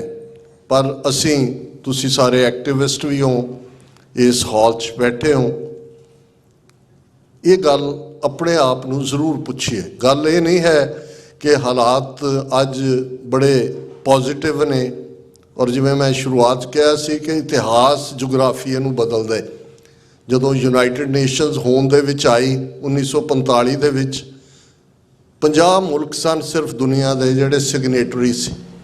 ਅੱਜ ਜਦੋਂ ਤੁਸੀਂ ਨਿਊਯਾਰਕ ਝੰਡੇ ਗਿਣਦੇ ਹੋ UN ਦੇ ਬਾਹਰ ਹੈੱਡਕੁਆਟਰ ਦੇ, 193 ਮੁਲਕਾਂ ਦੇ ਝੰਡੇ ਨੇ। ਹੁਣ ਇਹਦੇ ਤੋਂ ਤੁਸੀਂ ਅੰਦਾਜ਼ਾ ਲਾਓ ਵੀ ਕਿੰਨੇ ਮੁਲਕ ਇਹਨਾਂ 75 ਸਾਲਾਂ ਦੇ ਵਿੱਚ ਹੋਂਦ ਦੇ ਵਿੱਚ ਆਏ ਨੇ। ਸੋ ਇਹ ਬਦਲਦੇ ਰਹਿੰਦੇ ਨੇ ਨਕਸ਼ੇ। ਸਾਡਾ ਐਮਪਾਇਰ ਸੀ ਸਿੱਖ ਐਮਪਾਇਰ, ਦਰਾ ਖੈਬਰ, ਲੱਦਾਖ, ਸਤਲੁਜ ਦੇ ਪੈਰਾਂ 'ਚ, ਸ਼ਿਕਾਰਪੁਰ ਸਿੰਧ 'ਚ, ਔਰ ਇੰਨਾ ਮਾਲਾ ਮਾਲ ਕਿ ਉਸ ਵੇਲੇ ਦਾ ਨਾਨਕਸ਼ਾਹੀ ਇੱਕ ਸਿੱਕਾ ਜਿਹੜਾ UK ਦੀ ਕਰੰਸੀ ਪੌਂਡ ਫਾਰਮ 'ਚ ਸੀ, 13 ਗੁਣਾ ਜ਼ਿਆਦਾ ਪਾਵਰਫੁਲ ਸੀ। ਕਿੰਨੀ ਕੁ ਦੇਰ ਰਾਜ ਸੀ? 40 ਸਾਲ ਮਹਾਰਾਜਾ ਰਣਜੀਤ ਸਿੰਘ ਦਾ ਸਟੇਬਲ ਪਾਰਟ ਸੀ। ਫਿਰ 10 ਸਾਲ ਜਿਹੜਾ ਉਹ ਖਾਨਾ ਜੰਗੀ ਵਾਂਗ। ਐਜੂਕੇਸ਼ਨ, ਔਰ ਇੱਕ ਬਹੁਤ ਚੰਗੀ ਗੱਲ ਇਹਨਾਂ ਇਸ ਪੀਰੀਅਡ, ਜੇ ਤੁਸੀਂ ਇਹਨਾਂ 40 ਸਾਲਾਂ ਦੀਆਂ ਪ੍ਰਾਪਤੀਆਂ ਦੇਖੋ, 41 ਸਾਲਾਂ ਦੀਆਂ, ਜੇ ਜੂਨ 84 ਨੂੰ ਅਸੀਂ ਕੱਟ ਆਫ ਡੇਟ ਦੇਖੀਏ, ਦੁਨੀਆ ਭਰ ਦੇ ਵਿੱਚ ਅਸੀਂ ਇੱਕ ਐਜ਼ ਏ ਸੌਫਟ ਪਾਵਰ ਉੱਭਰੇ। ਇਹ ਜੂਨ 84 ਤੋਂ ਪਹਿਲਾਂ ਨਹੀਂ ਸੀ, ਕੋਈ ਆਵਾਜ਼ ਨਹੀਂ ਸੀ। ਜਦੋਂ ਮੈਂ ਲੇਟ 80s 'ਚ ਅਮਰੀਕਾ ਆਉਣ ਦਾ ਫੈਸਲਾ ਕੀਤਾ, ਇਹ ਉਹ ਪੀਰੀਅਡ ਸੀ, ਸਾਡੇ ਸਾਹਮਣੇ ਸੀ ਚੈਲੰਜ। ਇੱਕ ਪਾਸਾ ਸੀ ਤੁਸੀਂ ਚੁੱਕੋ ਹਥਿਆਰ ਨਾਲ ਬਰਾਬਰ ਦੇ ਜਿਹੜਾ ਆਪਣੇ ਸਾਥੀਆਂ ਨਾਲ ਤੁਰੋ, ਪਰ ਉਹ ਆਵਾਜ਼ ਉੱਥੋਂ ਤੱਕ ਮਹਿਦੂਦ ਸੀ। ਇਹ ਮਹਿਸੂਸ ਕੀਤਾ ਗਿਆ, ਫੈਸਲਾ ਹੋਇਆ ਜਿਸ ਲੈਵਲ 'ਤੇ ਵੀ, ਕਿ ਬਾਹਰ ਨਿਕਲ ਕੇ ਆਪਣੀ ਆਵਾਜ਼ ਜਿਹੜੀ ਹੈ ਉਹ ਦੱਸਿਆ। ਉਸ ਵੇਲੇ ਅਮਰੀਕਾ ਡਿਫਰੈਂਟ ਸੀ, 9/11 ਤੋਂ ਬਾਅਦ ਡਿਫਰੈਂਟ ਹੋਇਆ, ਹੁਣ ਪ੍ਰੈਜ਼ੀਡੈਂਟ ਟਰੰਪ ਦੇ ਆਉਣ ਤੋਂ ਬਾਅਦ ਡਿਫਰੈਂਟ ਹੈ। ਲੇਕਿਨ ਉਸ ਪੀਰੀਅਡ ਦੇ ਵਿੱਚ ਇੰਡੀਆ, ਕਿਉਂਕਿ ਸੋਵੀਅਤ ਯੂਨੀਅਨ ਦੇ ਬਲਾਕ 'ਚ ਘੁੰਮ ਰਿਹਾ ਸੀ, ਅਮਰੀਕਾ ਤੋਂ ਇਹ ਤਵੱਕੋ ਸੀ ਕਿ ਵੀ ਇੱਥੇ ਅਸੀਂ ਆਪਣੀ ਆਵਾਜ਼ ਪਹੁੰਚਾ ਸਕਾਂਗੇ। ਉਹਦੇ 'ਚੋਂ ਹੀ Khalistan affair centre as a spokesperson 1991 'ਚ ਨਵੰਬਰ, ਯੂਬਾ ਸਿਟੀ ਦੇ ਇਕੱਠ 'ਚ ਪੰਥਕ ਕਮੇਟੀ ਵੱਲੋਂ ਸੇਵਾ ਮਿਲੀ। ਗੁਰੂ ਨੇ ਜਿੰਨੀ ਰਹਿਮਤ ਦੇ ਨਾਲ, ਔਰ ਜਿਵੇਂ ਤੁਹਾਡਾ ਸਭ ਦਾ ਪਿਆਰ ਬਰਕਰਾਰ ਹੈ। ਬਹੁਤ ਸਾਰੇ ਕਹਿਣਗੇ ਜੀ ਤੁਸੀਂ ਖੜੇ ਰਹੇ, ਮੈਂ ਕਿਹਾ ਨਹੀਂ, ਸਾਨੂੰ ਸ਼ਹੀਦਾਂ ਦੇ ਡੁੱਲੇ ਖੂਨ ਨੇ ਕਦੇ ਘਰੇ ਬਹਿਣ ਨਹੀਂ ਦੇਣਾ ਹੈ, ਕਿਉਂਕਿ ਉਹੀ ਸੱਤ, ਇਹ ਠੀਕ ਹੈ ਅਕਿਰਤਗਣਾਂ ਦੀ ਵੀ ਲੰਬੀ ਫੌਜ ਹੈ, ਇਹ ਵੀ ਨਾਲ ਨਾਲ ਹੀ ਰਹਿਣੇ ਨੇ। ਕੋਈ ਕਹੇਗਾ ਜੀ ਸਿੱਖਾਂ 'ਚ ਗੱਦਾਰ ਬੜੇ ਨੇ, ਮੈਂ ਕਹਿੰਦਾ ਸਿੱਖਾਂ 'ਚ ਸਰਦਾਰ ਬੜੇ ਨੇ। ਜੇ ਸਰਦਾਰ ਨਾ ਹੋਣ ਤਾਂ ਇਹਨਾਂ ਨੂੰ ਕੌਣ ਪੁੱਛੇ? ਹੁਣ ਅਮਿਤ ਸ਼ਾਹ ਪਿਛਲੇ ਦਿਨਾਂ 'ਚ ਜਦੋਂ ਲੁਧਿਆਣੇ ਉਹ ਬੁੱਚੜ ਬੇਅੰਤੇ ਦੇ ਪੋਤੇ ਦੇ ਇਲੈਕਸ਼ਨ ਕੈਂਪੇਨ 'ਤੇ ਆਇਆ, ਅਤੇ ਉਦੋਂ ਉਹ ਕਹਿੰਦਾ ਹੈ कि जी ये मांग होती है कि राजवाने को माफ़ कर दो, दूसरों को माफ़ कर दो, हम इन्हें कैसे माफ़ कर दें, ये माफ़ी तो मांगते ही नहीं है। ਹੁਣ ਇਹ ਹੈ ਲੈਫਟ ਹੈਂਡਡ ਕੰਪਲੀਮੈਂਟ ਦੁਸ਼ਮਣ ਵੱਲੋਂ। ਇਹ ਤੁਹਾਡਾ ਧਿਆਨ ਲਾਹੌਰ, ਦਿੱਲੀ ਉਸ ਪਾਸੇ ਲੈ ਜਾਏ ਕਿ ਭਾਈ ਇਹੀ ਉਹ ਚਾਹੁੰਦੇ ਸੀ। ਈਨ ਮਨਾਉਣਾ ਕੀ ਸੀ? ਈਨ ਮਨਾਉਣਾ ਇਹੀ ਸੀ ਜੀ, ਕਲਮਾ ਪੜ੍ਹ ਲਓ। ਕਲਮਾ ਕੀ ਹੈ? ਲਾ ਇਲਾਹਾ ਇਲੱਲਾ ਮੁਹੰਮਦ ਰਸੂਲ ਅੱਲਾ। ਅੱਧਾ ਤਾਂ ਅਸੀਂ ਇੱਕ ਰੱਬ ਹੈ ਉਹ ਯਕੀਨ ਕਰਦੇ। ਹੁਣ ਉਹਨਾਂ ਨੂੰ ਇਹੀ ਹੈ ਵੀ ਇਹਨਾਂ ਦੇ ਗੋਡੇ ਲਵਾਣੇ ਨੇ, ਔਰ ਫਿਰ ਇੱਕ ਪੱਤਰਕਾਰ ਉਹਨੂੰ ਪੁੱਛ ਰਿਹਾ लेटर ऑन कि जी क्या 2027 में बीजेपी पंजाब में अपनी सरकार बनाएगी? वो चुप कर जाता है, कहता है इस सृष्टि को ब्रह्मा ने बनाया है और ये सृष्टि बनाने वाला ब्रह्मा भी नहीं जानता कि पंजाब में क्या होने वाला है। ये दुश्मन दी लाचारी है कि उन्होंने पता नहीं लगता भी सिखां नूं काबू किवें करिए। असीं सब कुछ करके देख लिया है, फिर कितों ना कितों जिहड़ा है वो निकल आंदे ने। ये साडी स्ट्रेंथ है। कदे भी ये ठीक है, साडे गुरु दी भी हदायत है, जिवें ये मैंशन होया कि भी फैलो ऑर्गेनाइजेशनस ने असी क्यों एक दूसरे दे क्रॉस परपस दे काम करते। मैं समझदा भी क्राइटेरिया गुरु ने सानू दिता होया है। क्राइटेरिया ये है, सांझ कीचै गुणा केरी छोड़ अवगुण चलीए। ਅਸੀਂ ਇਹ ਦੇਖੀਏ ਕਿ ਵੀ ਪੋਜ਼ਿਟਿਵਿਟੀ ਕੇਸ ਦੇ ਵਿੱਚ ਕੀ ਚੰਗਾ ਹੈ, ਉਹਦੇ ਚੋਂ ਕੀ ਚੰਗਾ ਨਿਕਲ ਰਿਹਾ। ਅਸੀਂ ਸਾਰੇ ਔਗਣ ਹਾਰੇ ਆ, ਅਸੀਂ ਸਾਰੇ ਗੁਨਾਹ ਦੇ ਪੁਤਲੇ।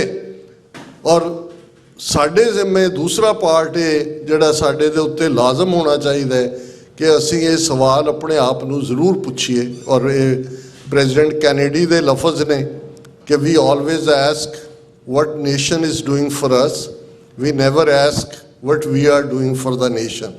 ਅਸੀਂ ਬਜਾਏ ਕੀੜੇ ਕੱਢਣ ਦੇ ਜਾਂ ਤਬਸਰੇ ਕਰਨ ਦੇ ਜਾਂ ਨੈਗੇਟਿਵਿਟੀ ਕਰਨ ਦੇ, ਆਪੋ ਆਪਣੇ ਥਾਂ ਦੇ ਉੱਤੇ ਆਪਣੀਆਂ ਆਪਣੀਆਂ ਯੋਗਤਾਵਾਂ ਮੁਤਾਬਕ, ਆਪਣੇ ਵਿੱਤ ਮੁਤਾਬਕ, ਜੈਸਾ ਵਿੱਤ ਤੈਸਾ ਹੋਏ ਵਰਤੈ, ਆਪਣਾ ਬਲ ਨਹੀਂ ਹਾਰੇ। ਹਰ ਇੱਕ ਨੂੰ ਗੁਰੂ ਨੇ ਕੁਛ ਦੇ ਕੇ ਭੇਜਿਆ ਹੋਇਆ ਔਰ ਸਾਡੇ ਲਈ ਅਸੀਂ ਸਿੱਖਾਂ ਦੇ ਘਰ ਜੰਮੇ ਹੈ। ਸਿੱਖੀ ਸਰੂਪ ਗੁਰੂ ਨੇ ਬਖਸ਼ਿਆ। ਅਮਰੀਕਾ ਕੈਨੇਡਾ ਵਰਗੇ ਮੁਲਕਾਂ 'ਚ ਸਾਨੂੰ ਰਹਿਣ ਦਾ ਸਬਬ ਮਿਲਿਆ, ਜਿੱਥੇ ਬੈਸਟ ਲਾਈਫ ਹੈ, ਜਿੱਥੇ ਸਹੂਲਤਾਂ ਨੇ। ਤੇ ਜੇ ਫਿਰ ਵੀ ਅਸੀਂ ਨਾ ਸ਼ੁਕਰੇ ਹੋਈਏ ਤਾਂ ਫਿਰ ਅਸੀਂ ਦੇਣਦਾਰ ਹੋਵਾਂਗੇ। ਇਸ ਗੱਲ ਦਾ ਧਿਆਨ ਰਹੇ। ਮੈਂ ਕਨਕਲੂਡ ਕਰਾਂ, ਅਨੰਦਪੁਰ ਦੀ ਧਰਤੀ, ਸਿਟੀ ਆਫ ਬਲਿਸ, ਜਿਹਦਾ ਨਾਂ ਚੱਕ ਨਾਨਕੀ ਹੈ, ਗੁਰੂ ਤੇਗ ਬਹਾਦਰ ਸਾਹਿਬ ਨੇ ਆਪਣੀ ਮਾਤਾ ਦੇ ਨਾਮ ਤੇ ਰੱਖਿਆ। 10ਵੇਂ ਪਾਤਸ਼ਾਹ ਆਏ, ਬਹਾਰ, ਮੌਸਮ, ਸ਼ਿਵਾਲਕ ਦੀਆਂ ਪਹਾੜੀਆਂ, ਚਾਰ ਚਫੇਰੇ, ਕੁਦਰਤ ਦਾ ਰੰਗ, ਸਿੱਖਾਂ ਦਾ ਪਿਆਰ, ਉਹਨੂੰ ਕਹੇ ਇਹ ਤਾਂ ਆਨੰਦ ਦੀ ਪੁਰੀ ਹੈ। ਸਿਟੀ ਆਫ ਬਲਿਸ ਬਣ ਜਾਂਦਾ ਹੈ, ਆਨੰਦਪੁਰ ਬਣ ਜਾਂਦਾ ਹੈ। ਹੁਣ ਉਸ ਆਨੰਦਪੁਰ 'ਚ ਜਿਹਨੂੰ ਗੁਰੂ ਸਾਹਿਬ ਬਹੁਤ ਪਿਆਰ ਕਰਦੇ ਨੇ, ਜਦੋਂ ਲੱਖੀ ਜੰਗਲ 'ਚ ਵੀ ਨੇ ਆਨੰਦਪੁਰ ਦਾ ਜ਼ਿਕਰ ਹੁੰਦਾ ਹੈ। ਪੌਂਟਾ ਸਾਹਿਬ ਲਗਭਗ 2.5 ਸਾਲ ਰਹੇ, ਫਿਰ ਵਾਪਸ ਆਨੰਦਪੁਰ ਮੁੜੇ। ਔਰ ਉਸ ਆਨੰਦਪੁਰ ਦੇ ਵਿੱਚ ਉਹ ਸਾਰੀਆਂ ਚੀਜ਼ਾਂ ਜਲਵਾਗਰ ਨੇ। ਕਦੇ ਪ੍ਰੋਫੈਸਰ ਪੂਰਨ ਸਿੰਘ ਜਾਂ ਹਰਿੰਦਰ ਸਿੰਘ ਮਹਿਬੂਬ, ਜਿਹੜੇ ਸਾਡੇ 20ਵੀਂ ਸਦੀ ਦੇ ਮਿਸਟਿਕ ਨੇ, ਰਹੱਸਵਾਦੀ ਨੇ, ਜਿਹੜੇ, ਜਾਂ ਭਾਈ ਵੀਰ ਸਿੰਘ, ਜਦੋਂ ਉਹ ਸੁਰਤ ਦੇ ਖੰਭ, ਇੱਕ ਇਤਿਹਾਸ ਹੈ। ਇਤਿਹਾਸ ਇੱਕ ਉਹ ਹੈ ਜਿਹੜਾ ਅੰਕੜਿਆਂ ਦੇ ਵਿੱਚ ਹੈ, ਜਿਹੜਾ ਬਿਲਕੁਲ ਰੁੱਖਾ ਹੈ, ਜਿਹਦਾ ਕੋਈ ਬਹੁਤਾ ਤੁਹਾਨੂੰ ਉਹਦੇ 'ਚ ਇੱਕ ਇਤਿਹਾਸ ਤੁਸੀਂ ਸੁਰਤ ਦੇ ਖੰਭਾਂ 'ਤੇ ਚੜ੍ਹ ਕੇ 3 ਸਦੀਆਂ ਪਹਿਲਾਂ, ਕਦੇ ਤੁਸੀਂ ਚਮਕੌਰ ਦੀ ਧਰਤੀ 'ਤੇ ਜਾਂਦੇ ਹੋ, ਕਦੇ ਤੁਸੀਂ ਫਤਿਹਗੜ੍ਹ ਸਾਹਿਬ ਦੇ ਮੁਕਾਮ 'ਤੇ ਜਾਂਦੇ ਹੋ, ਕਦੇ ਭੰਗਾਣੀ ਦੇ ਯੁੱਧ 'ਚ ਜਾਂਦੇ ਹੋ। ਤੁਸੀਂ ਉਸ ਸੁਰਤ ਦੇ ਖੰਭਾਂ 'ਤੇ ਤੁਸੀਂ ਮਹਿਸੂਸ ਕਰੋਗੇ ਜਦੋਂ ਸਾਡੇ ਬਜ਼ੁਰਗ ਜਾਂ ਪੁਰਾਤਨ ਰਵਾਇਤਾਂ ਵਾਲੇ ਇਹ ਕਹਿੰਦੇ ਨੇ ਕਿ ਸ਼ਹੀਦ ਤੁਹਾਡੇ ਸਦਾ ਅੰਗ ਸੰਗ ਨੇ, ਸ਼ਹੀਦਾਂ ਦਾ ਪਹਿਰਾ ਹੈ। ਇਹ ਸਾਰੀਆਂ ਚੀਜ਼ਾਂ ਮੈਂ ਇਹਨੂੰ ਕੋਈ ਡਿਸਮਿਸ ਕਰ ਨਹੀਂ। ਇਹ ਜਦੋਂ ਤੁਸੀਂ ਇਤਿਹਾਸ ਦੀ ਗੱਲ ਕਰਦੇ ਹੋ ਤੇ ਉਦੋਂ ਇਹ ਸਾਰਾ ਕੁਝ ਜਿਹੜਾ ਉਹ ਵਾਪਸ ਨਾਜ਼ਲ ਹੁੰਦਾ ਹੈ। ਔਰ ਇਹੀ ਉਸ ਅਨੰਦਪੁਰ ਦੀ ਧਰਤੀ 'ਤੇ ਕਿਤੇ ਭਾਈ ਨੰਦ ਲਾਲ ਨੇ ਜਿਹੜੇ ਕਲਮ ਚਲਾ ਰਹੇ ਨੇ, ਬਾਦਸ਼ਾਹ ਦਰਵੇਸ਼ ਗੁਰੂ ਗੋਬਿੰਦ ਸਿੰਘ, ਨਾਸਰੋ ਮਨਸੂਰ ਗੁਰੂ ਗੋਬਿੰਦ ਸਿੰਘ, ਬੇਕਸਾਰਾ ਯਾਰ ਗੁਰੂ ਗੋਬਿੰਦ ਸਿੰਘ, ਸ਼ਾਹੇ ਸ਼ਾਹਨ ਗੁਰੂ ਗੋਬਿੰਦ ਸਿੰਘ। ਤੇ ਜੇ ਹੁਕਮ ਹੈ ਕਿ ਭਾਈ ਸਾਹਿਬ ਸ਼ਸਤਰਧਾਰੀ ਹੋਵੋ, ਭਾਈ ਸਾਹਿਬ ਵੀ 3 ਫੁੱਟੀ ਕਿਰਪਾਨ ਲੈ ਕੇ ਆਉਂਦੇ ਨੇ। ਗੁਰੂ ਸਾਹਿਬ ਉਹਨਾਂ ਨੂੰ ਇੱਕ ਕਲਮ ਦਿੰਦੇ ਨੇ ਕਿ ਭਾਈ ਸਾਹਿਬ ਤੁਸੀਂ ਕਲਮ ਚਲਾਓ, ਤੁਹਾਡੀ ਕਲਮ ਦੀ ਸਿਆਹੀ ਵੀ ਸ਼ਹੀਦਾਂ ਦੇ ਖੂਨ ਵਾਂਗ ਪਵਿੱਤਰ ਹੈ। ਇਸ ਕਲਮ ਨੇ ਕਈਆਂ ਨੂੰ ਜ਼ਿੰਦਾ ਕਰਨੇ। ਇਹ ਸਾਡੇ ਲਈ ਰੋਲ ਮਾਡਲ ਹੈ। ਭਾਈ ਕਨ੍ਹਈਆ, ਤੁਸੀਂ ਸਾਰੇ ਵਾਕਿਫ ਹੋ, ਬਹੁਤ ਵਾਰ ਰੈੱਡ ਕਰਾਸ ਤੇ ਦੂਸਰੇ ਦਾ ਜ਼ਿਕਰ ਹੁੰਦਾ। ਜੇ ਦੁਨੀਆ ਦੀ ਪਹਿਲੀ ਰੈੱਡ ਕਰਾਸ ਦਾ ਬਾਨੀ ਕਹਿਣਾ ਹੋਏ ਤਾਂ ਭਾਈ ਕਨ੍ਹਈਆ ਜੀ ਨੇ। ਸ਼ਿਕਾਇਤ ਹੁੰਦੀ ਹੈ ਕਿ ਜਿਨ੍ਹਾਂ ਨੂੰ ਅਸੀਂ ਜ਼ਖਮੀ ਕਰਦੇ ਇਹਨਾਂ ਨੂੰ ਇਹ ਪਾਣੀ ਪਿਆ ਕੇ ਫਿਰ ਖੜਾ ਕਰ ਦਿੰਦੇ ਨੇ, ਤਲਬ ਹੁੰਦੇ ਨੇ। ਤੇ ਭਾਈ ਵੀਰ ਸਿੰਘ ਹੋਰਾਂ ਦੀ ਬੜੀ ਖੂਬਸੂਰਤ ਨਜ਼ਮ ਹੈ, ਉਹਦੀ ਇੱਕ ਲਾਈਨ ਮੈਂ ਦੁਹਰਾ ਦਿੰਦਾ। ਤੇ ਉਹ ਕਹਿੰਦੇ ਨੇ, ਤੈਨੂੰ ਪਿਆ ਪਿਲਾਵਾਂ ਪਾਣੀ ਮੇਰੇ ਦਿਲ ਦੇ ਸਾਈਂ, ਕਿ ਮੈਂ ਤਾਂ ਪਾਣੀ ਤੁਹਾਨੂੰ ਪਿਆਉਂਦਾ। ਤੇ ਮਲਮ ਦੀ ਡੱਬੀ ਦੇ ਕੇ ਕਹਿੰਦੇ ਨੇ ਕਿ ਭਾਈ ਸਾਹਿਬ ਜਿੱਥੇ ਪਾਣੀ ਪਿਆਉਂਦੇ ਹੋ ਉਹਨਾਂ ਦੇ ਜ਼ਖਮਾਂ ਤੇ ਮਲਮ ਵੀ ਲਾਓ। ਤੇ ਭਾਈ ਬਚਿੱਤਰ ਸਿੰਘ ਦਾ ਨਾਗਣੀ ਵਰਛਾ ਇੱਕ ਪਾਸੇ ਮਸੰਦ ਦੁਨੀ ਚੰਦ ਕੰਧ ਟੱਪਣ ਵਾਲੇ ਵੀ ਨੇ, ਅੱਜ ਵੀ ਨੇ ਬੜੇ ਬੜੇ ਅਕਾਲੀ ਜਿਨ੍ਹਾਂ ਨੂੰ ਬੜੇ ਕੋਈ ਬਾਬਾ ਬੋੜ ਬਣਾਇਆ ਹੋਇਆ ਸੀ, ਕੋਈ ਹੋਰ ਬਣਾਇਆ ਹੋਇਆ ਸੀ, ਕਿਵੇਂ ਇਹ ਸਾਰੇ ਦੌੜਦੇ ਨੇ ਉੱਥੋਂ ਬਾਹਾਂ ਖੜੀਆਂ ਕਰਕੇ, ਔਰ ਅੱਜ ਤੱਕ ਵੀ ਇਹਨਾਂ ਦਾ ਜਿਹੜਾ ਕੀ ਹੈ ਟਰੈਕ ਰੈਕਡ। ਤੇ ਦੂਜੇ ਪਾਸੇ ਇੱਕ ਨਾਟੇ ਕੱਦ ਦਾ ਛੋਟਾ ਜਿਹਾ ਬਚਿੱਤਰ ਸਿੰਘ ਆ ਕੇ ਖਲੋ ਜਾਂਦਾ, ਮਹਾਰਾਜ ਤੁਹਾਡਾ ਥਾਪੜਾ ਹੋਏ ਤੇ ਇੱਕ ਹਾਥੀ ਕੀ ਹਾਥੀਆਂ ਦੇ ਝੁੰਡਾਂ ਦੇ ਝੁੰਡ ਲਿਆ ਕੇ ਇੱਥੇ ਪੁੱਠੇ ਕਰਦੇ। ਨਾਗਣੀ ਵਰਛਾ ਇਹ ਸਾਨੂੰ ਯਾਦ ਦਹਾਨੀ ਕਰਵਾਉਂਦਾ ਕਿ ਗੁਲਾਮੀ ਦੇ ਸੰਗਲ ਨਾਗਣੀ ਵਰਛਾ ਕੱਟ ਰਿਹਾ ਹੈ, ਪਰ ਨਾਲ ਭਾਈ ਨੰਦ ਲਾਲ ਜੀ ਦੀ ਕਲਮ ਚੱਲ ਰਹੀ ਹੈ, ਭਾਈ ਕਨ੍ਹਈਆ ਜੀ ਦੀ ਪਾਣੀ ਦੀ ਮਸ਼ਕ ਹੈ। ਸਾਰੇ ਹੀ ਸਿਟੀ ਆਫ ਬਲਿਸ ਆਨੰਦਪੁਰ ਦੀ ਧਰਤੀ ਤੇ ਆਪਣੇ ਪ੍ਰੀਤਮ ਨੂੰ ਰਿਝਾ ਰਹੇ ਨੇ। ਜ਼ਿੰਦਗੀ ਦਾ ਮਕਸਦ ਤਾਂ ਇਹੀ ਹੈ, ਪਈ ਪ੍ਰਾਪਤ ਮਾਨੁਖ ਦੇ ਹੁਰੀਆ, ਗੋਬਿੰਦ ਮਿਲਣ ਕੀ ਇਹ ਤੇਰੀ ਬਰੀਆ, ਅਵਰ ਕਾਜ ਤੇਰਾ ਕਿਤੈ ਨਾ ਕਾਮ, ਮਿਲ ਸਾਧ ਸੰਗਤ ਭਜ ਕੇਵਲ ਨਾਮ। ਸਫ਼ਰ ਰੂਹਾਨੀਅਤ ਦਾ ਹੀ ਹੈ। ਉਹ ਘੋੜੇ ਦੀ ਪਿੱਠ ਤੇ ਹੋਏ, ਉਹ ਮਕਤਲ ਵੱਲ ਸ਼ਹੀਦੀ ਪਾਉਣ ਜਾਂਦਿਆਂ ਦਾ ਹੋਏ, ਉਹ ਸੇਵਾ ਦੇ ਪਿੜ ਵਿੱਚ ਹੋਏ, ਉਹ ਕਿਸੇ ਹੋਰ ਫੀਲਡ ਦੇ ਵਿੱਚ ਹੋਏ, ਅਲਟੀਮੇਟਲੀ ਆਨੰਦ ਪਿਆ ਮੇਰੀ ਮਾਏ ਸਤਿਗੁਰੂ ਮੈਂ ਪਾਏ। ਜਦੋਂ ਤੁਸੀਂ ਗੁਰੂ ਦੇ ਉਸ ਪਿਆਰ ਦੇ ਵਿੱਚ ਰੱਤੇ ਹੁੰਦੇ ਹੋ ਤੇ ਫਿਰ ਉਹ ਸ਼ਮਸ਼ੀਰ ਜਿਹੜੀ ਹੈ, ਇਸ ਲਈ ਅਸੀਂ ਜਿਵੇਂ ਸਤ ਪਿੰਡਾਂ ਵਾਲੇ ਯਾਦ ਦਹਾਨੀ ਕਰਵਾਉਂਦੇ ਸਨ ਕਿ ਕਿਰਪਾਨ ਲਫ਼ਜ਼ ਦੋ ਲਫ਼ਜ਼ਾਂ ਦਾ ਮੇਲ ਹੈ, ਕਿਰਪਾ ਤੇ ਆਨ। ਇਹ ਔਰੰਗਜ਼ੇਬੀ ਤਲਵਾਰ ਨਹੀਂ ਹੈ, ਇਹ ਸਿਕੰਦਰੀ ਤਲਵਾਰ ਨਹੀਂ ਹੈ, ਇਹ ਨੈਪੋਲੀਅਨ ਦੀ ਤਲਵਾਰ ਨਹੀਂ ਹੈ, ਇਹ ਹਿੰਦੂਤਵਾ ਵਾਲਿਆਂ ਦੀ ਅਖੰਡ ਭਾਰਤ ਦਾ ਜਿਹੜਾ ਨਿਸ਼ਾਨਾ ਨਹੀਂ ਹੈ। ਇਹ ਕਿਰਪਾ ਹੈ, ਇਹ ਬਲੈਸਿੰਗ ਹੈ, ਕਿਉਂਕਿ ਇਹਦੇ ਨਾਲ ਹੀ ਜੈ ਤੇਗੰ ਅਲਟੀਮੇਟਲੀ ਇਹ ਡਿਸਾਈਸਿਵ ਫੈਕਟਰ ਹੈ।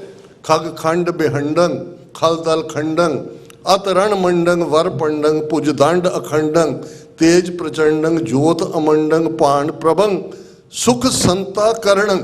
ਤਲਵਾਰ ਇਸ ਲਈ ਹੈ, ਪੋਲੀਟੀਕਲ ਪਾਵਰ ਇਸ ਲਈ ਹੈ ਕਿ ਭਲੇ ਲੋਕ ਸੁਖੀ ਹੋਣ। ਔਰ ਇਹੀ ਜਦੋਂ ਯਾਹੀ ਕਾਜ ਤਰਾਹਮ ਜਨਮੰ ਸਮਝ ਲਿਓ ਸਾਧੂ ਸਭ ਮਨਮੰ ਧਰਮ ਚਲਾਵਨ ਸੰਤ ਉਬਾਰਨ ਦੁਸ਼ਟ ਸਬਨ ਕੋ ਮੂਲ ਉਪਾ ਸੁਖ ਸੰਤਾ ਕਰਣੰ ਕਿਲਬਿਕ ਹਰਣੰ ਦੁਰਮਤ ਦਰਣੰ ਅਸ ਸਰਣੰ। ਉਹ ਸੌਡ ਆਈ ਸੀਕ ਦਾਈ ਪ੍ਰੋਟੈਕਸ਼ਨ।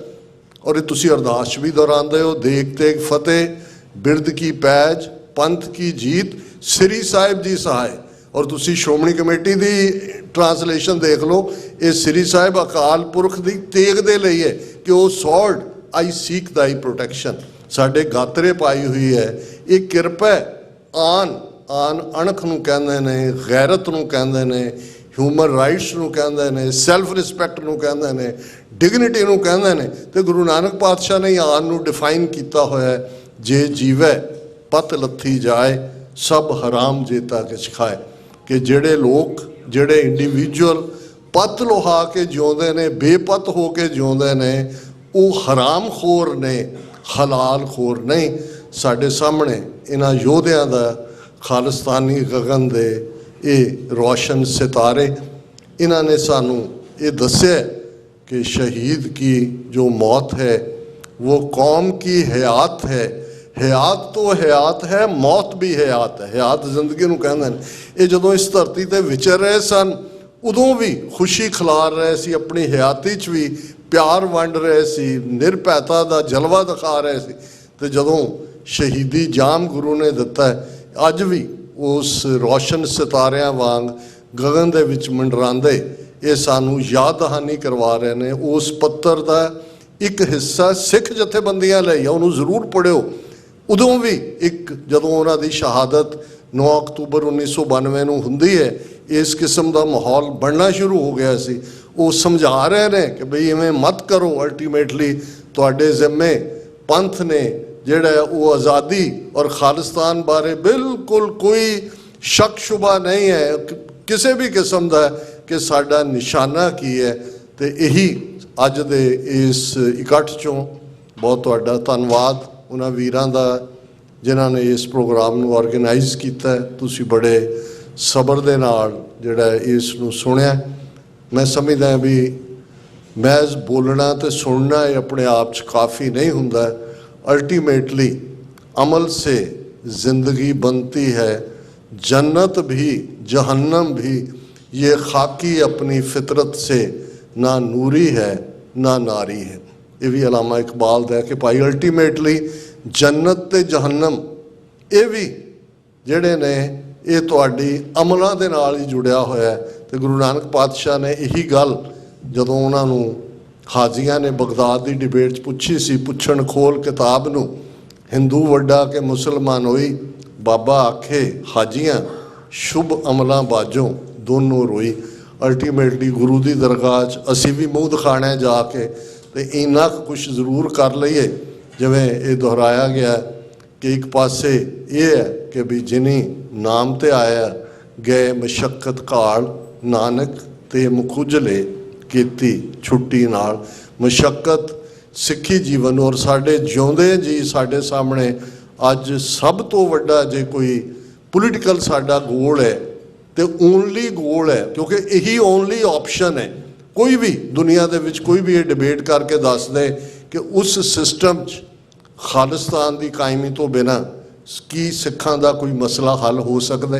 ਬਿਲਕੁਲ ਨਹੀਂ। ਔਰ ਇਹੀ ਗੱਲ ਜਦੋਂ ਫਿਰ ਭਾਈ ਗੁਰਦਾਸ ਜੀ ਦੇ ਅਲਫਾਜ਼ ਦੇ ਨਾਲ ਮੈਂ ਕਨਕਲੂਡ ਕਰਾਂ ਕਿ ਸਾਡਾ ਫੋਕਸ ਇਹ ਹੋਏ ਕਿਸ ਉਦਮ ਤੇ ਰਾਜ ਮਿਲੇ ਸ਼ਤਰੂ ਤੇ ਸਭ ਹੋਵੇ ਮੀਤਾ। ਉਹ ਕਿਹੜਾ ਯਤਨ, ਵਿਉਂਤਬੰਦੀ, ਸਟ੍ਰੈਟਜੀ, ਢੰਗ, ਤਰੀਕਾ, ਵਿਚਾਰ, ਇਸ ਦੇ ਉੱਤੇ ਮਤਭੇਦ ਹੋ ਸਕਦਾ ਹੈ।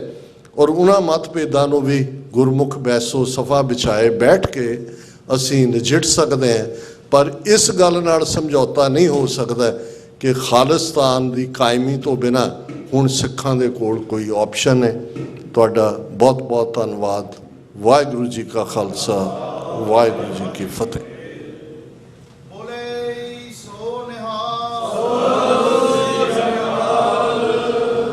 ਖਾਲਸਾ ਵਾਹਿਗੁਰੂ ਜੀ ਕੀ ਫਤਿਹ। ਤੇ ਡਾਕਟਰ ਸਾਹਿਬ ਜੀ ਤਾਂ ਆਪ ਜੀ ਬਹੁਤ ਬਹੁਤ ਧੰਨਵਾਦ। ਤੁਹਾਨੂੰ ਬਹੁਤ ਡਿਟੇਲ ਦੇ ਵਿੱਚ ਜੋ ਸਾਡੇ ਹਾਲਾਤ ਨੇ ਉਹਨਾਂ ਨਾਲ ਜਾਣੂ ਕਰਵਾਇਆ ਡਾਕਟਰ ਸਾਹਿਬ ਨੇ। ਤੇ ਹੁਣ ਅਸੀਂ ਇੱਕ ਕੁਐਸਚਨ ਆਨਸਰ ਸੈਸ਼ਨ ਸ਼ੁਰੂ ਕਰਾਂਗੇ। ਤੁਹਾਡੇ ਟੇਬਲਸ ਦੇ ਉੱਪਰ ਅਸੀਂ ਪੈਨ ਤੇ ਪੇਪਰ ਰੱਖੇ ਹੋਏ ਨੇ। ਜਿਹੜਾ ਵੀ ਕੁਐਸਚਨ ਤੁਹਾਨੂੰ ਹੋਵੇ ਤੁਸੀਂ ਇਨ ਰਾਈਟਿੰਗ ਸਾਡੇ ਕੋਲ ਭੇਜ ਦੇਣਾ ਤੇ ਅਸੀਂ ਥੋੜ੍ਹੀ ਦੇਰ ਦੇ ਵਿੱਚ ਹੀ ਅਸੀਂ ਇਹ ਕਲੈਕਟ ਕਰ ਲਵਾਂਗੇ ਤੇ ਡਾਕਟਰ ਸਾਹਿਬ ਫਿਰ ਉਹਨਾਂ ਸਵਾਲਾਂ ਦੇ ਜਵਾਬ ਆਪ ਜੀ ਨੂੰ ਦੇਣਗੇ। ਤੇ ਦੂਸਰੀ ਗੱਲ ਜੋ ਜ਼ਰੂਰੀ ਹੈ ਕਿ TV 84 ਜੋ ਕਿ ਪਿਛਲੇ 13 ਸਾਲਾਂ ਤੋਂ ਚੱਲ ਰਿਹਾ ਹੈ ਤੇ ਉਸ ਦਾ ਤਕਰੀਬਨ 35 ਤੋਂ 40 ਹਜ਼ਾਰ ਡਾਲਰ ਦਾ ਮੰਥਲੀ ਐਕਸਪੈਂਸ ਹੈ। ਔਰ ਇਹ ਐਕਸਪੈਂਸ ਹੈ ਜੋ ਸਾਡੇ ਵਰਗੀਆਂ ਸੰਗਤਾਂ ਵੱਲੋਂ ਹੀ ਕੰਟਰੀਬਿਊਸ਼ਨ ਦੇ ਨਾਲ ਆਉਂਦਾ ਹੈ। ਤੇ ਇਹ TV 84 ਹੈ ਜੀ ਇੱਕ ਰਜਿਸਟਰਡ ਨਾਨ ਪ੍ਰੋਫਿਟ ਆਰਗੇਨਾਈਜੇਸ਼ਨ ਹੈ। ਕੋਈ ਵੀ ਕੰਟਰੀਬਿਊਸ਼ਨ ਤੁਸੀਂ ਦਿੰਦੇ ਹੋ ਉਹ ਟੈਕਸ ਡਿਡਕਟੇਬਲ ਹੈ। ਸੋ ਸਾਡੇ ਕੋਲ ਰਸੀਟਸ ਹੈਗੀਆਂ ਨੇ। ਸੋ ਰਸੀਦ ਲੈ ਕੇ ਜਾਣਾ ਤੇ ਡਿਊਰਿੰਗ ਦ ਕੁਐਸਚਨ ਆਨਸਰ ਸੈਸ਼ਨ ਅਸੀਂ ਟੇਬਲਸ 'ਤੇ ਤੁਸੀਂ ਆਪਦਾ ਨਾਮ ਦੇ ਸਕਦੇ ਹੋ। ਜੇ ਚੈੱਕ ਕੈਸ਼ ਤੁਹਾਡੇ ਕੋਲ ਨਹੀਂ ਹੈ ਤਾਂ ਤੁਸੀਂ ਕਮਿਟ ਕਰ ਲਵੋ ਤੇ ਬਾਅਦ ਦੇ ਵਿੱਚ ਅਸੀਂ TV 84 ਵਾਲਿਆਂ ਨੂੰ ਭੇਜ ਸਕਦੇ ਹਾਂ। ਸੋ ਇਹਨਾਂ ਸ਼ਬਦਾਂ ਤੋਂ ਦੇ ਵਿੱਚ ਮੈਂ ਬੇਨਤੀ ਕਰਾਂਗਾ ਕਿ ਸਾਰੇ ਜੋ ਤੁਹਾਡੇ ਟੇਬਲ ਦੇ ਉੱਪਰ ਅਸੀਂ ਪੇਪਰ ਰੱਖ ਛੱਡੇ ਨੇ ਉਹਨਾਂ ਉੱਪਰ ਆਪਣਾ ਕੋਈ ਵੀ ਕੁਐਸਚਨ ਹੋਵੇ ਉਹ ਕੁਐਸਚਨ ਲਿਖ ਕੇ ਸਾਡੇ ਅਸੀਂ ਥੋੜ੍ਹੀ ਦੇਰ ਦੇ ਵਿੱਚ 5-10 ਮਿੰਟਾਂ ਦੇ ਵਿੱਚ ਅਸੀਂ ਉਹ ਕਲੈਕਟ ਕਰਾਂਗੇ ਤੁਹਾਡੇ ਤੋਂ। ਵਾਹਿਗੁਰੂ ਜੀ ਕਾ ਖਾਲਸਾ, ਵਾਹਿਗੁਰੂ ਜੀ ਕੀ ਫਤਿਹ। ਤੇ ਫਿਰ ਜਿਹੜਾ ਵੀ ਆਪਣਾ ਸਵਾਲ ਪੁੱਛਣਾ ਚਾਹੁੰਦਾ ਉਹ ਮਾਈਕ ਤੇ ਵੀ ਆ ਸਕਦਾ ਜਾਂ ਸਵਾਲ ਇੱਥੇ ਟੇਬਲ ਤੇ ਵੀ ਆਪਾਂ ਫਿਰ ਆਪਾਂ ਤੁਹਾਡਾ ਸਵਾਲ ਅਨਾਉਂਸ ਵੀ ਕਰ ਸਕਦੇ ਹਾਂ ਜੇ ਤੁਸੀਂ ਰਿਟਨ ਤਰੀਕੇ ਨਾਲ ਦੇਣਾ ਚਾਹੁੰਦੇ ਆ। ਤੇ ਡਾਕਟਰ ਸਾਹਿਬ ਮੈਂ ਪਹਿਲਾ ਸਵਾਲ ਤੁਹਾਨੂੰ ਕਰਨਾ ਸੀਗਾ ਕਿ ਜਿੱਦਾਂ ਤੁਸੀਂ ਵੱਡੇ ਘੱਲੂਘਾਰੇ ਬਾਰੇ ਕਿਹਾ ਕਿ ਉਹਨਾਂ ਨੇ ਇੱਕ ਮਤਾ ਟਾਈਪ ਕੀਤਾ ਕਿ ਆਪ ਮਿਸਲ ਵੰਡ ਕਭੂ ਨਾ ਪਾਉ, ਰਲ ਮਿਲ ਕੇ ਪੰਥ ਬਚਾਉ। ਤੇ ਤੁਸੀਂ ਪੰਥਕ ਕਮੇਟੀ ਦੇ ਸਪੋਕਸਮੈਨ ਵੀ ਰਹੇ ਆ ਕੁਛ ਸਾਡੇ ਲਈ, ਸਾਰੀ ਸੰਗਤ ਲਈ ਸੇਧ ਪੱਖੋਂ, ਕਿਉਂਕਿ ਉਹ ਪੰਥਕ ਕਮੇਟੀ ਜਿਹੜੀ ਫੋਰਮ ਵੀ ਹੋਈ ਆ ਉਹ ਇੱਕ ਅੱਜ ਦੇ ਜ਼ਮਾਨੇ ਦੇ ਵਿੱਚ ਮਿਸਲ ਵੰਡ ਕਭੂ ਨਾ ਪਾਉ, ਰਲ ਮਿਲ ਕੇ ਪੰਥ ਬਚਾਉ ਦਾ ਸੁਨੇਹਾ ਹੀ ਸੀਗੀ ਜੀ। ਤੇ ਤੁਸੀਂ ਕੋਈ ਨਾ ਕੋਈ ਆਪਣੀ ਯਾਦ ਪੰਥਕ ਕਮੇਟੀ ਦੀ ਕੋਈ ਨਾ ਕੋਈ ਇੱਕ you can say AC line ਦੇ ਵਿੱਚ ਜਿੱਦਾਂ ਜਿਹੜੀ ਸਾਨੂੰ ਸੇਧ ਦੇ ਸਕੇ, ਕੋਈ ਨਾ ਕੋਈ ਸਟੋਰੀ ਉਸ ਟਾਈਮ ਦੀ ਜਿਹੜੀ ਤੁਸੀਂ ਕਹਿ ਸਕਦੇ ਆ ਕਿ ਇੰਸਪਾਇਰ ਕਰ ਸਕਦੀ ਹੈ ਸੰਗਤ ਨੂੰ, ਜਿਹੜੀ ਤੁਸੀਂ ਆਪ ਵਿਟਨੈਸ ਜਾਂ ਆਪ ਉਸ ਚੀਜ਼ ਦੇ ਸਾਖੀ ਰਹੇ ਹੋ, ਉਹ ਜ਼ਰੂਰ ਦੱਸਿਓ ਤਾਂ ਕਿ ਸਾਨੂੰ ਪਤਾ ਲੱਗੇ ਕਿ ਕਿਸ ਤਰੀਕੇ ਨਾਲ ਉਸ ਵੇਲੇ ਵੀ ਪੰਥਕ ਕਮੇਟੀ ਕਿੰਨੇ ਜਥੇਬੰਦੀਆਂ ਦਾ ਸੰਬੰਧ ਸੀ, ਕਿੰਨੇ ਜਥੇਬੰਦੀਆਂ ਦਾ ਕਲੈਕਟਿਵ ਸੀਗਾ, ਤੇ ਉਹਨਾਂ ਨੇ ਕਿਸ ਤਰੀਕੇ ਨਾਲ ਇਸ ਬਚਨ ਉੱਤੇ ਮਿਸਲ ਵੰਡ ਅਬ ਕਹੂ ਨਾ ਪਾਉ ਤੇ ਪਹਿਰਾ ਦਿੱਤਾ। ਜ਼ਰੂਰ ਸਾਡੇ ਨਾਲ ਸ਼ੇਅਰ ਕਰੋ। ਇਹੀ ਸਵਾਲ ਆ ਜੀ। Thank you. ਦੇਖੋ, ਜਿਹੜੀ ਯੰਗਰ ਜਨਰੇਸ਼ਨ ਹੈ ਉਹਨਾਂ ਦੇ ਲਈ ਇਹ ਬੜਾ ਇੰਪੋਰਟੈਂਟ ਹੈ ਸਮਝਣਾ ਕਿ ਜੂਨ 84 ਦੇ ਘੱਲੂਘਾਰੇ ਤੋਂ ਬਾਅਦ ਇੱਕ ਬਹੁਤ ਵੱਡਾ ਵੋਇਡ ਸਾਡੇ ਸੰਘਰਸ਼ ਦੇ ਵਿੱਚ ਆ ਗਿਆ ਸੀ। ਸੰਤ ਜਰਨੈਲ ਸਿੰਘ ਹੋਰਾਂ ਦੀ ਸ਼ਹਾਦਤ, ਜਨਰਲ ਸੁਬੇਗ ਸਿੰਘ, ਭਾਈ ਅਮਰੀਕ ਸਿੰਘ, ਜਿਨ੍ਹਾਂ ਨੇ ਬਹੁਤ ਚੰਗੇ ਢੰਗ ਨਾਲ ਸਿੱਖ ਸਟੂਡੈਂਟ ਫੈਡਰੇਸ਼ਨ ਨੂੰ ਆਰਗੇਨਾਈਜ਼ ਕੀਤਾ ਸੀ, ਔਰ ਧਰਮ ਯੁੱਧ ਮੋਰਚੇ ਦੇ ਚੱਲਦਿਆਂ ਜਿਹੜੀ ਪੋਲੀਟੀਕਲ ਆਰਮ ਸੀ ਉਹ ਸਿੱਖ ਸਟੂਡੈਂਟ ਫੈਡਰੇਸ਼ਨ ਬਣ ਗਈ ਸੀ ਭਾਈ ਅਮਰੀਕ ਸਿੰਘ ਹੋਰਾਂ ਦੀ ਅਗਵਾਈ ਥੱਲੇ। ਉਹਨਾਂ ਦੀ ਸ਼ਹਾਦਤ ਤੋਂ ਬਾਅਦ ਇੱਕ ਇਹ ਗੈਪ ਆਇਆ। ਪਰ ਇੱਕ ਹੋਰ ਜਿਹੜਾ ਸਭ ਤੋਂ ਵੱਡਾ ਮੈਂ ਸਮਝਦਾ ਵੀ ਜਿਹਨੇ 84 ਤੋਂ 86 ਤੱਕ ਕੋਈ ਪੋਲੀਟੀਕਲ ਐਕਟੀਵਿਟੀ ਨਹੀਂ ਹੋਣ ਦਿੱਤੀ, ਉਹ ਸੀ ਕਿ ਭਾਰਤੀ ਏਜੰਸੀਆਂ ਨੇ ਬੜੀ ਚਲਾਕੀ ਨਾਲ ਸੰਤ ਪਿੰਡਾਂ ਵਾਲਿਆਂ ਦੇ ਚੜ੍ਹਦੀ ਕਲਾ 'ਚ ਹੋਣ ਦੀ ਖਬਰ ਧੁਮਾ ਦਿੱਤੀ ਸੀ। ਨਤੀਜਾ ਇਹ ਕਿ ਵੀ ਜਿਹੜਾ ਇੱਕ ਗੈਪ ਸੀ, ਤੁਸੀਂ 84 ਤੋਂ 86 ਤੱਕ ਦੇਖੋ, 26 ਜਨਵਰੀ 1986 ਨੂੰ ਫਿਰ ਦਮਦਮੀ ਟਕਸਾਲ ਵੱਲੋਂ ਸਰਬੱਤ ਖਾਲਸਾ ਸੱਦਿਆ ਜਾਂਦਾ ਹੈ ਤੇ 5 ਮੈਂਬਰੀ ਪੰਥਕ ਕਮੇਟੀ ਬਾਬਾ ਗੁਰਬਚਨ ਸਿੰਘ ਮਾਨੂੰਚਾਲ ਦੀ ਅਗਵਾਈ ਹੇਠ ਬਣਦੀ ਹੈ, ਜਿਹੜੀ 29 ਅਪ੍ਰੈਲ 1986 ਨੂੰ ਖਾਲਿਸਤਾਨ ਦਾ ਐਲਾਨਨਾਮਾ ਜਾਰੀ ਕਰਦੀ ਹੈ। ਹੁਣ ਉਸ ਪੀਰੀਅਡ 'ਚ ਵੀ ਵਿਦਨ ਟਕਸਾਲ ਵੀ 2 ਰਾਵਾਂ ਚੱਲ ਰਹੀਆਂ ਸੀ, ਮੈਂ ਉਹਦੀ ਡਿਟੇਲ 'ਚ ਨਹੀਂ ਜਾਵਾਂਗਾ। ਨਤੀਜੇ ਦੇ ਤੌਰ ਤੇ ਜਿਹੜਾ ਕੋਈ ਵੀ ਕੰਕਰੀਟ ਪ੍ਰੋਗਰਾਮ ਉਸ ਪੀਰੀਅਡ ਦੇ ਵਿੱਚ ਆ ਸਕਦਾ ਸੀ, ਔਰ ਉਸ ਤੋਂ ਪਹਿਲਾਂ ਅਨਫੋਰਚੂਨੇਟਲੀ ਬੱਬਰ ਖਾਲਸਾ ਇੰਟਰਨੈਸ਼ਨਲ ਔਰ ਦਮਦਮੀ ਟਕਸਾਲ ਦੇ ਵਿਚਾਲੇ ਵੀ ਜਿਹੜੀ ਹੈ ਉਹ ਇੱਕ ਲਾਈਨ ਅਨਫੋਰਚੂਨੇਟ ਬਣੀ ਹੋਈ ਸੀ। ਲੇਕਿਨ ਪੰਥਕ ਕਮੇਟੀ ਜਿਹੜੀ ਦੂਸਰੀ ਜਦੋਂ ਉਹਨੂੰ ਰੀਆਰਗੇਨਾਈਜ਼ ਕੀਤਾ ਜਾਂਦਾ, ਉਸ ਤੋਂ ਪਹਿਲਾਂ Operation so called Black Thunder ਵੀ ਹੋ ਚੁੱਕਾ ਸੀ।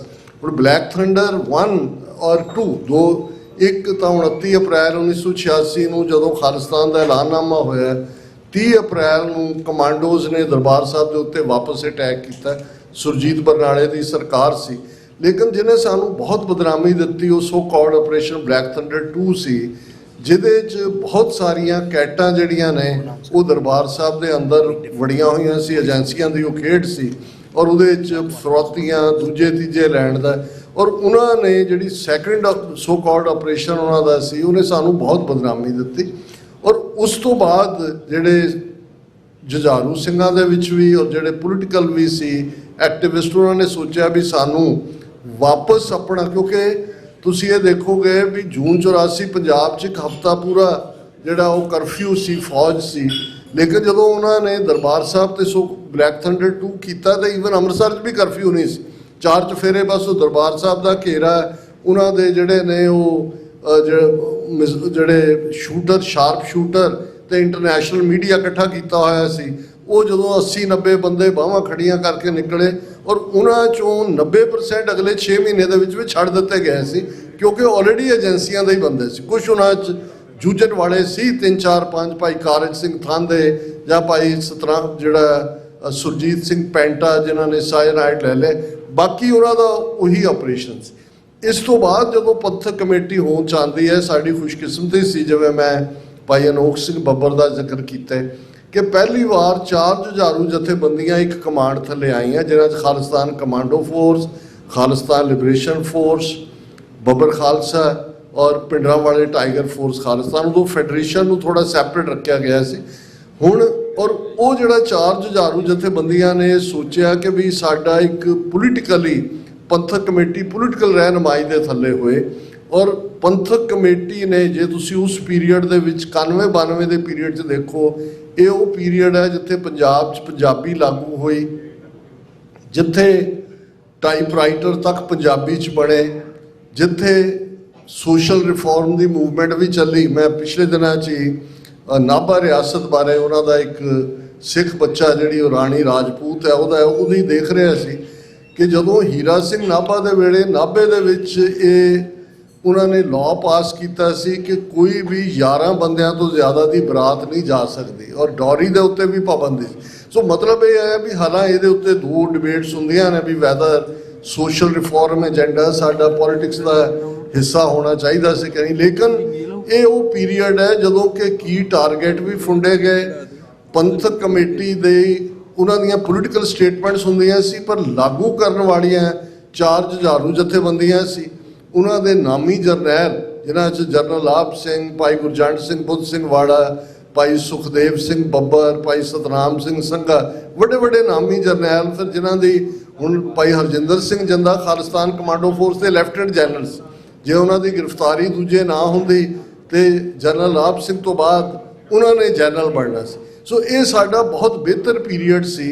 ਲੇਕਿਨ ਜਿਵੇਂ ਮੈਂ ਕਿਹਾ ਵੀ ਇੱਕ ਪਾਰਟ ਜਿਹੜਾ, ਜੇ ਮੈਨੂੰ ਕੋਈ ਇਹ ਪੁੱਛੇ ਕਿ ਵੀ ਅਸੀਂ ਐਸਾ ਕੀ ਕਰ ਸਕਦੇ ਸੀ ਜੂਨ 84 ਤੋਂ ਬਾਅਦ ਜਿਹੜਾ ਅਸੀਂ ਨਹੀਂ ਕਰ ਸਕੇ, ਔਰ ਜਿਹਦੇ ਕਰਕੇ 95 ਤੱਕ ਪਹੁੰਚਦੇ ਹਾਂ। ਸ਼ਹੀਦ ਭਾਈ ਦਿਲਾਵਰ ਸਿੰਘ ਦਾ ਐਕਸ਼ਨ ਲਾਸਟ ਐਕਸ਼ਨ ਹੈ, ਉਸ ਤੋਂ ਬਾਅਦ ਇੱਕ ਅਸੀਂ ਵੱਡਾ ਗੈਪ ਦੇਖਦੇ ਹਾਂ 2012 ਤੱਕ, ਜਦੋਂ ਭਾਈ ਬਲਵੰਤ ਸਿੰਘ ਰਾਜੋਆਣਾ ਨੂੰ ਫਾਂਸੀ ਦੇਣ ਦਾ ਫੈਸਲਾ ਹੁੰਦਾ ਹੈ, ਔਰ ਫਿਰ ਬਲੈਕ ਵਾਰੰਟ ਵਾਪਸ ਹੁੰਦੇ ਨੇ, ਕੇਸਰੀ ਝੰਡੇ ਆਉਂਦੇ ਨੇ। ਫਿਰ 2015 'ਚ ਜਦੋਂ ਗੁਰੂ ਗ੍ਰੰਥ ਸਾਹਿਬ ਜੀ ਦੀ ਬੇਅਦਬੀ ਦੀਆਂ ਘਟਨਾਵਾਂ ਜਿਹੜੀਆਂ ਨੇ ਉਹ ਬੁਰਜ ਜਵਾਰ ਸਿੰਘ ਵਾੜਾ, ਬਹਿਬਲ ਕਲਾਂ, ਬਰਗਾੜੀ 'ਚ ਹੁੰਦੀਆਂ ਨੇ।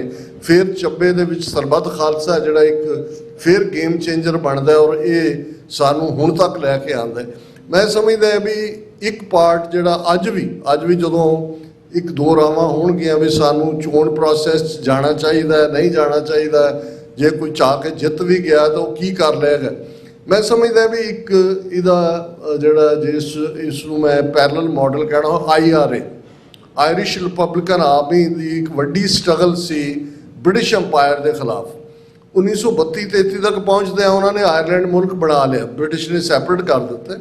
ਨਾਰਦਰਨ ਆਇਰਲੈਂਡ ਜਿਹੜਾ ਬ੍ਰਿਟਨ ਦਾ ਹਿੱਸਾ ਰਿਹਾ, ਉਹ ਜਦੋਂ ਪ੍ਰੈਜ਼ੀਡੈਂਟ ਕਲਿੰਟਨ ਪ੍ਰੈਜ਼ੀਡੈਂਟ ਬਣਦੇ ਨੇ ਤਾਂ ਵਾਈਟ ਹਾਊਸ ਦੇ ਵਿੱਚ ਸਮਝੌਤਾ ਹੁੰਦਾ ਹੈ, ਔਰ IRA ਨੇ ਬੜੇ ਕੀ ਐਕਸ਼ਨ ਕੀਤੇ। ਇੱਕ ਸਟੇਜ 'ਤੇ ਸੀ ਇੱਕ ਮਾਰਗਰੇਟ ਥੈਚਰ ਜਿਸ ਹੋਟਲ 'ਚ ਠਹਿਰੀ ਹੋਈ ਹੈ, ਉਹਦੇ ਹੀ ਬਾਥਰੂਮ ਦੇ ਵਿੱਚ ਜਿਹੜਾ ਉਹ ਧਮਾਕਾ ਸੀ ਜਾਂ ਦੂਜਾ ਸੀ। ਲੇਕਿਨ ਇੱਕ ਸਟੇਜ 'ਤੇ ਉਹਨਾਂ ਨੂੰ ਰਿਅਲਾਈਜ਼ ਹੋਇਆ ਕਿ ਵੀ ਹਾਲਾਂ ਆਇਰਿਸ਼ ਰਿਪਬਲਿਕਨ ਆਰਮੀ 'ਚ ਕਿਸੇ ਵੀ ਗਿਵਨ ਟਾਈਮ 2 ਦਰਜਨ 3 ਦਰਜਨ ਤੋਂ ਜ਼ਿਆਦਾ ਉਹਨਾਂ ਦੇ ਲੜਾਕੇ ਨਹੀਂ ਸੀ, ਪਰ ਉਹਨਾਂ ਨੂੰ ਇਹ ਰਿਅਲਾਈਜ਼ ਹੋਇਆ ਵੀ ਜਿਹੜੀ ਸਾਡੀ ਆਰਮਡ ਸਟਰਗਲ ਹੈ ਉਹਦੀ ਪੋਲੀਟੀਕਲ ਵੌਇਸ ਵੀ ਹੋਣੀ ਚਾਹੀਦੀ। ਔਰ ਉਹਨਾਂ ਨੇ ਇੱਕ ਪੋਲੀਟੀਕਲ ਪਾਰਟੀ ਜਿਹਦਾ ਨਾਂ ਸ਼ਿਨ ਫੇਨ ਰੱਖਿਆ, ਉਹ ਖੜੀ ਕੀਤੀ। ਉਹ ਇਲੈਕਸ਼ਨ ਸਿਸਟਮ ਦੇ ਵਿੱਚ ਵੀ ਆਈ ਤੇ ਉਹਨਾਂ ਦੇ ਪਿੱਛੇ IRA ਖੜੀ ਸੀ। ਜਿਹੜਾ ਸਮਝੌਤਾ ਹੋਇਆ ਵਾਈਟ ਹਾਊਸ ਦੇ ਵਿੱਚ ਉਹ ਸ਼ਿਨ ਫੇਨ ਨਾਲ ਹੋਇਆ, ਜਿਨ੍ਹਾਂ ਦਾ ਸਪੋਕਸਪਰਸਨ ਜਿਹੜਾ ਉਹ ਜੈਰੀ ਐਡਮਸ ਸੀ।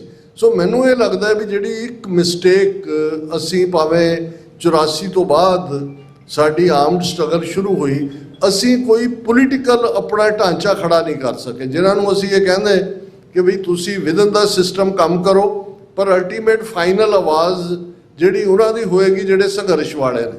ਉਹਦਾ ਨਤੀਜਾ ਹੈ ਵੀ ਅਸੀਂ ਕਦੇ ਇੱਕ ਦਲ ਵੱਲ, ਕਦੇ ਦੂਜੇ ਵੱਲ, ਕਦੇ ਹੁਣ ਵੀ ਜਿਵੇਂ ਤਰਨਤਾਰਨ ਦੀ ਬਾਈ ਇਲੈਕਸ਼ਨ ਨੂੰ ਲੈ ਕੇ ਗੱਲਬਾਤ ਚੱਲ ਰਹੀ ਹੈ। ਸੋ ਇਹ ਇੱਕ ਇਨਕਨਸਿਸਟੈਂਸੀ ਰਹੀ। ਲੇਕਿਨ ਪੰਥਕ ਕਮੇਟੀ 4 ਜੁਝਾਰੂ ਜਥੇਬੰਦੀਆਂ ਦੇ ਥੱਲੇ ਆਲਮੋਸਟ 2 ਸਾਲ ਪੰਜਾਬ 'ਚ ਸਿੰਘਾਂ ਦਾ ਰਾਜ ਰਿਹਾ, ਔਰ ਉਸ ਪੀਰੀਅਡ ਦੇ ਵਿੱਚ ਕੋਈ ਵੀ ਇਸ ਕਿਸਮ ਦਾ ਜਿਹੜਾ ਵਾਕਿਆ ਜਿਹਨੂੰ ਹਾਲਾਂਕਿ ਸਰਕਾਰ ਨੇ ਹੁਣ ਤਾਂ ਸਾਡੇ ਕੋਲ ਸਬੂਤ ਨੇ ਕਿ ਭਾਈ ਰਬੈਰੋ ਦੇ ਵੇਲੇ ਦੂਜੇ ਕਿਵੇਂ ਉਹਨਾਂ ਨੇ ਬਲੈਕ ਕੈਟਸ ਕ੍ਰੀਏਟ ਕੀਤੀਆਂ, ਕਿਵੇਂ ਬਦਨਾਮੀ ਦਾ ਰਾਹ ਦਿੱਤਾ ਸਾਡੇ ਲਈ ਜਿਹੜਾ ਹੈ। ਲੇਕਿਨ ਰਾਵੀ ਪਾਰ ਬੈਠੇ ਸਾਡੇ ਜਰਨੈਲਾਂ ਨੇ ਸਿਆਣਪ ਦੇ ਨਾਲ ਉਸ ਸਿਚੁਏਸ਼ਨ ਨੂੰ ਵੀ ਹੈਂਡਲ ਕੀਤਾ। ਤੇ ਅੱਜ ਵੀ ਮੈਂ ਸਮਝਦਾ ਵੀ ਇੱਕ ਸਾਡੀ ਪੋਲੀਟੀਕਲ ਕਲਾਸ ਉੱਥੇ ਰਹਿਣੀ ਹੈ ਜਿਨ੍ਹਾਂ ਦੀਆਂ ਆਪਣੀਆਂ ਐਸਪੀਰੇਸ਼ਨਸ ਵੀ ਨੇ, ਪਰ ਪੰਥਕ ਲੈਵਲ ਦੇ ਉੱਤੇ ਸਾਨੂੰ ਕੋਈ ਨਾ ਕੋਈ, ਕਿਉਂਕਿ ਜਿਹੜੀ ਇਸ ਵੇਲੇ ਵਕਤ ਚੱਲ ਰਿਹਾ ਹੈ, ਬਹੁਤ ਜਲਦੀ ਇੱਕ ਓਪਰਚੁਨਿਟੀ ਸਾਡੇ ਕੋਲ ਦੁਬਾਰਾ ਆਉਣ ਵਾਲੀ ਹੈ। ਜੋ ਇੰਟਰਨੈਸ਼ਨਲ ਹਾਲਾਤ ਨੇ, ਜੋ ਸਾਡੇ ਖਿੱਤੇ ਦੇ ਨੇ, ਉਹਦੇ ਲਈ ਸਾਨੂੰ ਬਾਹਰ ਵੀ ਇੱਕ ਕੰਸੈਂਸਸ ਬਿਲਡ ਕਰਨੀ ਚਾਹੀਦੀ। ਔਰ ਮੈਂ ਰੈਗੂਲਰਲੀ ਜਿਹੜੇ ਸੱਚੋ ਸੱਚ ਪ੍ਰੋਗਰਾਮ ਨਾਲ ਜੁੜੇ ਹੋਏ ਨੇ, ਔਰ ਮੈਂ ਹਰ ਪਲੇਟਫਾਰਮ ਤੋਂ ਜਾ ਕੇ ਕਹਿੰਦਾ ਕਿ ਮੁਲਕ ਬਣਾਉਣਾ ਕਿਸੇ ਇੱਕ ਦੇ ਵੱਸ ਦਾ ਨਹੀਂ ਹੈ। ਕੋਈ ਇੱਕ ਜਥੇਬੰਦੀ ਜਾਂ ਇੱਕ ਇੰਡੀਵਿਜੂਅਲ ਜਿਹੜਾ ਉਹ ਇਸ ਨੂੰ ਕੋਈ ਕ੍ਰਿਸ਼ਮਾ ਨਹੀਂ ਕਰ ਸਕਦਾ। ਇਹ ਕੰਸੈਂਸਸ ਨਾਲ, ਟੁਗੈਦਰਨੈਸ ਨਾਲ, ਘੱਟੋ ਘੱਟ ਉਹ ਧਿਰਾਂ ਜਿਹੜੀਆਂ ਮੁਕੰਮਲ ਆਜ਼ਾਦੀ ਚਾਹੁੰਦੀਆਂ ਨੇ, ਖਾਲਿਸਤਾਨ ਦੀ ਗੱਲ ਕਰਦੀਆਂ ਨੇ, ਅਸੀਂ ਬਹਿਣਾ ਸਿੱਖੀਏ ਇੱਕ ਥਾਂ ਦੇ ਉੱਤੇ, ਟੁਗੈਦਰਨੈਸ ਹੋਏ। ਸੋ ਇਹ ਜਿਹੜਾ ਇਹਦਾ ਬਰੀਫ ਪਾਰਟ ਹੈ, ਜਿਹੜਾ ਪੰਥਕ ਕਮੇਟੀ ਨੇ ਪੋਲੀਟੀਕਲ ਰੋਲ ਪਲੇ ਕੀਤਾ ਹੈ, ਪਰ ਕਿਉਂਕਿ ਉਹਨਾਂ ਦੀ ਸਟਰੈਂਥ ਜੁਝਾਰੂ ਜਥੇਬੰਦੀਆਂ 'ਚੋਂ ਨਿਕਲਦੀ ਸੀ, ਤੇ ਜਦੋਂ ਜੁਝਾਰੂ ਜਰਨੈਲ ਸ਼ਹੀਦ ਹੋਏ, ਫੋਲੋ ਅਪ 'ਚ ਕੋਈ ਬਹੁਤੀ ਕੰਟੀਨਿਊਟੀ ਨਹੀਂ ਹੋਈ, ਤੇ ਪੰਥਕ ਕਮੇਟੀ ਦੀ ਵੀ ਕੋਈ ਪੋਲੀਟੀਕਲ ਅਗਵਾਈ ਤਾਂ ਉੱਥੋਂ ਦੀ ਧਰਤੀ ਤੇ ਹੈ ਨਹੀਂ ਸੀ, ਉਹ ਜੁਝਾਰੂ ਜਥੇਬੰਦੀਆਂ ਦੀ ਹੀ ਪੋਲੀਟੀਕਲ ਵਾਇਸ ਸੀ। ਸੋ ਇਹਨੇ ਇੱਕ ਵੱਡਾ ਵੋਇਡ ਜਾਂ ਖਲਾ ਪੈਦਾ ਕੀਤਾ। ਸਵਾਲ ਇਹ ਸੀ ਕਿ ਜਦੋਂ ਨਾ ਆਪਾਂ ਇੱਥੋਂ ਦੇ ਸਿੱਖ ਨੌਜਵਾਨਾਂ ਨਾਲ ਗੱਲ ਕਰਦੇ ਹਾਂ ਖਾਲਿਸਤਾਨ ਬਾਰੇ, ਉਹ ਕਹਿੰਦੇ ਆ ਕਿ ਜੇ ਉਹੀ ਵਿਕਾਊ ਤੇ ਕਰਪਟ ਸਿੱਖ ਲੀਡਰ ਅੱਗੇ ਖਾਲਿਸਤਾਨ 'ਚ ਹੋਣਗੇ ਤਾਂ ਉਹਦੇ ਨਾਲ ਸੁਧਾਰ ਕੀ ਬਣਨਾ। ਉਹ ਕਹਿੰਦੇ ਉਹੀ ਕੁੱਤ ਕਲੇਸ਼ ਜਿਹੜਾ ਹੁਣ ਚੱਲ ਰਿਹਾ ਅੱਗੇ ਚੱਲਣਾ। ਉਹਦਾ ਜਵਾਬ ਕੀ ਹੈ? ਦੇਖੋ, ਇਹਦੇ 'ਚ ਕੋਈ ਸ਼ੱਕ ਨਹੀਂ ਹੈ ਵੀ ਹਕੂਮਤ ਦੀ ਇਹ ਕੋਸ਼ਿਸ਼ ਹੈ ਕਿ ਉਹ ਉਸ ਕਿਸਮ ਦੇ ਜਿਹੜੇ ਕਰਪਟ ਲੋਕ ਨੇ ਉਹਨਾਂ ਨੂੰ ਉਭਾਰੇ। ਕੈਪਟਨ ਅਮਰਿੰਦਰ ਦੀ ਸਰਕਾਰ ਭਾਵੇਂ ਕਾਂਗਰਸ ਦੀ ਸੀ, ਉਹਨੂੰ ਕਾਂਗਰਸ 'ਚੋਂ ਕੱਢਿਆ ਇਸ ਲਈ ਕਿ ਇਨਫੈਕਟ ਉਹ ਅਮਿਤ ਸ਼ਾਹ ਦੇ ਹੀ ਮਾਡਲ ਨੂੰ ਫੋਲੋ ਕਰ ਰਿਹਾ ਸੀ, ਔਰ ਜਿਹੜਾ ਉਹਨਾਂ ਇਹੀ ਹਾਲ ਅੱਜ ਭਗਵੰਤ ਮਾਨ ਦੀ ਸਰਕਾਰ ਦਾ।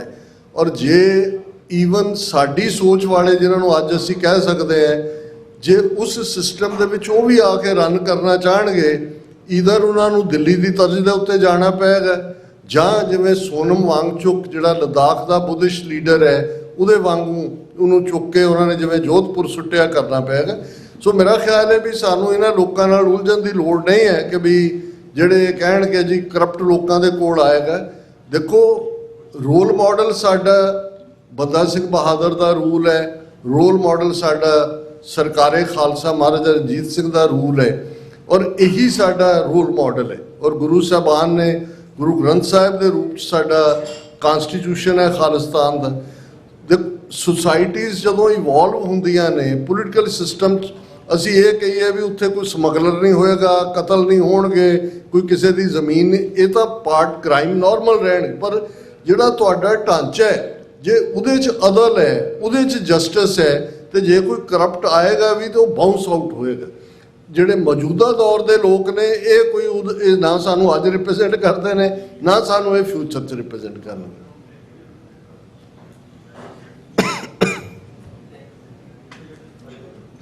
ਹਾਂਜੀ ਡਾਕਟਰ ਸਾਹਿਬ, ਮੇਰਾ ਸਵਾਲ ਹੈ ਜੀ, ਜਿਹੜਾ ਡਾਇਸਪੋਰਾ ਜਿਹੜੇ ਬਾਹਰ ਦੇ ਜਿਵੇਂ ਬੋਰਨ ਬੱਚੇ ਆ, ਜਾਂ ਕਈਆਂ ਦਾ ਹੁਣ ਜਿਹੜੇ ਲੰਮੇ ਸਮੇਂ ਤੱਕ 25-30 ਸਾਲਾਂ ਤੋਂ ਰਹਿੰਦੇ ਆ, ਉਹ ਕਦੋਂ ਖਾਲਿਸਤਾਨ ਬਣ ਵੀ ਜਾਵੇ, ਮੇਰਾ ਖਿਆਲ ਹੈ ਬਹੁਤੇ ਸ਼ਾਇਦ ਉੱਥੇ ਨਾ ਵੀ ਜਾਣ। ਜਿਹੜਾ ਹੁਣ ਇੱਥੇ ਬੋਰਨ ਹੋ ਰਹੇ ਆ ਸਿੱਖ ਕਮਿਊਨਿਟੀ ਬੱਚੇ, ਤੇ ਜਾਂ ਜਿਹੜੇ ਹੁਣ ਜੰਗ ਸਕੂਲਾਂ ਜਾ ਵੀ ਰਹੇ ਆ ਹਜੇ, ਇਹਨਾਂ ਦਾ ਖਾਲਿਸਤਾਨ ਨਾਲ ਕੀ ਰਿਲੇਸ਼ਨ ਹੋ, ਕੀ ਇਹਨਾਂ ਦਾ ਕੋਈ ਇਹਨਾਂ ਨੂੰ ਫਾਇਦਾ ਹੋ ਉਸ ਆਪਦੇ ਰਾਜ ਦਾ, ਇਹਨਾਂ ਦਾ ਕਿੱਦਾਂ ਦਾ ਰਿਲੇਸ਼ਨ ਹੋ ਕਿ ਉੱਥੇ ਰਹਿਣ। ਲੇਕਿਨ ਤੁਸੀਂ ਦੇਖੋਗੇ ਵੀ ਇਜ਼ਰਾਈਲ ਦੀ ਹਿਫਾਜ਼ਤ ਦੇ ਲਈ ਜਿੱਥੇ ਵੀ ਯਹੂਦੀ ਨੇ, ਹੁਣ ਇੱਕ ਪੈਟ ਬੁਕੈਨਨ ਇੱਕ ਰਿਪਬਲਿਕਨ ਕੈਂਡੀਡੇਟ ਸੀ ਜਿਹਨੇ ਪ੍ਰੈਜ਼ੀਡੈਂਸ਼ੀਅਲ ਰੇਸ ਰਨ ਕੀਤੀ, CNN ਦੇ ਉੱਤੇ ਇੱਕ ਜ਼ਮਾਨੇ 'ਚ ਇੱਕ ਬੜਾ ਉਹਨਾਂ ਦਾ ਪੋਪੂਲਰ ਪ੍ਰੋਗਰਾਮ ਸੀ ਕ੍ਰਾਸ ਫਾਇਰ, ਉਹਦੇ 'ਚੋਂ ਹੁੰਦਾ ਸੀ। ਤੇ ਪੈਟ ਬੁਕੈਨਨ ਜਦੋਂ ਇਲੈਕਸ਼ਨ ਕੈਂਪੇਨ ਰਨ ਕਰ ਰਿਹਾ ਸੀ, ਉਹ ਨਿਊ ਹੈਂਪਸ਼ਾਇਰ 'ਚ ਉਹਨੇ ਈਵਨ ਸੀਨੀਅਰ ਬੁਸ਼ ਜਿਹੜਾ ਪ੍ਰੈਜ਼ੀਡੈਂਟ ਸੀ ਉਹਨੂੰ ਡਿਫੀਟ ਕੀਤਾ ਸੀ। ਤੇ ਉਹ ਇਹ ਕਹਿੰਦਾ ਹੁੰਦਾ ਸੀ ਕਿ US Congress is the occupied territory of Israel, ਵੀ ਇੰਨਾ ਇਨਫਲੂਐਂਸ ਹੈ। ਹੁਣ ਵੀ ਤੁਸੀਂ ਇਹ ਦੇਖਿਆ ਹੋਏਗਾ ਕਿ ਕਿਸ ਲੈਵਲ ਦਾ ਇਨਫਲੂਐਂਸ ਹੈ। ਜੇ ਅਮਰੀਕਾ ਦਾ ਯਹੂਦੀ ਇੰਨਾ ਇਨਫਲੂਐਂਸ਼ੀਅਲ ਨਾ ਹੁੰਦਾ, ਤੇ ਜੋ ਕੁਝ ਨੈਤਨਯਾਹੂ ਜਾਂ ਇਜ਼ਰਾਈਲ ਸਟੇਟ ਬੇਰੋਕ ਟੋਕ ਕਰ ਰਹੀ ਹੈ, ਜਿਹੜੀ ਕੰਡੈਮਨੇਬਲ ਹੈ, ਉਹ ਨਹੀਂ ਸੀ ਹੋਣਾ। ਸੋ ਮੈਂ ਸਮਝਦਾ ਵੀ ਇਹ ਜ਼ਰੂਰੀ ਨਹੀਂ ਹੈ ਕਿ ਜਿਹੜੇ ਅੱਜ ਸਿੱਖ 140 ਦੇ ਕਰੀਬ ਮੁਲਕਾਂ 'ਚ ਨੇ, ਜਿੱਥੋਂ ਸੂਰਜ ਚੜ੍ਹਦਾ ਹੈ ਨਿਊਜ਼ੀਲੈਂਡ, ਉੱਥੇ ਵੀ ਸਾਡਾ ਗੁਰਦੁਆਰਾ ਹੈ। ਜਿੱਥੇ ਇਸ ਪਲੈਨਟ 'ਤੇ ਸੂਰਜ ਡੁੱਬਦਾ ਹੈ ਵੈਨਕੂਵਰ, ਉੱਥੇ ਵੀ ਸਾਡਾ ਜਿਹੜਾ ਉਹ ਗੁਰਦੁਆਰਾ ਸਾਹਿਬਾਨ ਨੇ। ਲੇਕਿਨ ਬਾਹਰ ਬੈਠਾ ਡਾਇਸਪੋਰਾ ਕਿਵੇਂ ਮਦਦ ਕਰ ਸਕੇਗਾ? ਹੁਣ ਇਜ਼ਰਾਈਲ, ਉਹਦੇ ਕੋਲ ਨਾ ਤੇਲ ਹੈ ਨਾ ਪਾਣੀ ਹੈ, ਕੁਝ ਵੀ ਨਹੀਂ। ਪੰਜਾਬ ਦੀ ਧਰਤੀ ਦੇ ਉੱਤੇ ਜਿੰਨਾ ਅੱਜ 5 ਮਿਲੀਅਨ ਦੇ ਕਰੀਬ ਸਿੱਖ ਡਾਇਸਪੋਰਾ ਹੈ, ਜੇ ਅਸੀਂ ਈਵਨ ਇੱਕ ਵਾਰ ਵੀ ਦਰਬਾਰ ਸਾਹਿਬ ਦੇ ਜਿਹੜੇ ਸ਼੍ਰੀ ਅੰਮ੍ਰਿਤਸਰ ਜੀ ਦੇ ਇਸ਼ਨਾਨ ਅਸੀਂ ਮੰਗਦੇ ਹਾਂ, ਉਹ ਜਾਣਦੇ ਅਸੀਂ ਫੋਰਨ ਐਕਸਚੇਂਜ ਦਾ ਖਜ਼ਾਨਾ ਭਰ ਦਿੰਦੇ। ਫਿਰ ਸਿੱਖ ਡਾਈਵਰਸੀਫਾਈਡ ਜਿਨ੍ਹਾਂ ਮੁਲਕਾਂ 'ਚ ਨੇ, ਮੈਂ ਯੂਰਪ 'ਚ ਸੀ ਪਿਛਲੇ ਦਿਨਾਂ 'ਚ, ਚੇਸਟ, ਫਰੈਂਚ, ਇਟਾਲੀਅਨ, ਰਸ਼ੀਅਨ, ਯੂਕਰੇਨ ਵਾਲਿਆਂ ਨਾਲ ਗੱਲਬਾਤ ਕਰਨੀ ਸੀ। ਇੱਕ ਸਿੰਘ ਨਿਊਯਾਰਕ 'ਚ ਹੈ, ਉਹਦੀ ਵਾਈਫ ਰਸ਼ੀਅਨ ਹੈ, ਔਰ ਉਹ ਕਿਉਂਕਿ ਰਸ਼ੀਆ ਤੇ ਯੂਕਰੇਨ ਦੀ ਬੋਲੀ ਕਾਮਨ ਹੈ, ਉਹ ਜਦੋਂ ਉਹਨਾਂ ਦੇ ਸੈਕਟਰੀ ਆਫ ਡਿਫੈਂਸ ਨਾਲ ਉਹ ਗੱਲ ਕਰੇ ਤਾਂ ਉਹ ਦੇਖੇ ਸਿੰਘ ਵੱਲ ਵੀ ਖਾਲਸਾ ਹੀ ਬਾਣੇ 'ਚ ਹੈ, ਰਸ਼ੀਅਨ ਬੋਲ ਰਹੇ। ਸੋ ਇਹ ਜਿਹੜਾ ਤੁਹਾਡਾ ਚਾਰ ਚਫੇਰੇ ਇੱਕ ਅੱਜ ਸਿੱਖ ਹੈ ਜਿਹੜਾ ਖੁਸ਼ਹਾਲ ਹੈ, ਤੁਸੀਂ ਇਨਵੈਸਟ ਕਰੋਗੇ ਪੰਜਾਬ ਦੀ ਧਰਤੀ 'ਤੇ, ਪੰਜਾਬ ਨਾਲ ਰਿਲੇਟਡ ਜਿਹੜੀ ਤੁਹਾਡੀ ਇੰਡਸਟਰੀ ਹੈ, ਤੁਹਾਨੂੰ ਕੋਈ ਕੋਲਾ ਨਹੀਂ ਚਾਹੀਦਾ ਕਿ ਵੀ ਤੁਸੀਂ ਐਨਵਾਇਰਨਮੈਂਟ ਗੰਦਾ ਕਰ ਰਹੇ। ਤਾਂ ਆਈਟੀ ਸੈਕਟਰ ਤੁਹਾਡਾ ਹਰ ਫੀਲਡ ਦੇ ਵਿੱਚ ਅੱਜ ਸਿੱਖ ਬੱਚੇ ਬੱਚੀਆਂ ਦੁਨੀਆ ਭਰ ਦੇ ਵਿੱਚ ਅਸੀਂ ਪ੍ਰੋਗਰੈਸ ਕਰ ਰਹੇ ਹਾਂ। ਅੱਜ ਜਿਹੜਾ ਵਰਲਡ ਬੈਂਕ ਹੈ ਜਿਹਨੇ ਡਿਸਾਈਡ ਕਰਨਾ ਹੈ ਦੁਨੀਆ 'ਚ, ਉਹ ਇੱਕ ਸਿੱਖ ਜਿਹੜਾ ਉਹਨੂੰ ਲੀਡ ਕਰ ਰਿਹਾ, ਜਿਹੜਾ ਬੜਾ ਕੇਪੇਬਲ ਹੈ, ਜਿਹਨੂੰ ਪਿਛਲੇ ਬਾਈਡਨ ਐਡਮਿਨਿਸਟ੍ਰੇਸ਼ਨ ਨੇ ਨੋਮੀਨੇਟ ਕੀਤਾ। ਸੋ ਮੈਂ ਸਮਝਦਾ ਵੀ ਇਕਨੋਮਿਕਲੀ ਸਟੇਬਲ ਕਰਨ ਦੇ ਲਈ ਓਵਰਆਲ ਇੱਕ ਰੋਲ ਮਾਡਲ ਖਾਲਿਸਤਾਨ ਦਾ ਜਦੋਂ ਸਾਹਮਣੇ ਆਏਗਾ। ਦੇਖੋ ਕਮਿਊਨਿਜ਼ਮ ਇੱਕ ਮਾਡਲ ਸੀ ਜਿਹੜਾ ਫੇਲ ਹੋਇਆ, ਡੈਮੋਕ੍ਰੇਸੀ ਕੈਪੀਟਲਿਜ਼ਮ ਦੇ ਨਾਂ ਥੱਲੇ ਜਿਹਦੇ 'ਚ 51 ਗਧੇ ਜਿਹੜੇ ਨੇ ਉਹ 49 ਸ਼ੇਰਾਂ ਨਾਲੋਂ ਜ਼ਿਆਦਾ ਪਾਵਰਫੁਲ ਨੇ, ਡੈਮੋਕ੍ਰੇਸੀ ਮਾਡਲ ਹੈ। ਜਿਹੜਾ ਸਾਡਾ ਗੁਰਮਤ ਬੇਸਡ ਮਾਡਲ ਹੋਏਗਾ ਖਾਲਿਸਤਾਨ ਦਾ, ਇਹ ਆਪਣੇ ਆਪ ਦੇ ਵਿੱਚ ਬਹੁਤ ਜ਼ਿਆਦਾ ਅਟਰੈਕਸ਼ਨ ਵੀ ਲਏਗਾ, ਅਟੈਂਸ਼ਨ ਵੀ ਲਏਗਾ, ਔਰ ਡਾਇਸਪੋਰਾ ਸਿੱਖਾਂ ਦਾ ਬਹੁਤ ਵੱਡਾ ਰੋਲ ਹੋ ਜਿਹੜੇ ਜਾ ਕੇ ਵਸਣਾ ਚਾਹੁਣ। ਮੈਂ ਸਮਝਦਾ ਵੀ ਅੱਜ ਦੇ ਦੌਰ 'ਚ ਵੀ ਜਿਹੜੇ ਭਾਈ ਅੰਮ੍ਰਿਤਪਾਲ ਸਿੰਘ ਹੋਰਾਂ ਦੇ ਕੁਝ ਨੁਕਤੇ ਸੀ ਜਿਨ੍ਹਾਂ 'ਚ ਇੱਕ ਮੈਨੂੰ ਬਹੁਤ ਪਸੰਦ ਆਇਆ, ਰਿਵਰਸ ਮਾਈਗ੍ਰੇਸ਼ਨ, ਔਰ ਉਹਦਾ ਅਸਰ ਵੀ ਹੋਇਆ ਜਦੋਂ ਅੱਜ ਅਸੀਂ ਪ੍ਰਵਾਸੀਆਂ ਦਾ ਮੁੱਦਾ ਦੇਖਦੇ ਹਾਂ ਕਿ ਕਿਵੇਂ ਉਹ ਸਾਡੀ ਡੈਮੋਗ੍ਰਾਫੀ ਬਦਲ ਰਹੇ ਨੇ। ਜੇ ਤੁਸੀਂ ਪੰਜਾਬ ਦੇ ਵਿੱਚ ਭਾਵੇਂ ਤੁਹਾਡੀ ਇੱਕ ਯੂਨਿਟੀ ਕਾਇਮ ਰਹਿੰਦੀ ਹੈ, ਬਜ਼ੁਰਗ ਗਏ ਆਏ, ਤੁਹਾਡੇ ਬੱਚੇ ਬੱਚੀਆਂ ਸਮਰ ਵੈਕੇਸ਼ਨ 'ਚ ਉਹਨਾਂ ਨੂੰ ਤੁਸੀਂ ਪੰਜਾਬ ਦੇ ਇਤਿਹਾਸਕ ਗੁਰਧਾਮਾਂ 'ਤੇ ਪੰਜਾਬ ਦੇਖੋ ਜਿਹੜਾ ਸਾਡਾ ਵਿਰਸਾ ਹੈ। ਹੁਣ ਜਿਹੜਾ ਸਿੱਖਾਂ ਦੇ ਰਾਜ ਵੇਲੇ ਰਣਜੀਤ ਸਿੰਘ ਹੋਰਾਂ ਦੇ ਪੀਰੀਅਡ 'ਚ ਇੱਕੋ ਇੱਕ ਕਿਲ੍ਹਾ ਸਿੱਖਾਂ ਨੇ ਬਣਾਇਆ, ਉਹ ਫਲੌਰ ਦਾ ਕਿਲ੍ਹਾ ਜਿੱਥੇ ਸਿੱਖ ਆਰਕੀਟੈਕਟ, ਉਹ ਪੁਲਿਸ ਹੈੱਡਕੁਆਟਰ ਹੈ, ਗਾਲਾਂ ਕਿਵੇਂ ਕੱਢਣੀਆਂ, ਟੌਰਚਰ ਕਿਵੇਂ ਕਰਨਾ, ਉੱਥੇ ਸਿਖਾਇਆ ਜਾਂਦਾ ਹੈ, ਕਿਉਂਕਿ ਉਹ ਤੁਹਾਨੂੰ ਮਾਣ ਦੇਣਾ ਹੀ ਨਹੀਂ ਚਾਹੁੰਦੇ। ਹੁਣ ਲਾਹੌਰ ਕਿਲ੍ਹਾ ਜਾਂ ਦੂਜੇ ਤਾਂ ਪੁਰਾਣੇ ਬਣੇ ਹੋਏ ਸਿੱਖ ਮਾਡਲ ਦੇ ਉੱਤੇ ਜਿਹੜਾ ਉਹ ਫਲੌਰ ਦਾ ਕਿਲ੍ਹਾ ਹੈ ਜਿੱਥੇ ਇਹਨਾਂ ਨੇ ਉਹ ਹੁਣ ਇਹ ਤੁਹਾਡੇ ਅਸੀਂ ਸਾਰੇ ਲਿਬਰੇਟ ਕਰਕੇ ਜਿਹੜੀਆਂ ਸਾਡੀਆਂ ਇੱਕ ਇੱਕ ਇਤਿਹਾਸਕ ਮੁਕਾਮ ਹੈ, ਸਾਡੀਆਂ ਥਾਵਾਂ ਨੇ, ਉਹਨਾਂ ਨੂੰ ਅਸੀਂ ਹਾਈਲਾਈਟ ਕਰਾਂਗੇ ਤੇ ਡਾਇਸਪੋਰਾ ਸਿੱਖ ਲਾਈਕ ਇਹ ਬੈਕਬੋਨ ਹੋਣਗੇ ਖਾਲਿਸਤਾਨ ਦੀ ਇਕਨੋਮੀ ਦੇ, ਖਾਲਿਸਤਾਨ ਦੇ ਫੋਰਨ ਦੇ ਵਿੱਚ ਉਹਦੀ ਹੋਂਦ ਦੇ। ਕੋਈ ਜ਼ਰੂਰੀ ਨਹੀਂ ਹੈ ਵੀ ਹਰ ਇੱਕ ਨੇ ਜਾ ਕੇ ਉੱਥੇ ਵਸਣਾ ਜਿਵੇਂ ਇਜ਼ਰਾਈਲ ਦੇ ਹਵਾਲੇ ਨਾਲ ਹੈ। ਵਾਹਿਗੁਰੂ ਜੀ ਕਾ ਖਾਲਸਾ ਵਾਹਿਗੁਰੂ ਜੀ ਕੀ ਫਤਿਹ। ਹਾਂਜੀ, ਮੇਰਾ ਇਹ ਸਵਾਲ ਹੈ ਜਿਵੇਂ ਮੰਨ ਲਓ ਤਾਲਿਬਾਨ ਨੂੰ ਇਹਨਾਂ ਦੇ ਨਾਲ ਮੀਟਿੰਗ ਹੋਈ ਹੈ, ਹਿੰਦੂਵਾਦੀਆਂ ਨਾਲ ਜੋ ਵੀ ਕਰ ਰਹੇ ਆ, ਤਾਲਿਬਾਨ ਦਾ ਕੀ ਰੋਲ ਹੋਊਗਾ? ਜਿਵੇਂ ਅਮਰੀਕਾ ਨੇ ਪਾਕਿਸਤਾਨ ਨੂੰ ਮਿਜ਼ਾਈਲਾਂ ਨਵੀਆਂ ਦੇਣ ਦਾ ਉਹਨਾਂ ਨੇ ਗੱਲ ਕੀਤੀ ਹੈ, ਤੇ ਪਾਕਿਸਤਾਨ ਦਾ ਕੀ ਰੋਲ ਹੋਊਗਾ? ਉਹ ਚਾਈਨਾ ਲਈ ਜਾਊਗਾ ਜਾਂ ਅਮਰੀਕਾ ਲਈ ਜਾਊਗਾ, ਜਾਂ ਵੀ ਇਹ ਆਪਣਾ ਕਿਵੇਂ ਨਿਕਲ ਸਕਦਾ ਸਾਰਾ ਕੁਛ? ਥੋੜਾ ਜਿਹਾ ਇਸ ਤੇ ਚਾਨਣਾ। ਜੀ ਜੀ, ਤੁਹਾਡੀ ਪ੍ਰੈਜੈਂਟੇਸ਼ਨ 'ਚ ਵੀ ਜਿਹੜਾ ਇੱਕ ਬਹੁਤ ਸੋਹਣਾ ਨੁਕਤਾ ਸੀ ਜਿਹਨੂੰ ਮੈਂ ਟੱਚ ਬੇਸ ਵੀ ਕਰਨਾ ਚਾਹੁੰਦਾ ਸੀ, ਤੁਸੀਂ ਸਵਾਲ ਪੁੱਛ ਲਿਆ। ਤਾਲਿਬਾਨ ਵੈਸੇ ਤਾਲਿਬ ਸ਼ਬਦ ਸੀਕਰ ਦਾ ਹੁੰਦਾ ਹੈ, ਤਾਲਿਬੇ ਇਲਮ ਉਹਦੇ 'ਚੋਂ ਸਟੂਡੈਂਟ ਵਿਦਿਆਰਥੀ। ਇਹ ਪਾਕਿਸਤਾਨ ਔਰ ਇਸ ਗੱਲ ਦਾ ਧਿਆਨ ਰਿਹਾ ਕਿ ਜਿਹੜੀ ਉਸ ਖਿੱਤੇ ਦੇ ਵਿੱਚ ਜਿਹਨੂੰ ਅੱਜ ਦਹਿਸ਼ਤਗਰਦੀ ਦਾ ਨਾਮ ਦਿੱਤਾ ਜਾਂਦਾ ਹੈ, ਇਸ ਦੀ ਪਹਿਲੀ ਸ਼ੁਰੂਆਤ 1979 'ਚ ਹੁੰਦੀ ਹੈ। 1979 ਬੜਾ ਕ੍ਰੂਸ਼ਲ ਸਾਲ ਹੈ ਉਸ ਖਿੱਤੇ ਦੇ ਵਿੱਚ। ਸੋਵੀਅਤ ਯੂਨੀਅਨ ਅਫਗਾਨਿਸਤਾਨ ਨੂੰ ਆਕੂਪਾਈ ਕਰਦੇ ਔਰ ਆਇਤੁੱਲਾ ਖਮੀਨੀ ਜਿਹੜਾ 18 ਸਾਲ ਫਰਾਂਸ ਦੇ ਵਿੱਚ ਜਲਾਵਤਨੀ 'ਚ ਸੀ, ਉਹ ਈਰਾਨ ਦੇ ਵਿੱਚ ਜਾਂਦਾ ਹੈ ਔਰ ਅਮਰੀਕਾ ਦੇ ਅਗੇਂਸਟ ਈਰਾਨ ਦੇ ਵਿੱਚ ਇੱਕ ਜਿਹਨੂੰ ਉਹ ਰੈਵੋਲੂਸ਼ਨ ਕਹਿੰਦੇ ਨੇ, ਇਰਾਨੀਅਨ ਰੈਵੋਲੂਸ਼ਨ, ਇਹਦੀ ਸ਼ੁਰੂਆਤ ਹੁੰਦੀ ਹੈ। ਦੂਸਰੇ ਪਾਸੇ ਸੋਵੀਅਤ ਯੂਨੀਅਨ ਜਦੋਂ ਆਕੂਪਾਈ ਕਰਦੇ ਨੇ, ਪਹਿਲੇ 2-3 ਸਾਲ ਤੱਕ ਕਿਸੇ ਨੇ ਉਹਨਾਂ ਦੀ ਬਾਤ ਨਹੀਂ ਪੁੱਛੀ ਕਿਉਂਕਿ ਆਲਰੇਡੀ ਉੱਥੇ ਜਿਹੜਾ ਕਿੰਗ ਸੀ ਜਾਂ ਦੂਜਾ ਉਹਦੇ 'ਚ ਇਨਫਲੂਐਂਸ ਸੀ। ਇਹ ਕਾਂਗਰਸਮੈਨ ਚਾਰਲੀ ਇੱਥੇ ਹੋਏ ਨੇ, ਉਦੋਂ ਤੱਕ ਅਮਰੀਕਾ ਨੇ ਸਟਿੰਗਰ ਮਿਸਲਸ ਡਿਵੈਲਪ ਕਰ ਲਈਆਂ ਸੀ। ਉਹਨੇ ਪੈਂਟਾਗਨ ਦੀ ਜਿਹਨੂੰ ਡੀਪਰ ਸਟੇਟ ਅਸੀਂ ਕਹਿੰਦੇ, ਉਹਨਾਂ ਨੂੰ ਬਰੀਫਿੰਗ ਦਿੱਤੀ। ਉਹਨਾਂ ਨੇ ਕਿਹਾ ਜੀ ਇਹ ਤੁਹਾਡੇ ਲਈ ਮੌਕਾ ਹੈ ਕਿ ਤੁਸੀਂ ਵੀਅਤਨਾਮ ਦੀ ਹਾਰ ਦਾ ਬਦਲਾ ਲੈ ਸਕਦੇ ਹੋ, ਕਿਉਂਕਿ ਸਟਿੰਗਰ ਮਿਸਲਸ ਉਸ ਹਾਟ ਇੰਜਨ ਦੇ ਮਗਰ ਜਾਂਦੀ ਹੈ ਔਰ ਟਾਰਗੇਟ ਨੂੰ ਹਿੱਟ ਕਰਦੀ ਹੈ। ਔਰ ਅਫਗਾਨਿਸਤਾਨ ਦਾ ਮਾਊਂਟੇਨਸ ਏਰੀਆ, ਹਿੱਲੀ ਏਰੀਆ ਜਿਹੜਾ ਉਹਦੇ ਲਈ ਬੜਾ ਆਈਡੀਅਲ ਸੀ ਤੇ ਪਠਾਨ ਲੜਨ ਵਾਲੇ ਲਈ ਵੀ ਤਗੜੇ ਸੀ।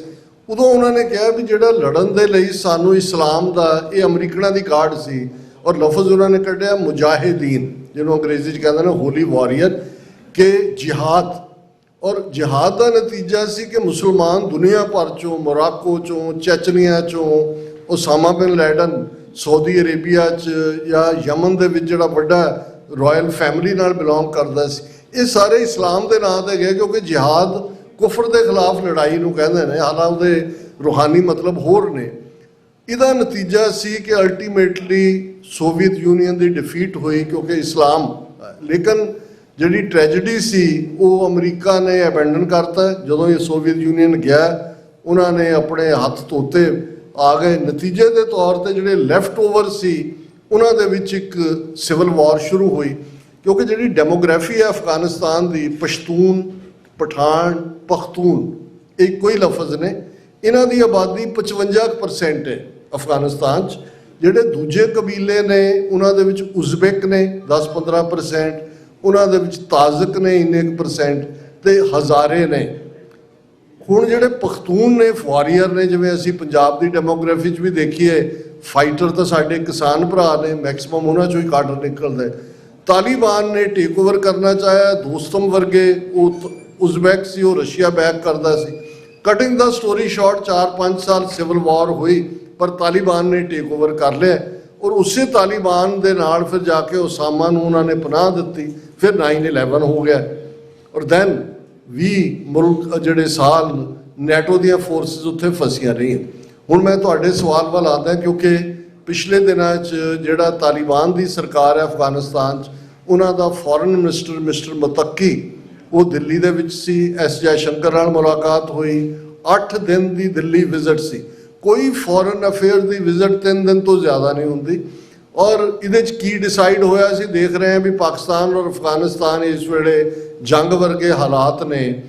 ਪਾਕਿਸਤਾਨ ਨੇ ਸਟ੍ਰਾਈਕ ਕੀਤਾ ਹੈ ਕਾਬਲ ਦੇ ਵਿੱਚ ਵੀ, ਜਲਾਲਾਬਾਦ ਦੇ ਵਿੱਚ ਵੀ, ਔਰ ਅਫਗਾਨਿਸਤਾਨ ਵਾਲਿਆਂ ਨੇ ਪਾਕਿਸਤਾਨ ਦੇ 50 ਸੋਲਜਰ ਮਾਰੇ ਨੇ। ਔਰ ਇਹ ਇੰਡੀਆ ਇਹਦੇ ਬਿਹਾਈਂਡ ਹੈ। ਹੁਣ ਤੁਹਾਨੂੰ ਜੇ ਤੁਸੀਂ ਗੂਗਲ ਕਰੋਗੇ, ਇੱਕ ਬੀਬੀ ਸਾਰਾ ਨਾਂ ਦੀ CIA ਦੀ ਜਿਹੜੀ ਐਨਾਲਿਸਟ ਸੀ, ਉਹਨੇ ਇਹ ਕਿਹਾ, ਕਿਉਂਕਿ ਦੇਖੋ 6 ਮਈ 2023 ਨੂੰ ਲਾਹੌਰ 'ਚ ਭਾਈ ਪਰਮਜੀਤ ਸਿੰਘ ਪੰਜਵਾੜ ਦਾ ਮਰਡਰ ਹੁੰਦਾ ਹੈ।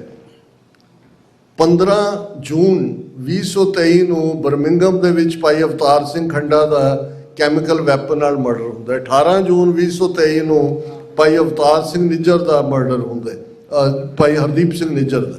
And then Gurpatwant Pannun murder plot, ਕਿਉਂਕਿ 29 ਜੂਨ 2023 ਨੂੰ ਅਮਰੀਕਾ ਵਾਲੇ ਚੈੱਕ ਰਿਪਬਲਿਕ ਨੂੰ ਕਹਿ ਕੇ ਨਿਖਲ ਗੁਪਤੇ ਨੂੰ ਅਰੈਸਟ ਕਰਵਾਉਂਦੇ ਨੇ।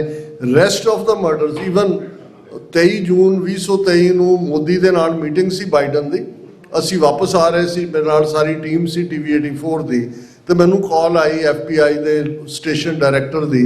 ਉਹਨਾਂ ਨੇ ਕਿਹਾ ਜੀ duty to war notice, don't move around, ਕਿਉਂਕਿ ਮੈਂ ਹਰਦੀਪ ਸਿੰਘ ਨਿੱਜਰ ਦੇ ਅੰਤਮ ਸੰਸਕਾਰ ਤੇ ਜਾਣਾ ਚਾਹੁੰਦਾ ਸੀ। ਅਗਲੇ 6 ਮਹੀਨੇ ਮੈਂ ਸਟੇਸ਼ਨ ਰਿਹਾ, ਕਿਤੇ ਵੀ ਨਹੀਂ। ਔਰ ਬਾਅਦ ਦੇ ਵਿੱਚ ਇਹ ਪਤਾ ਲੱਗਾ ਕਿ 6 ਹੋਰ ਐਕਟਿਵਿਸਟ ਵਿਦਿਨ ਅਮਰੀਕਾ ਨੇ ਜਿਨ੍ਹਾਂ ਨੂੰ ਇਹ ਵਾਰਨਿੰਗ ਸੀ। ਔਰ ਇਹ 23 ਜੂਨ ਨੂੰ, ਜਸਟ 5 ਦਿਨ ਹਰਦੀਪ ਸਿੰਘ ਨਿੱਜਰ ਦੀ ਸ਼ਹਾਦਤ ਤੋਂ ਬਾਅਦ ਦੇ। ਹੁਣ ਜਿਹੜੀ ਬੀਬੀ ਸਾਰਾ ਹੈ, ਉਹ ਉਸ ਇੰਟਰਵਿਊ 'ਚ ਜਿਹੜੀ ਉਹਨੇ ਲੰਬੀ ਚੌੜੀ ਗੱਲਬਾਤ ਕੀਤੀ, ਉਹਨੇ ਕਿਹਾ ਕਿ ਇੰਡੀਅਨ ਗਵਰਨਮੈਂਟ ਨੇ, ਹੁਣ ਤਾਲਿਬਾਨ ਵਿਹਲੇ ਹੋ ਗਏ ਨੇ, ਅਮਰੀਕਾ ਵਾਲੇ ਇੱਧਰ ਆ ਗਏ, ਉਹਨੇ ਕਿਹਾ ਵੀ $10 ਮਿਲੀਅਨ ਇੰਡੀਆ ਨੇ ਦਿੱਤਾ ਹੈ to kill Kashmiri activist and Khalistani activist. ਹੁਣ ਇਹ ਜਿਹੜਾ, ਔਰ ਅਸੀਂ ਜਦੋਂ ਭਾਈ ਪਰਮਜੀਤ ਸਿੰਘ ਪੰਜਵਾੜ ਦੀ ਸ਼ਹਾਦਤ ਨੂੰ ਫੋਲੋ ਕੀਤਾ ਹੈ, ਜਿਹੜੇ ਵੀ ਸਾਡੇ ਥੋੜ੍ਹੇ ਬਹੁਤ ਇੰਟਰਮੀਡੀਏਟ ਸੋਰਸਿਸ ਨੇ, ਉਹ ਜਿਹੜੇ ਹਾਇਰਡ ਤਾਲਿਬਾਨ ਸੀ ਉਹੀ ਉੱਥੋਂ ਆਏ, ਉਹਨਾਂ ਨੇ ਟਾਰਗੇਟ ਕੀਤਾ। ਔਰ ਉਹਦਾ ਸਿਕਿਉਰਿਟੀ ਗਾਰਡ ਵੀ ਨਾਲ ਸੀ ਜਿਹੜਾ ਪਾਕਿਸਤਾਨੀ ਪੁਲਿਸ ਦਾ ਸੀ, ਮਾਰਿਆ ਗਿਆ। ਹੁਣ ਕਿਉਂਕਿ ਦੁਬਈ ਇਸ ਵੇਲੇ ਸਭ ਤੋਂ ਵੱਡਾ ਸੈਂਟਰ ਬਣਿਆ ਰॉ ਦਾ, ਉੱਥੋਂ ਰਿਕਰੂਟ ਕਰਦੇ ਨੇ। ਸੋ ਇਹਨਾਂ ਹਾਲਾਤਾਂ ਦੇ ਵਿੱਚ, ਕਿਉਂਕਿ ਆਲਰੇਡੀ ਤਾਲਿਬਾਨ ਜਿਹੜੇ ਸੋ ਕਾਲਡ ਨੇ, ਇਹਨਾਂ ਦੇ ਹੱਥਾਂ ਨੂੰ ਹੁਣ, ਜਾਂ ਇਹਨਾਂ ਦੇ ਮੂੰਹ ਨੂੰ ਸਿੱਖ ਖੂਨ ਵੀ ਲੱਗਾ।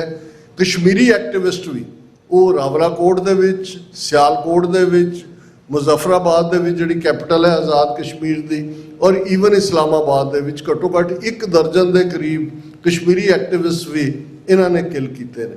ਸੋ ਸਾਨੂੰ ਬੜਾ ਕੌਸ਼ੀਅਸ ਹੋਣ ਦੀ ਲੋੜ ਹੋਏਗੀ, ਕਿਉਂਕਿ ਮਹਾਰਾਜਾ ਰਣਜੀਤ ਸਿੰਘ ਨੇ ਦਰਾ ਖੈਬਰ ਕ੍ਰਾਸ ਨਹੀਂ ਕੀਤਾ। ਬਹੁਤ ਵਾਰ ਸਾਡੇ ਕਹਿਣਗੇ ਅਸੀਂ ਕਾਬਲ ਕੰਧਾਰ ਫਤਿਹ ਕੀਤਾ, ਉਹ ਅੰਗਰੇਜ਼ਾਂ ਦੇ ਵੇਲੇ ਅਸੀਂ, ਕਿਉਂਕਿ ਮਹਾਰਾਜਾ ਰਣਜੀਤ ਸਿੰਘ ਸਮਝਦੇ ਸੀ ਉਸ ਟੋਪੋਗ੍ਰਾਫੀ ਨੂੰ ਕਿ ਵੀ ਇਹ ਅਨਕੰਟਰੋਲੇਬਲ ਲੋਕ ਨੇ, ਇੱਥੋਂ ਬੇਆਰਾਮ। ਲੇਕਿਨ ਇਹ ਡਿਸਾਈਡ ਸਿੱਖ ਰਾਜ ਨੇ ਕੀਤਾ ਕਿ ਅਫਗਾਨਿਸਤਾਨ ਦੀ ਗੱਦੀ ਤੇ ਕਿਹੜਾ ਬਾਦਸ਼ਾਹ ਬੈਠੇਗਾ, ਇਹ ਲਾਹੌਰ ਡਿਸਾਈਡ ਕਰਦਾ ਸੀ।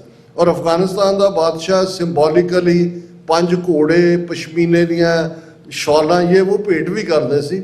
ਸ਼ਾਹ ਸ਼ੁਜਾ ਜਿਹੜਾ ਅਹਿਮਦ ਸ਼ਾਹ ਅਬਦਾਲੀ ਦਾ ਡਿਸੈਂਡੈਂਟ ਸੀ, ਜਿਹਦੇ ਕੋਲ ਕੋਹਿਨੂਰ ਹੀਰਾ ਸੀ, ਉਹਨੂੰ ਸਿੱਖ ਰਾਜ ਨੇ ਪਨਾਹ ਦਿੱਤੀ ਸੀ, ਛੁਡਾ ਕੇ ਲਿਆਂਦਾ ਸੀ ਕਸ਼ਮੀਰ। ਤੁਸੀਂ ਇਤਿਹਾਸ ਤੋਂ ਵਾਕਫ ਹੋ। ਸੋ ਮੈਂ ਸਮਝਦਾ ਹਾਂ ਵੀ ਇਹ ਸਿਚੁਏਸ਼ਨ ਬੋਥ ਵੇ ਹੈ। ਇਹਦੇ ਇੱਕ ਤਾਂ ਇਹ ਹੈ ਵੀ ਟਰਮੋਇਲ ਖੜੀ ਹੋ ਗਈ ਬਿਟਵੀਨ ਪਾਕਿਸਤਾਨ ਅਫਗਾਨਿਸਤਾਨ। ਇੰਡੀਆ ਖੁੱਲ੍ਹ ਕੇ ਦਹਿਸ਼ਤਗਰਦੀ ਦਾ ਸਾਥ ਦੇ ਰਿਹਾ। ਸਿੱਖ ਫੈਕਟਰ ਇਸ ਦੇ ਵਿੱਚ ਇੱਕ ਕਰੂਸ਼ਲ ਫੈਕਟਰ ਹੋਏਗਾ। ਸਾਨੂੰ ਇੱਕ ਬੈਲੈਂਸ ਰੱਖ ਕੇ ਤੁਰਨਾ ਹੋਏਗਾ। ਜ਼ਾਹਰ ਹੈ ਪਾਕਿਸਤਾਨ ਦੇ ਵਿੱਚ ਕਾਫੀ ਪੋਜ਼ਿਟਿਵ ਤਬਦੀਲੀਆਂ ਨੇ ਸਿੱਖਾਂ ਪ੍ਰਤੀ। ਤੁਸੀਂ ਪਾਕਿਸਤਾਨ ਦੇ ਸਕਾਲਰਸ, ਉਹਨਾਂ ਦੇ ਯੂਟਿਊਬਰ, ਹੁਣ ਬਹੁਤ ਸਾਰੇ ਉਹਨਾਂ ਦੇ ਸ਼ੋਅ ਪੰਜਾਬੀ ਚੱਲਦੇ ਨੇ। ਮਹਾਰਾਜਾ ਰਣਜੀਤ ਸਿੰਘ ਜਿਹਨੂੰ ਇੱਕ ਸਟੇਜ 'ਤੇ ਉਹ ਮੰਨਣ ਨੂੰ ਤਿਆਰ ਨਹੀਂ ਸੀ, ਹੁਣ ਉਹ ਆਪਣਾ ਹੀਰੋ ਮੰਨਣ ਲੱਗ ਗਏ ਨੇ।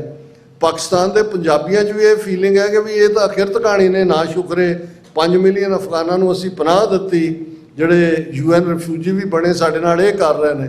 ਸੋ ਸਿੱਖ ਸਾਨੂੰ ਆਪਣੇ ਆਪ ਨੂੰ ਮਜ਼ਬੂਤ ਕਰਨਾ ਹੋਏਗਾ। ਮੇਰਾ ਪਹਿਲਾ ਪਾਰਟ ਤਾਂ ਇਹ ਹੈ, ਬਲਾਈਂਡ ਸਪੋਰਟ ਕਿਸੇ ਨੂੰ ਨਹੀਂ ਹੈ। ਅਸੀਂ ਇਹ ਦੇਖਾਂਗੇ ਵੀ ਸਾਡੇ ਹਿੱਤ 'ਚ ਕੀ ਜਾਂਦਾ ਹੈ। ਲੇਕਿਨ ਇੰਡੀਆ ਬਹੁਤ ਡਰਟੀ ਗੇਮ 'ਤੇ ਉਤਰ ਆਇਆ ਔਰ ਇਹ ਆਉਣ ਵਾਲੇ ਪੀਰੀਅਡ ਦੇ ਵਿੱਚ ਅਸੀਂ ਇਸ ਕਿਸਮ ਦੇ ਦਹਿਸ਼ਤਗਰਦੀ ਦੇ ਹੋਰ ਵਾਕਿਆ ਵੀ ਦੇਖਾਂਗੇ ਜਿਹਦੇ ਲਈ ਇਹ ਹਾਇਰਡ ਤਾਲਿਬਾਨ ਯੂਜ਼ ਹੋ ਰਹੇ ਨੇ। ਪਰ ਇਹ ਉਸ ਖਿੱਤੇ ਦੇ ਵਿੱਚ ਬਦਅਮਨੀ ਵੀ ਪੈਦਾ ਕਰੇਗਾ, ਲੇਕਿਨ ਸਿੱਖਾਂ ਦੇ ਉਭਾਰ ਦਾ ਵੀ ਮੌਕਾ ਹੋ ਸਕਦਾ। ਕਿਉਂਕਿ ਦੇਖੋ vis a vis Pakistan, vis a vis Pakistan, vis a vis Afghanistan and vis a vis India obviously. So ਇਹ ਹੈ ਜੀ ਇਹਦੇ ਉੱਤੇ। ਹਾਂਜੀ, ਵਾਹਿਗੁਰੂ। ਹਾਂਜੀ, ਪਹਿਲਾਂ ਇੱਕ ਬੇਨਤੀ ਹੈ ਜੀ ਕਿ ਕਿਸੇ ਨੇ ਵੀ ਸਵਾਲ ਕਰਨਾ ਹੋਵੇ ਤੇ ਉਹ ਹੱਥ ਖੜਾ ਕਰ ਦਿਓ ਤੇ ਤ੍ਰਿਮਾਨ ਸਿੰਘ ਆਪ ਜੀ ਦੇ ਕੋਲ ਮਾਈਕ ਲੈ ਕੇ ਆ ਜਾਣਗੇ। ਤੇ ਡਾਕਟਰ ਸਾਹਿਬ, ਮੇਰਾ ਸਵਾਲ ਇਹ ਹੈ ਜੀ, ਕੁਛ ਹਿੱਸਾ ਤੁਸੀਂ ਆ ਹੁਣੇ ਰੀਸੈਂਟਲੀ ਕਵਰ ਵੀ ਕੀਤਾ ਵਿੱਚ ਕਿ ਆਪਣੇ ਆਪ ਨੂੰ ਤਕੜਾ ਕਰਨਾ।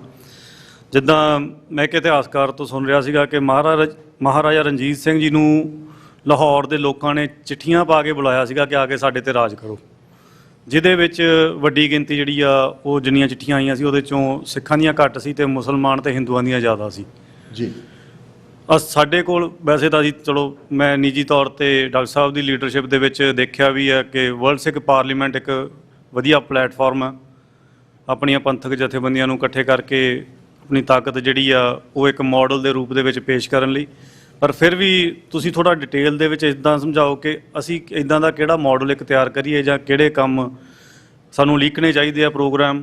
ਮੈਂ ਮਤਲਬ ਪੀਪਲ ਪਲੀਜ਼ਿੰਗ ਵਾਲੀਆਂ ਉਹ ਚੀਜ਼ਾਂ ਵੱਲ ਨਹੀਂ ਫੋਕਸ ਕਰਾਂਗਾ, ਪਰ ਫਿਰ ਵੀ ਇੱਕ ਜਿਹੜਾ ਅਸੀਂ ਆਊਟ ਆਫ ਸਟੇਟ ਜਿਹੜਾ ਆ ਸਟੇਟਲੈਸ ਹੁੰਦੇ ਹੋਏ ਵੀ ਮਾਡਲ ਦਿਖਾ ਸਕੀਏ ਕਿ ਲੋਕਾਂ ਦੇ ਮਨ ਦੇ ਵਿੱਚ ਇਹ ਭਾਵਨਾ ਪੈਦਾ ਹੋਵੇ। ਕਿਉਂਕਿ ਇਸ ਵੇਲੇ ਸਾਡੇ ਲਈ ਵੱਡਾ ਚੈਲੰਜ ਤਾਂ ਆਪਣੇ ਲੋਕਾਂ ਦੇ ਮਨ ਦੇ ਵਿੱਚ ਇਹ ਭਾਵਨਾ ਪੈਦਾ ਕਰਨਾ ਵੀ ਹੈ।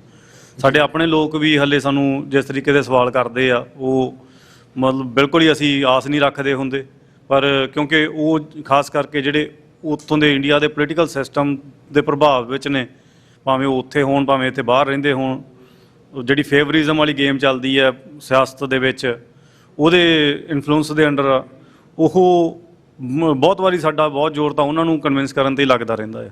ਪਰ ਫਿਰ ਵੀ ਇੱਕ ਜਿਹੜਾ ਅਸੀਂ ਕੋਈ ਇੱਦਾਂ ਦਾ ਕੋਈ ਉਪਰਾਲੇ ਕਰ ਸਕਦੇ ਹੋਈਏ ਜਿਹਦੇ ਨਾਲ ਇੱਕ ਮਾਡਲ ਇੱਦਾਂ ਦਾ ਤਿਆਰ ਕਰ ਲਈਏ ਕਿ ਭਾਵੇਂ ਲੋਕਲ ਲੈਵਲ 'ਤੇ ਫਿਰ ਜਾਂ ਆਪਸੀ ਕੋਆਰਡੀਨੇਸ਼ਨ ਦੇ ਨਾਲ ਗਲੋਬਲ ਲੈਵਲ 'ਤੇ ਵੀ, ਕਿ ਜਿਹਦੇ ਨਾਲ ਲੋਕਾਂ ਦੇ ਅੰਦਰ ਇਹ ਜਿਹੜੀ ਆ ਆਸ ਉਹ ਹੋਰ ਮਜ਼ਬੂਤ ਹੋਵੇ ਅਤੇ ਲੋਕ ਆਪ ਕਹਿ ਲਓ ਕਿ ਵਾਜਾਂ ਮਾਰ ਕੇ ਬੁਲਾਉਣ ਕੇ ਖਾਲਸਾ ਰਾਜ ਦੀ ਸਥਾਪਤੀ ਹੋ ਜਾਵੇ। ਕੁਛ ਅਰਸਾ ਪਹਿਲਾਂ BBC ਨੇ ਇੱਕ ਕੰਟੈਕਸਟ ਕਰਵਾਇਆ। ਕੰਟੈਸਟ ਸੀ ਕਿ 5000 ਸਾਲ ਦੀ ਹਿਊਮਨ ਹਿਸਟਰੀ 'ਚ ਸਭ ਤੋਂ ਆਈਡੀਅਲ ਰਾਜ ਕਿਹਦਾ ਰਿਹਾ। ਬੜੇ ਬੜੇ ਹਿਸਟੋਰੀਅਨਸ ਨੇ ਪੇਪਰ ਦਿੱਤੇ, ਸਬਜੈਕਟ ਟੂ ਵੋਟਿੰਗ ਸੀ। ਅਮਰੀਕਾ ਦੀ ਇੱਕ ਯੂਨੀਵਰਸਿਟੀ ਦੇ ਗੋਰੇ ਦਾ ਪੇਪਰ ਐਕਸੈਪਟ ਹੋਇਆ ਕਿ ਸਾਰੀ ਇਨਸਾਨੀ ਤਾਰੀਖ ਦੇ ਵਿੱਚ ਜਿਹੜਾ 40 ਸਾਲਾ ਮਹਾਰਾਜਾ ਰਣਜੀਤ ਸਿੰਘ ਦਾ ਰਾਜ ਸੀ ਉਹ ਇੱਕ ਆਈਡੀਅਲ ਰਾਜ ਸੀ। ਇਹ ਬਹੁਤ ਵੱਡੀ ਗੱਲ ਹੈ। ਇਹਦੇ ਬਾਵਜੂਦ ਕਿ ਮਹਾਰਾਜਾ ਰਣਜੀਤ ਸਿੰਘ ਇੱਕ ਮੋਨਾਰਕ ਸਨ, ਬਾਦਸ਼ਾਹ ਸਨ, ਹਾਲਾਂ ਉਹਨਾਂ ਦਾ ਆਫੀਸ਼ੀਅਲ ਨਾਂ ਸਰਕਾਰੇ ਖਾਲਸਾ ਸੀ ਰਾਜ ਦਾ, ਔਰ ਜੇ ਬਾਦਸ਼ਾਹਤ ਨਾ ਹੁੰਦੀ ਤਾਂ ਪੈਲੇਸ ਇੰਟਰੀਗ ਨਹੀਂ ਸੀ ਹੋਣਾ, ਮਹਿਲਾਂ ਦੀਆਂ ਸਾਜ਼ਿਸ਼ਾਂ, ਤੇ ਫਿਰ ਨਹੀਂ ਕੋਈ ਛੱਡਿਆ ਸਾਥ ਤੇ ਸੰਤ ਮੀਆਂ ਸ਼ਾਹ ਮੁਹੰਮਦ ਨਾ ਕਹਿੰਦਾ ਤੇ ਸਾਡਾ ਫੌਲ ਨਾ ਹੁੰਦਾ। ਜੇ ਇਸ ਤੋਂ ਵੀ ਪਹਿਲਾਂ ਜਾਈਏ ਤਾਂ ਬਾਬਾ ਬੰਦਾ ਸਿੰਘ ਬਹਾਦਰ ਦਾ ਭਾਵੇਂ ਬਹੁਤ ਸ਼ਾਰਟ ਲਿਵਡ ਰਾਜ ਹੈ, ਜਿਵੇਂ ਉਹਨਾਂ ਦਾ ਪਹਿਲਾ ਸਰਕੂਲਰ ਜਿਹੜਾ ਉਹਨਾਂ ਨੇ ਜਾਰੀ ਕੀਤਾ ਜਦੋਂ ਮੈਂ ਲੈਂਡ ਰਿਫਾਰਮ ਦੇ ਥੱਲੇ ਕਿਹਾ ਸੀ ਕਿ ਜ਼ਮੀਨ ਵਾਹੁਣ ਵਾਲਾ ਜ਼ਮੀਨ ਦਾ ਮਾਲਕ ਹੈ। Tiller of the land is the owner of the land. ਇਹ ਦੁਨੀਆ 'ਚ ਪਹਿਲਾਂ ਕਦੇ ਨਹੀਂ ਸੀ ਹੋਇਆ। ਸੋ ਸਾਡੇ ਕੋਲ ਆਲਰੇਡੀ ਬਰੀਫ ਪੀਰੀਅਡ 1708 ਤੋਂ 1716 ਤੱਕ, ਔਰ ਫਿਰ ਸਿੱਖ ਮਿਸਲਾਂ ਦਾ ਪੀਰੀਅਡ ਵੀ, ਹਾਲਾਂ ਉਹਨੂੰ ਕਿਉਂਕਿ ਬਹੁਤ ਸਾਰੇ ਜਿਹੜੇ ਹਿੰਦੂ ਇਨਫਲੂਐਂਸ ਵਾਲੇ ਸੀਤਾਰਾਮ ਕੋਹਲੀ ਵਰਗੇ ਜਾਂ ਮੁਹੰਮਦ ਲਤੀਫ ਵਰਗੇ ਹਿਸਟੋਰੀਅਨਸ ਨੇ, ਉਹਨਾਂ ਨੂੰ ਮਿਸਲ ਪੀਰੀਅਡ ਸੂਟ ਨਹੀਂ ਸੀ ਕਰਦਾ, ਇਸ ਲਈ ਉਹਨਾਂ ਨੇ ਮਿਸਲ ਪੀਰੀਅਡ ਦੀ ਜਿਹੜੀ ਗਵਰਨੈਂਸ ਹੈ ਉਹਨੂੰ ਇਗਨੋਰ ਕੀਤਾ ਹੋਇਆ। ਲਾਹੌਰ ਮਹਾਰਾਜਾ ਰਣਜੀਤ ਸਿੰਘ ਨੇ ਅਬਦਾਲੀ ਤੋਂ ਨਹੀਂ ਸੀ ਲਿਆ। 1764 ਦੇ ਵਿੱਚ ਜੱਸਾ ਸਿੰਘ ਆਹਲੂਵਾਲੀਆ ਦੀ ਕਮਾਂਡ ਥੱਲੇ ਘੱਲੂਕਾਰਾ ਤੋਂ ਬਹੁਤ ਸ਼ਾਰਟ ਆਫਟਰ ਉਹਨਾਂ ਨੇ ਲਾਹੌਰ ਫਤਿਹ ਕਰ ਲਿਆ ਸੀ। ਭੰਗੀ ਮਿਸਲ ਸਾਡੀ ਬਹੁਤ ਸਟਰੋਂਗ ਮਿਸਲਾਂ 'ਚੋਂ ਇੱਕ ਸੀ, ਸਭ ਤੋਂ ਪਾਵਰਫੁਲ ਮਿਸਲਾਂ 'ਚੋਂ, ਔਰ ਲਾਹੌਰ ਭੰਗੀ ਮਿਸਲ ਨੇ ਫਤਿਹ ਕੀਤਾ ਸੀ। ਔਰ ਇਹ ਲਾਹੌਰ ਸ਼ਹਿਰ ਨੂੰ 3 ਹਿੱਸਿਆਂ 'ਚ ਵੰਡ ਲਿਆ ਸੀ। ਸ਼ੋਭਾ ਸਿੰਘ, ਗੁੱਜਰ ਸਿੰਘ, ਲਹਿਣਾ ਸਿੰਘ, ਇਹ 3 ਭੰਗੀ ਸਰਦਾਰ ਸੀ ਜਿਨ੍ਹਾਂ ਦੇ ਕੋਲ ਸੀ। ਜਿਹੜੀ ਚਿੱਠੀ ਦਾ ਤੁਸੀਂ ਜ਼ਿਕਰ ਕੀਤਾ ਹੈ, ਉਹ ਕਿਉਂਕਿ ਲਾਹੌਰ ਦੇ ਵਿੱਚ ਮੈਜੋਰਿਟੀ ਮੁਸਲਮਾਨਾਂ ਦੀ ਸੀ, ਜਿਹੜੀ ਚਿੱਠੀ ਗਈ ਉਹਦੇ 'ਚ 70% ਹੀ ਮੁਸਲਮਾਨ ਸਨ, 2 ਹਿੰਦੂ ਸਨ ਤੇ 2 ਸਿੱਖ ਸਨ। ਕਿਉਂਕਿ ਮਹਾਰਾਜਾ ਰਣਜੀਤ ਸਿੰਘ ਆਲਰੇਡੀ ਤੀਸਰੀ ਜਨਰੇਸ਼ਨ ਸੀ ਜਿਹੜੇ ਸ਼ੁਕਰ ਚੱਕੀਆ ਮਿਸਲ ਨੂੰ, ਜਿਹਨੂੰ ਫਾਊਂਡ ਸਰਦਾਰ ਚੜ੍ਹਤ ਸਿੰਘ ਨੇ ਕੀਤਾ। ਸਰ ਮਹਾਨ ਸਿੰਘ 29 ਸਾਲ ਦੀ ਉਮਰ 'ਚ ਹੀ ਜੰਗ ਦੇ ਮੈਦਾਨ 'ਚ ਸ਼ਹੀਦ ਹੋ ਗਏ ਸੀ। ਔਰ ਸ਼ੁਕਰ ਚੱਕੀਆ ਮਿਸਲ ਦਾ ਪ੍ਰਬੰਧ ਜਾਂ ਮਹਾਰਾਜਾ ਰਣਜੀਤ ਸਿੰਘ 12-13 ਸਾਲ ਦੀ ਉਮਰ 'ਚ ਹੀ ਗੱਦੀ ਤੇ ਬੈਠੇ, ਉਹਨਾਂ ਦੀ ਧੁੰਮ ਵੀ ਸੀ ਬਹਾਦਰੀ ਦੀ। ਔਰ ਦੂਜੇ, ਔਰ ਲਾਹੌਰ ਕਿਤੇ ਨਾ ਕਿਤੇ ਮਿਸ ਗਵਰਨਡ ਸੀ। ਔਰ ਇਹਦੇ 'ਚ ਕੋਈ ਸ਼ੱਕ ਨਹੀਂ ਹੈ, ਜਿਹੜੀ ਤੁਹਾਡੀ ਜਿਸਟ ਹੈ ਸਵਾਲ ਦੀ, ਕਿ ਭਾਈ ਸਾਡਾ ਰਾਜ ਖਾਲਿਸਤਾਨ ਦਾ ਇਸ ਕਿਸਮ ਦਾ ਮਾਡਲ ਜਿਸ 'ਚ ਦੂਸਰੇ ਕਰਨਗੇ ਵੀ ਵੀ ਵਿਲ ਫੋਲੋ ਸੂਟ, ਅਸੀਂ ਇਵੇਂ ਕਰਨਾ ਚਾਹੁੰਦੇ ਹਾਂ ਜਾਂ ਸਾਡਾ ਪ੍ਰਬੰਧ ਇਵੇਂ ਹੋਏਗਾ। ਦੇਖੋ, ਇੱਕ ਤਾਂ ਹਿਸਟੋਰੀਕਲੀ ਐਗਜ਼ਿਸਟਿੰਗ ਪਾਰਟ ਹੈ। ਮੈਂ ਇਕਨੋਮਿਕਲ ਪ੍ਰੋਸਪੈਰਿਟੀ ਦੀ ਗੱਲ ਕੀਤੀ ਸਿੱਖ ਰਾਜ ਦੀ, ਜਿਹਦੇ 'ਚ ਕਿ ਆਲਮੋਸਟ 13 ਗੁਣਾ ਪਾਵਰਫੁਲ ਸਾਡੀ ਕਰੰਸੀ ਸੀ। ਜਸਟਿਸ ਦੀ ਗੱਲ, ਕਿਸੇ ਨੂੰ ਵੀ ਸਜ਼ਾਏ ਮੌਤ ਨਹੀਂ ਸੀ। ਮਹਾਰਾਜਾ ਰਣਜੀਤ ਸਿੰਘ ਦਾ ਕਹਿਣਾ ਸੀ, ਜੰਗ ਦੇ ਮੈਦਾਨ 'ਚ ਕੋਈ ਮਾਰਿਆ ਜਾਂਦਾ ਠੀਕ ਹੈ, ਜ਼ਿੰਦਗੀ ਦੇਣੀ ਔਰ ਲੈਣੀ ਇਹ ਰੱਬ ਦਾ ਕੰਮ ਹੈ, ਸਜ਼ਾਏ ਮੌਤ ਨਹੀਂ ਸੀ। ਤੁਸੀਂ ਅੱਜ ਵੀ ਅਮਰੀਕਾ 'ਚ ਦੇਖੋਗੇ 50 ਸਟੇਟਾਂ ਨੇ, ਆਲਮੋਸਟ 40 ਸਟੇਟਾਂ 'ਚ ਡੈਥ ਪੈਨਲਟੀ ਆ, ਹੁਣ ਤਾਂ ਬੜੀ ਤੇਜ਼ੀ ਨਾਲ ਐਗਜ਼ੀਕਿਊਟ ਕਰ ਰਹੇ ਨੇ। ਸੋ ਇੱਕ ਇਹ ਠੀਕ ਹੈ ਵੀ ਉਹਦੇ 'ਚ ਖਾਮੀਆਂ ਵੀ ਨੇ, ਜਿਹੜੀਆਂ ਅਸੀਂ ਜਦੋਂ ਕਲੋਜ਼ ਡੋਰ ਆਪਸ 'ਚ ਬੈਠਦੇ ਹਾਂ ਉਦੋਂ ਡਿਸਕਸ ਵੀ ਕਰਦੇ ਹਾਂ ਵੀ ਵਟ ਵੈਂਟ ਰੋਂਗ, ਕਿ ਸਾਡਾ 100 ਸਾਲ ਦੀ ਮਿਹਨਤ ਜਿਹੜੀ ਹੈ ਵਿਦਿਨ 10 years ਖਤਮ ਹੋ ਗਈ। ਉਹ ਇਸ ਪਲੇਟਫਾਰਮ ਦੇ ਉੱਤੇ ਮੈਂ ਡਿਸਕਸ ਨਹੀਂ ਕਰਾਂਗਾ, ਲੇਕਿਨ ਉਹਨਾਂ ਕਮਜ਼ੋਰੀਆਂ ਨੂੰ ਮਾਈਨਸ ਕਰਕੇ, ਔਰ ਜਿਹੜਾ ਸਾਡਾ ਮਾਡਲ ਸਰਬੱਤ ਦੇ ਭਲੇ ਦਾ ਹੈ, ਜਿਹਦਾ ਨਕਸ਼ਾ ਭਗਤ ਰਵਿਦਾਸ ਜੀ ਨੇ ਡਿਫਾਈਨ ਕੀਤਾ ਹੈ, ਬੇਗਮਪੁਰਾ ਸ਼ਹਿਰ ਕੋ ਨਾਓ, ਦੁੱਖ ਅੰਦੋ ਨਹੀਂ ਤੈ ਠਾਓ, ਨਾ ਤਸ਼ਵੀਸ਼ ਖਰਾਜ ਨਾ ਮਾਲ, खौफ न खता न तरस जवाल, अब मोहे खूब वतन गह पाई, उहाँ खैर सदा मेरे पाई, कायम दायम सदा पातशाही, दोम न सेम 100 आही। कि ਉਹਦੇ 'ਚ ਹਰ ਸ਼ਹਿਰ ਹੀ ਅਵਲ ਹੈ। ਜਦੋਂ ਪਰਸ਼ਨ ਦੀ ਗਿਣਤੀ ਹੁੰਦੀ ਹੈ, ਅਵਲ, ਦੋਮ ਔਰ ਸੇਮ, 1 2 3, ਕਿ ਭਾਈ ਇਹ ਜਿਹੜਾ ਬੇਗਮਪੁਰਾ ਹੈ ਉਹਦੇ 'ਚ ਕੋਈ ਸ਼ਹਿਰ ਹੀ ਅਵਲ ਨਹੀਂ ਹੈ, ਕੋਈ ਦੋਮ ਨਹੀਂ ਹੈ, ਕੋਈ ਸੇਮ ਨਹੀਂ ਹੈ। ਇਹ ਪਾਤਸ਼ਾਹੀ ਹੈ, ਕਾਇਮ ਦਾਇਮ ਸਦਾ ਪਾਤਸ਼ਾਹੀ। ਇੱਕ ਤਾਂ ਸਾਡੇ ਕੋਲ ਗੁਰਬਾਣੀ ਆਧਾਰਿਤ ਇਹ ਮਾਡਲ ਹੈ। ਦੂਸਰਾ, ਅਸੀਂ ਗੁਰੂ ਅਰਜਨ ਸਾਹਿਬ ਦਾ ਫਰਮਾਨ ਜਦੋਂ ਪੜ੍ਹਦੇ ਹਾਂ, ਹੁਣ ਹੁਕਮ ਹੋਆ ਮਿਹਰਬਾਨ ਦਾ, ਪੈ ਕੋਈ ਨਾ ਕਿਸੇ ਰਿੰਝਾਣ ਦਾ, ਸਭ ਸੁਖਾਲੀ ਉਠਿਆ, ਇਹ ਹੋਆ ਹਲੇਮੀ ਰਾਜ ਜਿਉ। ਰਿੰਝਾਣਾ ਕਹਿੰਦੇ ਨੇ ਤੰਗ ਕਰਨ, ਕਿ ਉਹ ਹਲੇਮੀ ਰਾਜ ਜਿੱਥੇ ਕੋਈ ਕਿਸੇ ਦੇ ਹੱਕ ਨਾ ਖੋਏ, ਕਿਸੇ ਨੂੰ ਤੰਗ ਨਾ ਕਰੇ, ਇਹ ਹਲੇਮੀ ਰਾਜ ਹੈ। ਸੋ ਇਹ ਆਈਡੀਅਲਸ ਨੇ। ਇਹਦੇ 'ਚ ਠੀਕ ਹੈ ਕਿ ਜਦੋਂ ਅਸੀਂ ਪੋਲੀਟੀਕਲ ਸਟਰਗਲ ਕਰਦੇ ਹਾਂ, ਇੱਕ ਬੜਾ ਖੂਬਸੂਰਤ ਡਾਇਲੋਗ ਹੈ ਪਲੇਟੋ ਦਾ ਰਿਪਬਲਿਕ, ਇਹ ਵੀ ਤੁਸੀਂ ਜ਼ਰੂਰ ਪੜ੍ਹਨਾ। ਉਹਦੇ 'ਚ ਉਹ ਡਿਸਕਸ ਕਰ ਰਿਹਾ ਸੁਕਰਾਤ ਨਾਲ ਵੀ ਆਈਡੀਅਲ ਰਾਜ ਕੀ ਹੋ ਸਕਦਾ ਹੈ, ਕਿਹਦੇ ਕੋਲ ਪਾਵਰ ਆਏ ਕੀ। ਉਹਨੇ ਕਿਹਾ ਵੀ ਜੇ ਪਾਵਰ ਵਾਰੀਅਰਸ ਕੋਲ ਆਏ ਤਾਂ ਕੀ ਹੋਏਗਾ। ਉਹਨੇ ਕਿਹਾ ਜੀ ਉਹ ਸਟੇਟ ਬੜੀ, ਉਹਦੇ 'ਚ ਉਤਸ਼ਾਹ ਹੋਏਗਾ, ਉਹ ਇਖਲਾਕੀ ਵੈਲਿਊਜ਼ ਹੋਣਗੀਆਂ, ਪਰ ਉਹ ਕਹਿੰਦਾ ਵੀ ਉਹਦੀ ਪੀਸ ਨਹੀਂ ਹੋਏਗੀ ਕਿਤੇ ਵੀ, ਕਿਉਂਕਿ ਉਹ they will always like to extend their area, so they will always be in fight with the neighbours. ਉਹਨੇ ਕਿਹਾ ਜੀ ਛੱਡੋ, ਵਾਰੀਅਰਸ ਦੇ ਨਹੀਂ ਹੈ। ਜੇ ਵਪਾਰੀਆਂ ਕੋਲ ਆ ਜਾਏ, ਜਿਹੜੀ ਟ੍ਰੇਡਰ ਨੇ, ਉਹਨਾਂ ਦੇ ਕੋਲ ਪੋਲੀਟੀਕਲ ਪਾਵਰ ਹੋਏ, ਵਟ ਵਿਲ ਹੈਪਨ। ਉਹਨੇ ਕਿਹਾ ਜੀ ਉਹਦੇ 'ਚ ਬਹੁਤ ਪ੍ਰੋਗਰੈਸ ਹੋਏਗੀ। ਉਹ ਝਗੜਾ ਨਹੀਂ ਕਰਨਗੇ ਗੁਆਂਢੀਆਂ ਦੇ ਨਾਲ ਵੀ, ਲੋਕ ਬੜੇ ਖੁਸ਼ਹਾਲ ਹੋਣਗੇ। ਪਰ ਉਹਦਾ ਇਹ ਹੈ ਕਿ they will trade the morals as well, ਕਿ ਇਖਲਾਕ ਵੀ ਵਪਾਰ ਬਣ ਜਾਏਗਾ। ਉਸ ਸਟੇਟ ਦੇ ਵਿੱਚ ਇਖਲਾਕੀ ਵੈਲਿਊਜ਼ ਦੀ ਉਹਨੇ ਕਿਹਾ ਜੀ ਟ੍ਰੇਡਰਸ ਨੂੰ ਵੀ ਛੱਡੋ। ਤਾਂ ਉਸ ਡਾਇਲੋਗ ਦੇ ਐਂਡ 'ਚੋਂ ਕਹਿੰਦਾ ਵੀ ਫਿਰ ਕਿਹੜਾ ਰਾਜ ਆਈਡੀਅਲ ਹੈ, ਤੇ ਉਹਦੇ 'ਚੋਂ ਟਰਮ ਫਿਲਾਸਫਰ ਕਿੰਗ, ਕਿ ਵੀ ਜਿਹੜੇ ਫਿਲਾਸਫੀ ਜੀਵਨ ਦੀ ਹਕੀਕਤ, ਉਹਨਾਂ ਨੇ ਉਮਰ ਵੀ 40 ਸਾਲ ਮਿਨੀਮਮ ਦਿੱਤੀ ਹੈ, ਤੇ ਉਹਨੂੰ ਪੁੱਛਦਾ ਹੈ ਕਿ ਵੀ ਇਹ ਹੋ ਸਕਦਾ ਕਿ ਵੀ ਜਿਹੜੇ ਬਾਦਸ਼ਾਹ ਨੇ ਉਹ ਫਿਲਾਸਫਰ ਵੀ ਹੋਣ, ਜਿਹੜੇ ਕਿੰਗ ਹੋਣ। ਤੇ ਉਹਦੇ 'ਚ ਉਹਨੇ ਕਿਹਾ it may be difficult to achieve but not impossible, ਕਿ ਵੀ ਆਈਡੀਅਲ ਇਹ ਹੈ। ਤੇ ਜਦੋਂ ਅਸੀਂ ਰਾਜਯੋਗ, ਭਗਤੀ ਸ਼ਕਤੀ, ਮੀਰੀ ਪੀਰੀ, ਸੰਤ ਸਿਪਾਹੀ, ਜਾਂ ਅਸੀਂ ਕਹਿੰਦੇ, ਮੈਨੂੰ ਯਾਦ ਹੈ ਡਾਕਟਰ ਸਿੰਥੀਆ ਜਦੋਂ ਪਹਿਲੀ ਵਾਰ ਮੈਨੂੰ ਮਿਲੇ, ਖਾਲਿਸਤਾਨ ਦੇ ਇਸ਼ੂ ਤੇ ਕੰਮ ਕਰਨਾ ਚਾਹੁੰਦੇ ਸੀ, ਤੇ ਮੈਂ ਸੰਤ ਸਿਪਾਹੀ ਦੀ ਗੱਲ ਕੀਤੀ। ਉਹ ਕਹਿੰਦੇ ਵਨ ਲਾਈਨਰ ਫॉर ਇਟ। ਮੈਂ ਕਿਹਾ ਇਹ ਸਿੱਖ should have the wisdom of a saint and the courage of a soldier। ਇਹ ਸਾਡਾ ਕਾਨਸੈਪਟ ਹੈ। ਸੋ ਇਹਦੇ ਤੇ ਹੀ ਸਾਡੇ ਰਾਜ ਭਾਗ ਦਾ ਮਾਡਲ ਹੈ। ਬਾਕੀ ਬਰੀਫ ਜਿਹੜਾ ਤੁਸੀਂ ਵਰਲਡ ਸਿੱਖ ਪਾਰਲੀਮੈਂਟ ਦਾ ਪੁੱਛਿਆ, 2015 'ਚ ਜਿਹੜਾ ਚੱਬੇ 'ਚ ਸਰਬੱਤ ਖਾਲਸਾ ਹੋਇਆ, ਉਹਦਾ ਇੱਕ ਮਤਾ ਸੀ ਕਿ ਦੁਨੀਆ ਭਰ ਦੇ ਸਿੱਖਾਂ ਦੀ ਨੁਮਾਇੰਦਾ ਇੱਕ ਪਾਰਲੀਮੈਂਟ ਹੋਏ, ਜਿਹੜੀ ਕਿ ਇਸ ਆਜ਼ਾਦੀ ਦੇ ਸੰਕਲਪ ਨੂੰ ਅੱਗੇ ਲੈ ਕੇ ਤੁਰੇ। ਬਹੁਤ ਅੱਛਾ ਉਸ ਦਾ ਜਿਹੜਾ ਮੈਂਡੇਟ ਹੈ। ਉਸ ਤੇ ਆਧਾਰਿਤ ਕੁਝ ਵਰੇ ਪਹਿਲਾਂ ਜਥੇਦਾਰ, ਕਿਉਂਕਿ ਜਗਤਾਰ ਸਿੰਘ ਹਵਾਰਾ ਹੀ ਸਰਬੱਤ ਖਾਲਸਾ ਨੇ ਉਹਨਾਂ ਨੂੰ ਜਥੇਦਾਰ ਥਾਪਿਆ ਹੋਇਆ, ਉਹਨਾਂ ਦੀ ਕਮਾਂਡ ਥੱਲੇ ਇਸ ਦੇ ਉੱਤੇ ਕੁਛ ਅਮਲ ਦਰਾਮਦ ਹੋਇਆ। ਇੱਕ ਸੀ ਕਿ ਜੇ 300 ਮੈਂਬਰ ਵਰਲਡ ਸਿੱਖ ਪਾਰਲੀਮੈਂਟ ਦੇ ਹੋਣ, 150 ਜਿਹੜਾ ਹੈ ਵਿਦਨ ਇੰਡੀਆ, ਜਿਹਦੇ 'ਚ ਪੰਜਾਬ, ਹਰਿਆਣਾ, ਦਿੱਲੀ, ਬਾਕੀ 150 ਬਾਹਰ। ਹੁਣ ਬਾਹਰ ਵਾਲੇ ਪਾਰਟ ਨੂੰ ਤਾਂ ਥੋੜ੍ਹਾ ਬਹੁਤ ਕਮਜ਼ੋਰੀਆਂ ਦੇ ਬਾਵਜੂਦ ਕਾਫੀ ਹੱਦ ਤੱਕ ਫੁੱਲਫਿਲ ਕਰ ਲਿਆ ਗਿਆ ਹੈ। ਉਹਦੇ ਸੈਸ਼ਨ ਵੀ ਹੋਏ ਨੇ, ਨਿਊਯਾਰਕ 'ਚ ਹੋਇਆ, ਟੋਰਾਂਟੋ 'ਚ ਹੋਇਆ, ਪੈਰਿਸ 'ਚ ਹੋਇਆ, ਲੰਡਨ 'ਚ ਹੋਇਆ, ਤੇ ਕੁਛ ਮਹੀਨੇ ਪਹਿਲਾਂ ਜਰਮਨੀ ਫਰੈਂਕਫਰਟ ਸੀ, ਜਿਹਦੇ 'ਚ ਮੈਂ ਪਾਰਟਿਸਿਪੇਟ ਵੀ ਕੀਤਾ ਜਾ ਕੇ। ਕਾਫੀ ਵੱਡੀ ਗਿਣਤੀ 'ਚ ਨੁਮਾਇੰਦੇ ਆਏ। ਪਰ ਅਨਫੋਰਚੂਨੇਟਲੀ ਪੰਜਾਬ ਦੇ ਮਾਮਲੇ 'ਚ ਜਦੋਂ ਵੀ ਕੁਛ ਗੱਲ ਤੁਰਦੀ ਹੈ, ਕੁਛ ਨਾ ਕੁਛ ਐਸਾ ਵਾਪਰ ਜਾਂਦਾ ਹੈ ਕਿ ਵੀ ਇਹ ਇੱਕ ਸਟੈਪ ਬੈਕ ਤੇ ਚਲਾ ਜਾਂਦਾ ਹੈ।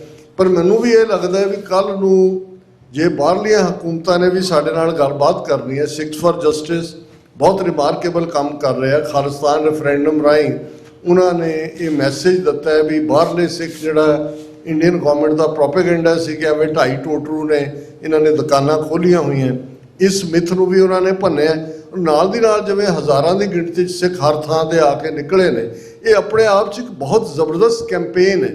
ਪਰ ਇਸ ਗੱਲ ਦਾ ਵੀ ਧਿਆਨ ਰਹੇ ਕਿ ਅਲਟੀਮੇਟਲੀ ਜਦੋਂ ਤੁਸੀਂ ਹਕੂਮਤਾਂ ਤੁਹਾਡੇ 'ਚ ਦਿਲਚਸਪੀ ਲੈਂਦੀਆਂ ਨੇ, ਉਹ ਫਿਰ ਦੇਖਦੇ ਨੇ ਵੀ ਕੀ ਇਹ ਮੈਂਡੇਟ ਖਾਲਸਾ ਵਿਦਨ ਪੰਜਾਬ ਤੇ ਡਾਇਸਪੋਰਾ ਉਹਨਾਂ ਦਾ ਟੁਗੈਦਰ ਹੈ। ਕਿਉਂਕਿ ਇੱਕ ਸਟੇਜ ਦੇ ਉੱਤੇ, ਇੱਕ ਤੁਹਾਨੂੰ ਸ਼ਾਇਦ ਪਤਾ ਹੋਏ ਜਾਂ ਨਾ ਪਤਾ ਹੋਏ, ਇੱਕ ਸੰਸਥਾ ਉਹਨੂੰ UNPO ਕਹਿੰਦੇ ਨੇ।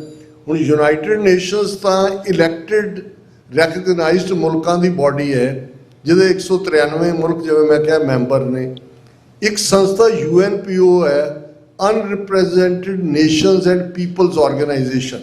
ਇਹ ਵੀ ਇੱਕ ਪਾਵਰਫੁਲ ਹੈ। ਇਹਦੇ 'ਚ ਜਿਹੜੇ ਮੁਲਕ ਸਟਰਾਈਵ ਕਰ ਰਹੇ ਨੇ ਮੁਲਕ ਆਪਣੀ ਆਜ਼ਾਦੀ ਲਈ, ਕਿਸੇ ਵੇਲੇ ਲਿਥੁਆਨੀਆ, ਲਾਤਵੀਆ, ਐਸਟੋਨੀਆ, ਇਹ ਵੀ ਉਹਦੇ ਮੈਂਬਰ ਸੀ। ਨਾਗਾਲੈਂਡ ਵੀ ਉਹਦਾ ਮੈਂਬਰ ਹੈ, ਸਕਾਟਲੈਂਡ ਵੀ ਉਹਦਾ ਮੈਂਬਰ ਹੈ। ਲੇਕਿਨ ਸਿੱਖਾਂ ਨੇ ਵੀ ਕੋਸ਼ਿਸ਼ ਕੀਤੀ ਖਾਲਿਸਤਾਨ ਨੂੰ ਰੈਕਗਨਾਈਜ਼ ਕਰਵਾਉਣ ਦੇ ਲਈ, ਲੇਕਿਨ ਗੱਲ ਚੱਲੀ ਨਹੀਂ, ਕਿਉਂਕਿ ਉਹ ਸਹਿਮਤੀ ਨਹੀਂ ਹੋ ਸਕੀ ਪੰਜਾਬ ਦੀਆਂ ਜਥੇਬੰਦੀਆਂ ਔਰ ਬਾਹਰਲੀਆਂ ਦੀ। ਸੋ ਮੈਨੂੰ ਇਹ ਲੱਗਦਾ ਹੈ ਕਿ ਸਾਡੀ ਕੋਸ਼ਿਸ਼ ਹੈ, ਮੈਂ ਉਸ ਤੋਂ ਬਾਅਦ ਯੂਰਪ ਤੋਂ UK ਵੀ ਗਿਆ, ਹੁਣ ਪਿੱਛੇ ਆਸਟ੍ਰੇਲੀਆ, ਨਿਊਜ਼ੀਲੈਂਡ ਵੀ ਸੀ। ਅਸੀਂ ਕੋਸ਼ਿਸ਼ ਕਰ ਰਹੇ ਹਾਂ ਕਿ ਵਰਲਡ ਸਿੱਖ ਪਾਰਲੀਮੈਂਟ ਦੇ ਪਲੇਟਫਾਰਮ ਨੂੰ ਸਟਰੋਂਗ ਕੀਤਾ ਜਾਏ, ਤਾਂ ਕਿ ਭਵਿੱਖ ਦੇ ਵਿੱਚ ਜਿਹੜੀ ਸਾਡੀ ਕੋਈ ਓਪਰਚੁਨਿਟੀ ਵੀ ਆਉਂਦੀ ਹੈ, ਉਸ ਸਾਡੇ ਜਿਹੜੇ ਬਾਕੀ ਇਸ਼ੂ ਨੇ ਰੋਲ ਮਾਡਲ ਵਾਲੇ ਵੀ ਔਰ ਦੂਸਰੇ ਵੀ, ਉਹਨਾਂ ਨੂੰ ਵੀ ਅਸੀਂ ਉਭਾਰ ਸਕੀਏ। ਪਰ ਹਾਲ ਦੀ ਘੜੀ ਇਹ ਇੱਕ ਅਟੈਂਪਟ ਹੈ, ਉਹਦੇ 'ਚ ਅਸੀਂ ਬਹੁਤ ਜ਼ਿਆਦਾ ਸਕਸੈਸਫੁਲ ਨਹੀਂ ਹੋਏ। ਇੱਕ ਹਿੱਸਾ ਅਸੀਂ ਡਾਇਸਪੋਰਾ 'ਚ ਹੈਂਡਲ ਕੀਤਾ, ਲੇਕਿਨ ਮੁੱਖ ਧਾਰਾ ਅਜੇ ਜਿਹੜੀ ਪੰਜਾਬ ਦੇ ਵਿੱਚ ਉਸ ਦੇ ਉੱਤੇ ਫੋਲੋ ਨਹੀਂ ਕਰ ਪਾਈ ਹੈ। ਸੰਗਤ ਨੂੰ ਦੁਬਾਰਾ ਪੁੱਛਣਾ ਚਾਹੁੰਦਾ, ਜੇ ਕੋਈ ਸਵਾਲ ਹੈ ਤਾਂ ਜ਼ਰੂਰ ਆ ਜਾਣ। ਸੋ ਜੇ ਨਹੀਂ ਆ ਤੇ ਅਸੀਂ ਮੈਂ ਡਾਕਟਰ ਸਾਹਿਬ ਇੱਕ ਆਖਰੀ ਸਵਾਲ ਪੁੱਛ ਕੇ ਫਿਰ ਆਪਾਂ ਰੈਪ ਅਪ ਕਰ ਲੈਂਦੇ ਹਾਂ। ਦੋ ਪਾਰਟ ਸਵਾਲ ਆ। ਪਹਿਲਾ ਇਹ ਆ ਕਿ ਜਿਹੜਾ ਹੁਣ ਆਪਾਂ ਇਸ ਵੇਲੇ ਦੇਖ ਰਹੇ ਆ ਸਿੱਖ ਨੌਜਵਾਨੀ ਜਾਂ ਪੰਥ ਦੇ ਵਿੱਚ ਇਨ ਜਨਰਲ, ਇੱਕ ਉਦਾਹਰਣ ਦੇ ਕੇ ਮੈਂ ਗੱਲ ਕਰਦਾ, ਪਰ ਤੁਸੀਂ ਇਹਨੂੰ ਜ਼ਰੂਰ ਐਕਸਪਲੇਨ ਕਰਿਓ ਕਿ ਜਿਹੜੇ ਆਪਾਂ ਖਾਲਿਸਤਾਨ ਦੀ ਸਰਗਰਮੀ ਦੇ ਵਿੱਚ ਜੁੜੇ ਹੋਏ ਆ, ਮੈਂ ਇਹ ਆਬਜ਼ਰਵ ਕੀਤਾ ਕਿ ਕਈ ਵਾਰੀ ਉਹਨਾਂ ਦੇ ਵਿੱਚ ਧਰਮ ਤੋਂ ਜਾਂ ਆਪਣਾ ਸਿੱਖੀ ਜਜ਼ਬੇ ਤੋਂ ਜਾਂ ਗੁਰਮਤ ਤੋਂ ਥੋੜ੍ਹੇ ਸੱਖਣੇ ਆ, ਅਤੇ ਜਿਹੜੇ ਗੁਰਮਤ ਤੋਂ ਇੰਸਪਾਇਰਡ ਆ ਉਹ ਇਹਦੇ ਵਿੱਚ ਸਰਗਰਮੀ ਨਹੀਂ ਕਰ ਰਹੇ ਖਾਲਿਸਤਾਨ ਦੀ, ਜਾਂ ਉਹ ਤੁਸੀਂ ਕਹਿ ਲਓ ਕਿ ਗੁਰਮਤ ਉਹ ਚੀਜ਼ ਆ ਜਿਹਦੇ ਨਾਲ ਆਪਾਂ ਦੁਨੀਆ ਨੂੰ ਦੇਖਣਾ ਐਨਕਾਂ ਵਾਂਗ, ਅਤੇ ਜਿਹੜੇ ਧਰਮ ਵੱਲ ਜਾਂ ਗੁਰਮਤ ਵੱਲ ਪਰਣਾਏ ਹੋਏ ਆ ਉਹਨਾਂ ਨੇ ਐਨਕਾਂ ਪਾ ਕੇ ਅੱਖਾਂ ਬੰਦ ਕੀਤੀਆਂ ਹੋਈਆਂ, ਦੂਜੇ ਪਾਸੇ ਐਨਕਾਂ ਤੋਂ ਬਗੈਰ ਦੁਨੀਆ ਨੂੰ ਦੇਖ ਰਹੇ ਆ। ਇੱਕ ਇਹ ਜ਼ਰੂਰ ਐਕਸਪਲੇਨ ਕਰਿਓ ਕਿ ਇਸ ਚੀਜ਼ ਨੂੰ ਸਪੈਸ਼ਲੀ ਨੌਜਵਾਨ ਪੀੜ੍ਹੀ ਦੇ ਵਿੱਚ ਟੈਕਲ ਕੀਤਾ ਜਾਏ। ਦੂਜਾ ਇਹਦੇ ਨਾਲ ਹੀ ਜੁੜਿਆ ਕਿ ਜਿੱਦਾਂ ਆਪਾਂ ਬਹੁਤ ਜ਼ਿਆਦਾ ਦੇਖਦੇ ਹਾਂ ਕਿ ਭੇਖ ਜਿਹੜਾ ਆ ਸਪੈਸ਼ਲੀ ਆਪਾਂ ਦੇਖ ਰਹੇ ਹਾਂ ਜਿੱਦਾਂ ਆਸਾ ਦੀ ਵਾਰ ਦੇ ਵਿੱਚ ਅੰਦਰੋਂ ਝੂਠੇ ਪੈਜ ਵਾਰ ਦੁਨੀਆ ਅੰਦਰ ਫੈਲ, ਜੇ ਉਹ ਚੀਜ਼ ਇੰਨੀ ਫੈਲੀ ਹੋਈ ਆ ਤਾਂ ਜਿਹੜੇ ਖਰੇ ਆ ਜਾਂ ਜਿਹੜੀ real you can say like cream ਪੰਥ ਦੀ ਆ ਉਹਨੂੰ ਪਛਾਣਿਆ ਕਿੱਦਾਂ ਜਾਏ ਤਾਂ ਕਿ ਆਪਾਂ ਉਹਨਾਂ ਵੱਲ ਦੇਖ ਕੇ ਇੰਸਪਾਇਰ ਹੋਈਏ ਅਤੇ ਉਹਨਾਂ ਨੂੰ ਹੀ ਕੌਮ ਦੀ ਜਿੱਦਾਂ ਵਾਗਡੋਰ ਦੇ ਸਕੀਏ। ਸੋ ਇਹ ਆਖਰੀ ਸਵਾਲ ਹੈ, ਅਤੇ ਬਾਕੀ ਫਿਰ ਦੇਖੋ ਤੁਹਾਡੇ ਦੋਨੋਂ ਸਵਾਲ ਬੜੇ ਰੈਲੇਵੈਂਟ ਨੇ ਅੱਜ ਦੇ ਕੰਟੈਕਸਟ ਦੇ ਵਿੱਚ। ਇਹ ਗੱਲ ਦੁਖਦਾਈ ਵੀ ਹੈ ਕਿ ਇੱਕ ਪਾਸੇ ਜਿਹੜੇ ਪੋਲੀਟੀਕਲ ਐਕਟਿਵਿਜ਼ਮ ਦੀ ਗੱਲ ਕਰਦੇ ਨੇ, ਖਾਲਿਸਤਾਨ ਦੀ ਗੱਲ ਕਰਦੇ ਨੇ, ਉਹਨਾਂ 'ਚੋਂ ਕੁਛ ਜਿਹੜੇ ਨੇ ਉਹ ਤਾਂ ਸਿੱਖੀ ਸਰੂਪ ਧਾਰਨ ਕਰਨ ਤੋਂ ਵੀ ਥੋੜ੍ਹਾ ਜਿਹਾ ਪਾਸਾ ਵੱਟਦੇ ਨੇ। ਪਹਿਲੀ ਗੱਲ ਮੈਂ ਇਹ ਕਹਿਣਾ ਚਾਹੁੰਦਾ ਵੀ ਨਫ਼ਰਤ ਦੀ ਸਿੱਖੀ 'ਚ ਕੋਈ ਥਾਂ ਨਹੀਂ ਹੈ। ਇਹ ਗੱਲ ਬਾਟਮ ਜਿਹਨੂੰ ਕਾਰਡੀਨਲ ਰੂਲ, ਕੋਈ ਉੱਚਾ ਨੀਵਾਂ ਕਿਸੇ ਨੂੰ ਅਸੀਂ ਇਸ ਲਈ ਜਿਹੜਾ ਉਹ ਨਾ ਪਸੰਦ ਕਰੀਏ ਕਿ ਉਸ 'ਚ ਕੀ ਕਮੀਆਂ ਨੇ, ਕਿ ਇਹ ਸਤਿਗੁਰੂ ਜਾਣਦੇ ਨੇ ਕਿਹਨੂੰ ਕਦੋਂ ਕੀ ਸੇਵਾ ਮਿਲਣੀ ਹੈ, ਇਹ ਗੁਰੂ ਦੇ ਹੱਥ ਵੱਸ ਹੈ। ਇਹ ਬਾਟਮ ਲਾਈਨ ਰਹਿਣੀ ਚਾਹੀਦੀ ਹੈ। ਮੈਨੂੰ ਉਹਨਾਂ ਨਾਲੋਂ ਜ਼ਿਆਦਾ ਅਫਸੋਸ ਆਪਣੀਆਂ ਉਹਨਾਂ ਸੰਸਥਾਵਾਂ 'ਤੇ ਹੁੰਦਾ ਹੈ ਜਿਹੜੇ ਧਾਰਮਿਕ ਤੌਰ 'ਤੇ ਪ੍ਰਪੱਕ ਨੇ, ਪੰਜ ਕਕਾਰੀ ਨੇ, ਨਾਮ ਸਿਮਰਨ ਨਾਲ ਜੁੜੇ ਹੋਏ ਨੇ, ਪੂਰੀ ਤਰ੍ਹਾਂ ਡਿਵਾਊਟ ਗੁਰਸਿੱਖ ਨੇ। ਉਹ ਜਦੋਂ ਕੰਨੀ ਕਤਰਾਉਂਦੇ ਨੇ, ਪਰ ਮੈਂ ਅਕਸਰ ਸਾਡੀਆਂ ਦੋ ਪ੍ਰਾਇਮਰੀ ਸੰਸਥਾਵਾਂ ਨੇ ਜਿਨ੍ਹਾਂ 'ਚੋਂ ਸਾਡਾ ਸੰਘਰਸ਼ ਨਿਕਲਿਆ, ਅਖੰਡ ਕੀਰਤਨੀ ਜਥਾ ਭਾਈ ਫੌਜਾ ਸਿੰਘ, ਭਾਈ ਸੁਖਦੇਵ ਸਿੰਘ ਬੱਬਰ, ਭਾਈ ਤਲਵਿੰਦਰ ਸਿੰਘ ਬੱਬਰ, ਭਾਈ ਅਨੋਖ ਸਿੰਘ, ਅਤੇ ਦੂਸਰੀ ਦਮਦਮੀ ਟਕਸਾਲ ਜਿਨ੍ਹਾਂ 'ਚੋਂ ਸੰਤ ਜਰਨੈਲ ਸਿੰਘ ਪਿੰਡਾਂ ਵਾਲਿਆਂ ਦਾ ਆਲਮੋਸਟ ਸਾਰਾ ਜਥਾ ਜਿਹੜਾ ਉਹਨਾਂ ਨੇ ਤਿਆਰ ਕੀਤਾ ਸ਼ਹੀਦ ਹੋਇਆ। ਹੁਣ ਜੇ ਅਖੰਡ ਕੀਰਤਨੀ ਜਥੇ ਉਹਨਾਂ ਦੇ ਬਾਨੀ ਭਾਈ ਸਾਹਿਬ ਭਾਈ ਰਣਧੀਰ ਸਿੰਘ ਨੇ, ਔਰ ਮੈਂ ਆਪਣੇ ਅਰਲੀ ਡੇਜ਼ 'ਚ ਹਾਇਰ ਸੈਕੰਡਰੀ ਕਰਕੇ ਪ੍ਰੀ ਮੈਡੀਕਲ ਕਰ ਰਿਹਾ ਸੀ, ਅਤੇ ਮੈਂ ਆਲਮੋਸਟ ਉਹਨਾਂ ਦੀਆਂ ਸਾਰੀਆਂ ਪੁਸਤਕਾਂ ਜਿਨ੍ਹਾਂ 'ਚ ਜੇਲ੍ਹ ਚਿੱਠੀਆਂ, ਗੁਰਮਤਿ ਵਿਵੇਕ, ਇਹ ਸਾਰੀਆਂ ਪੜ੍ਹੀਆਂ। ਤੁਸੀਂ ਵੀ ਬਹੁਤਿਆਂ ਨੇ ਪੜ੍ਹੀਆਂ ਹੋਣਗੀਆਂ। ਹੁਣ ਤੁਸੀਂ ਜੇਲ੍ਹ ਚਿੱਠੀਆਂ ਜਦੋਂ ਪੜ੍ਹਦੇ ਹੋ, ਇੱਕ ਬੜਾ ਕਲੀਅਰ ਕਾਨਸੈਪਟ, ਔਰ ਉਹਨਾਂ ਨੂੰ ਨਾ ਤਾਂ ਜਿਹੜੇ ਸੋ ਕਾਲਡ ਸੈਕੂਲਰ ਹਿਸਟੋਰੀਅਨ ਨੇ ਕਦੇ ਉਹਨਾਂ ਦਾ ਡਿਊ ਦਿੱਤਾ ਹੈ। ਕਰਤਾਰ ਸਿੰਘ ਸਰਾਭਾ ਉਹਨਾਂ ਦੇ ਉਸ ਪੱਟੀ 'ਚੋਂ ਵੀ ਜਿੱਥੇ ਉਹਨਾਂ ਦਾ ਸਰਾਭਾ ਔਰ ਨਾਰੰਗਵਾਲ ਹੈ, ਲੇਕਿਨ ਮਾਲਵਾ ਖਾਲਸਾ ਸਕੂਲ ਦਾ ਵਿਦਿਆਰਥੀ ਭਾਈ ਸਾਹਿਬ ਤੋਂ ਇੰਸਪਾਇਰਡ, ਔਰ ਭਾਈ ਰਣਧੀਰ ਸਿੰਘ ਹੋਰਾਂ ਦਾ ਬਿਲਕੁਲ ਸਪਸ਼ਟ ਸੀ ਕਿ ਗੁਲਾਮ ਦੇਸ਼ ਦੇ ਵਿੱਚ ਪੰਥ ਗੁਲਾਮ ਹੈ, ਪੰਥ ਆਜ਼ਾਦ ਨਹੀਂ ਹੋ ਸਕਦਾ ਜੇ ਦੇਸ਼ ਗੁਲਾਮ ਹੈ। ਔਰ ਗਦਰ ਪਾਰਟੀ ਦੇ ਫਾਊਂਡਰਸ 'ਚੋਂ ਜਿਨ੍ਹਾਂ ਨੇ ਜਾ ਕੇ ਫਿਰੋਜ਼ਪੁਰ ਸਟੇਸ਼ਨ ਤੋਂ ਕਬਜ਼ਾ ਲੈਣਾ ਸੀ, ਇਹ ਵੱਖਰੀ ਕਹਾਣੀ ਹੈ ਕਿ ਉਹ ਮੂਵਮੈਂਟ ਕਿਵੇਂ ਫੇਲ ਹੋਈ। ਲਾਹੌਰ ਕੰਸਪੀਰੇਸੀ ਕੇਸ 1, ਲਾਹੌਰ ਕੰਸਪੀਰੇਸੀ ਕੇਸ 2 'ਚ ਆਲਮੋਸਟ ਉਹਨਾਂ ਨੂੰ ਡੈਥ ਸੈਂਟੈਂਸ ਜਿਹੜੀ ਬਾਅਦ 'ਚ ਉਮਰ ਕੈਦ 'ਚ ਬਦਲੀ। ਸੋ ਮੈਂ ਕਈ ਵਾਰ ਸੋਚਦਾ ਮਾਡਰਨ ਪੀਰੀਅਡ 'ਚ ਜਿਹੜਾ ਬੱਬਰ ਯੋਧਿਆਂ ਦਾ ਮੈਂ ਨਾਂ ਲਿਆ, ਹੁਣ ਜੇ ਸਾਡੀ ਇਹ ਸੰਸਥਾ ਇਸ ਦਾ ਇੱਕ ਵੱਡਾ ਹਿੱਸਾ ਪੋਲੀਟੀਕਲ ਐਕਟਿਵਿਜ਼ਮ 'ਚ ਨਾ ਆਏ, ਦੇਖੋ ਇਹਦੇ 'ਚ ਕੋਈ ਸ਼ੱਕ ਨਹੀਂ ਹੈ ਕਿ ਜਿਹੜੀ ਰੂਹਾਨੀਅਤ ਹੈ ਇਹ ਆਪਣੇ ਆਪ 'ਚ ਬੜੀ ਸੈਟਿਸਫਾਈਂਗ ਹੈ। ਤੁਸੀਂ ਨਾਮ ਜਪਦੇ ਹੋ, ਤੁਹਾਡਾ ਧਿਆਨ ਜੁੜਦਾ ਹੈ, ਤੁਹਾਡਾ ਕਿਸੇ ਹੋਰ ਪਾਸੇ ਸਿੱਧ ਜੋਗੀ ਕੋਈ ਮਾੜੇ ਨਹੀਂ ਸੀਗੇ, ਲੇਕਿਨ ਗੁਰੂ ਨਾਨਕ ਪਾਤਸ਼ਾਹ ਨੇ ਉਹਨਾਂ ਨੂੰ ਜਦੋਂ ਜਾ ਕੇ ਵੰਗਾਰਿਆ, ਉਹਨਾਂ ਨੇ ਜਦੋਂ ਪੁੱਛਦੇ ਨੇ ਸਿੱਧ ਪੁੱਛਣ ਸੁਣ ਬਾਲਿਆ, ਮਾਤ ਲੋਕ ਵਿੱਚ ਕਿਆ ਵਰਤਾਰਾ, ਤੁਸੀਂ ਥੱਲੇ ਧਰਤੀ ਤੋਂ ਆਏ ਹੋ, ਕੀ ਚੱਲ ਰਿਹਾ, ਤੇ ਗੁਰੂ ਸਾਹਿਬ ਨੇ ਕਿਹਾ ਸਿੱਧ ਛਿਪ ਬੈਠੇ ਪਰਬਤੀ ਕੌਣ ਧਰਤ ਕੋ ਪਾਰ ਉਤਾਰਾ। ਤੇ ਤੁਸੀਂ ਸਿਆਣੇ ਲੋਕ ਸੀ, ਤੁਸੀਂ ਤਾਂ ਲੁਕੇ ਹੋਏ ਹੋ ਤੇ ਲੋਕਾਂ ਨੂੰ ਤਾਂ ਫਿਰ ਫਰਾਡੀਆ ਹੀ ਮਿਲਣੇ ਨੇ ਲੀਡਰ। ਸੋ ਮੈਂ ਸਮਝਦਾ ਵੀ ਇਹ ਮੇਰੀ ਵੀ ਸਮਝ ਤੋਂ ਬਾਹਰ ਹੈ। ਹਾਲਾਂ ਬੜੇ ਜਿਹੜੀ ਆ ਕਮਾਈ ਵਾਲੇ ਗੁਰਸਿੱਖ ਵੀਰ ਭੈਣਾਂ ਇਸ ਸਾਰੇ ਫੀਲਡ ਦੇ ਵਿੱਚ ਤੁਰੇ, ਸ਼ਹੀਦੀਆਂ ਪਾਈਆਂ ਅੱਜ ਵੀ ਨੇ, ਲੇਕਿਨ ਬਹੁਤ ਛੋਟਾ ਸੈਗਮੈਂਟ ਹੈ ਜਿਹੜਾ ਪੋਲੀਟੀਕਲ ਐਕਟਿਵਿਜ਼ਮ ਦੇ ਵਿੱਚ ਆਇਆ। ਹੁਣ ਦਮਦਮੀ ਟਕਸਾਲ ਸੰਤ ਕਰਤਾਰ ਸਿੰਘ ਖਾਲਸਾ ਭਿੰਡਰਾਂਵਾਲੇ ਜਿਨ੍ਹਾਂ ਨੇ ਐਮਰਜੈਂਸੀ ਦੇ ਲੱਗਿਆਂ 35 ਜਲੂਸ ਕੱਢੇ, ਸੰਤ ਜਰਨੈਲ ਸਿੰਘ ਹੋਰਾਂ ਦਾ ਮੈਂ ਜ਼ਿਕਰ ਕੀਤਾ। ਹੁਣ ਉਹਨਾਂ 'ਚੋਂ ਵੀ ਬੇਸ਼ੱਕ 4-5 ਜਿਹੜੇ ਨੇ ਉਹਨਾਂ ਦੇ ਬਾਬਾ ਰਾਮ ਸਿੰਘ ਨੇ, ਸੰਗਰਾਮੀ ਬਾਬਾ ਹਰਨਾਮ ਸਿੰਘ ਧੁੰਮਾ ਨੇ, ਮੋਹਨ ਸਿੰਘ ਭਿੰਡਰਾਂਵਾਲੇ ਜਿੱਥੇ ਅਸੀਂ ਭਿੰਡਰ ਕਲਾਂ, ਫਿਰ ਇੱਕ ਜਿਹੜਾ ਜਨਾਲੇ ਟਕਸਾਲ ਹੈ। ਲੇਕਿਨ ਤੁਸੀਂ ਦੇਖੋਗੇ ਵੀ ਉਹਨਾਂ 'ਚ ਕੁਛ ਨੇ ਜਿਹੜੇ ਇੰਡੀਵਿਜੂਅਲੀ ਜਾਂ ਗਰੁੱਪ, ਪਰ ਜਿਹੜੀ ਅਗਵਾਈ ਇਸ ਫੀਲਡ 'ਚ ਕਲੀਅਰਲੀ ਪੋਲੀਟੀਕਲ ਹੋਣੀ ਚਾਹੀਦੀ ਸੀ। ਹੁਣ ਭਾਵੇਂ ਸ਼ਾਇਦ ਕੁਛ ਵੀਰਾਂ ਨੂੰ ਇਹ ਗੱਲ ਚੰਗੀ ਨਾ ਲੱਗੇ। ਹੁਣ ਜੇ ਟਕਸਾਲ ਦੇ ਮੁਖੀ ਬੀਜੇਪੀ ਦੀ ਪ੍ਰੈਸ ਕਾਨਫਰੰਸ ਕਰਦੇ ਨੇ ਮਹਾਰਾਸ਼ਟਰ 'ਚ ਜਾ ਕੇ ਔਰ ਉਹਨਾਂ ਦੇ ਲੈਟਰ ਹੈਡ ਤੇ ਉਹਨਾਂ ਲਈ ਵੋਟਾਂ ਮੰਗਦੇ ਨੇ, ਤਾਂ ਮੈਂ ਇਹ ਇਮੈਜਿਨ ਕਰ ਸਕਦਾ ਕਿ ਜੇ ਸੰਤ ਜਰਨੈਲ ਸਿੰਘ ਉਹਨਾਂ ਦੇ ਸਾਹਮਣੇ ਇਵੇਂ ਹੋ ਰਿਹਾ ਹੋਏ ਉਹ ਕਿਵੇਂ ਮਹਿਸੂਸ ਕਰਨਗੇ। ਸੋ ਡਿਵੀਏਸ਼ਨ ਹੈ ਕਿਤੇ ਨਾ ਕਿਤੇ। ਮੈਂ ਇਹ ਨਹੀਂ ਕਹਿੰਦਾ ਕਿ ਭਾਈ ਬਹੁਤ ਸਾਰੇ ਕੰਮ ਚੰਗੇ ਵੀ ਹੋ ਰਹੇ ਨੇ, ਲੇਕਿਨ ਇਹ ਪਾਰਟ ਜਿਹੜਾ ਖਾਸ ਤੌਰ ਤੇ ਜਿਵੇਂ ਮੈਨੂੰ ਵੀ ਇਹ ਘਾਟ ਲੱਗਦੀ ਹੈ ਕਿ ਵੀ ਨਤੀਜਾ ਇਹ ਹੈ ਕਿ ਜਦੋਂ ਕਮਿਟਮੈਂਟ ਵਾਲੇ ਲੋਕ ਪਿੱਛੇ ਨੇ ਤੇ ਫਿਰ ਉਸ ਵੈਕਿਊਮ ਨੂੰ, ਜਿਵੇਂ ਇੱਕ ਵੀਰ ਕਹਿ ਰਿਹਾ ਸੀ ਵੀ ਜਿਹੜੀ ਖਬਰ ਤੁਰਦੀ ਹੈ ਹਫ਼ਤਾ ਕੁ ਬੜਾ ਉਤਸ਼ਾਹ ਰਹਿੰਦਾ, ਫਿਰ ਬਹਿ ਜਾਂਦਾ ਸਾਰਾ। ਉਹਦਾ ਰੀਜ਼ਨ ਇਹ ਹੈ ਵੀ ਜਦੋਂ ਤੱਕ ਕੰਸਿਸਟੈਂਟ ਤੌਰ ਦੇ ਉੱਤੇ ਕੋਈ ਚੀਜ਼ ਨਹੀਂ ਤੁਰੇਗੀ, ਕ੍ਰੈਡੀਬਲ ਲੀਡਰਸ਼ਿਪ ਨਹੀਂ ਹੋਏਗੀ, ਜਿਵੇਂ ਭਾਈ ਹਰਜਿੰਦਰ ਸਿੰਘ ਜਿੰਦਾ, ਭਾਈ ਸੁਖਦੇਵ ਸਿੰਘ ਸੁੱਖਾ ਨੇ ਆਪਣੀ ਚਿੱਠੀ ਦੇ ਵਿੱਚ ਇਹ ਕਿਹਾ ਕਿ ਭਾਈ ਅਲਟੀਮੇਟਲੀ ਇਹ ਜਿਹੜਾ ਸਾਡਾ ਕਿਰਦਾਰ ਹੈ, ਸਾਡਾ ਸੰਤ ਸਮਾਈ ਦਾ ਰਾਜ ਦਾ ਕਾਨਸੈਪਟ ਹੈ, ਇਹ ਮਹਿਜ਼ ਇੱਕ ਪੋਲੀਟੀਕਲ ਟੈਰੀਟਰੀ ਦਾ ਨਹੀਂ ਹੈ।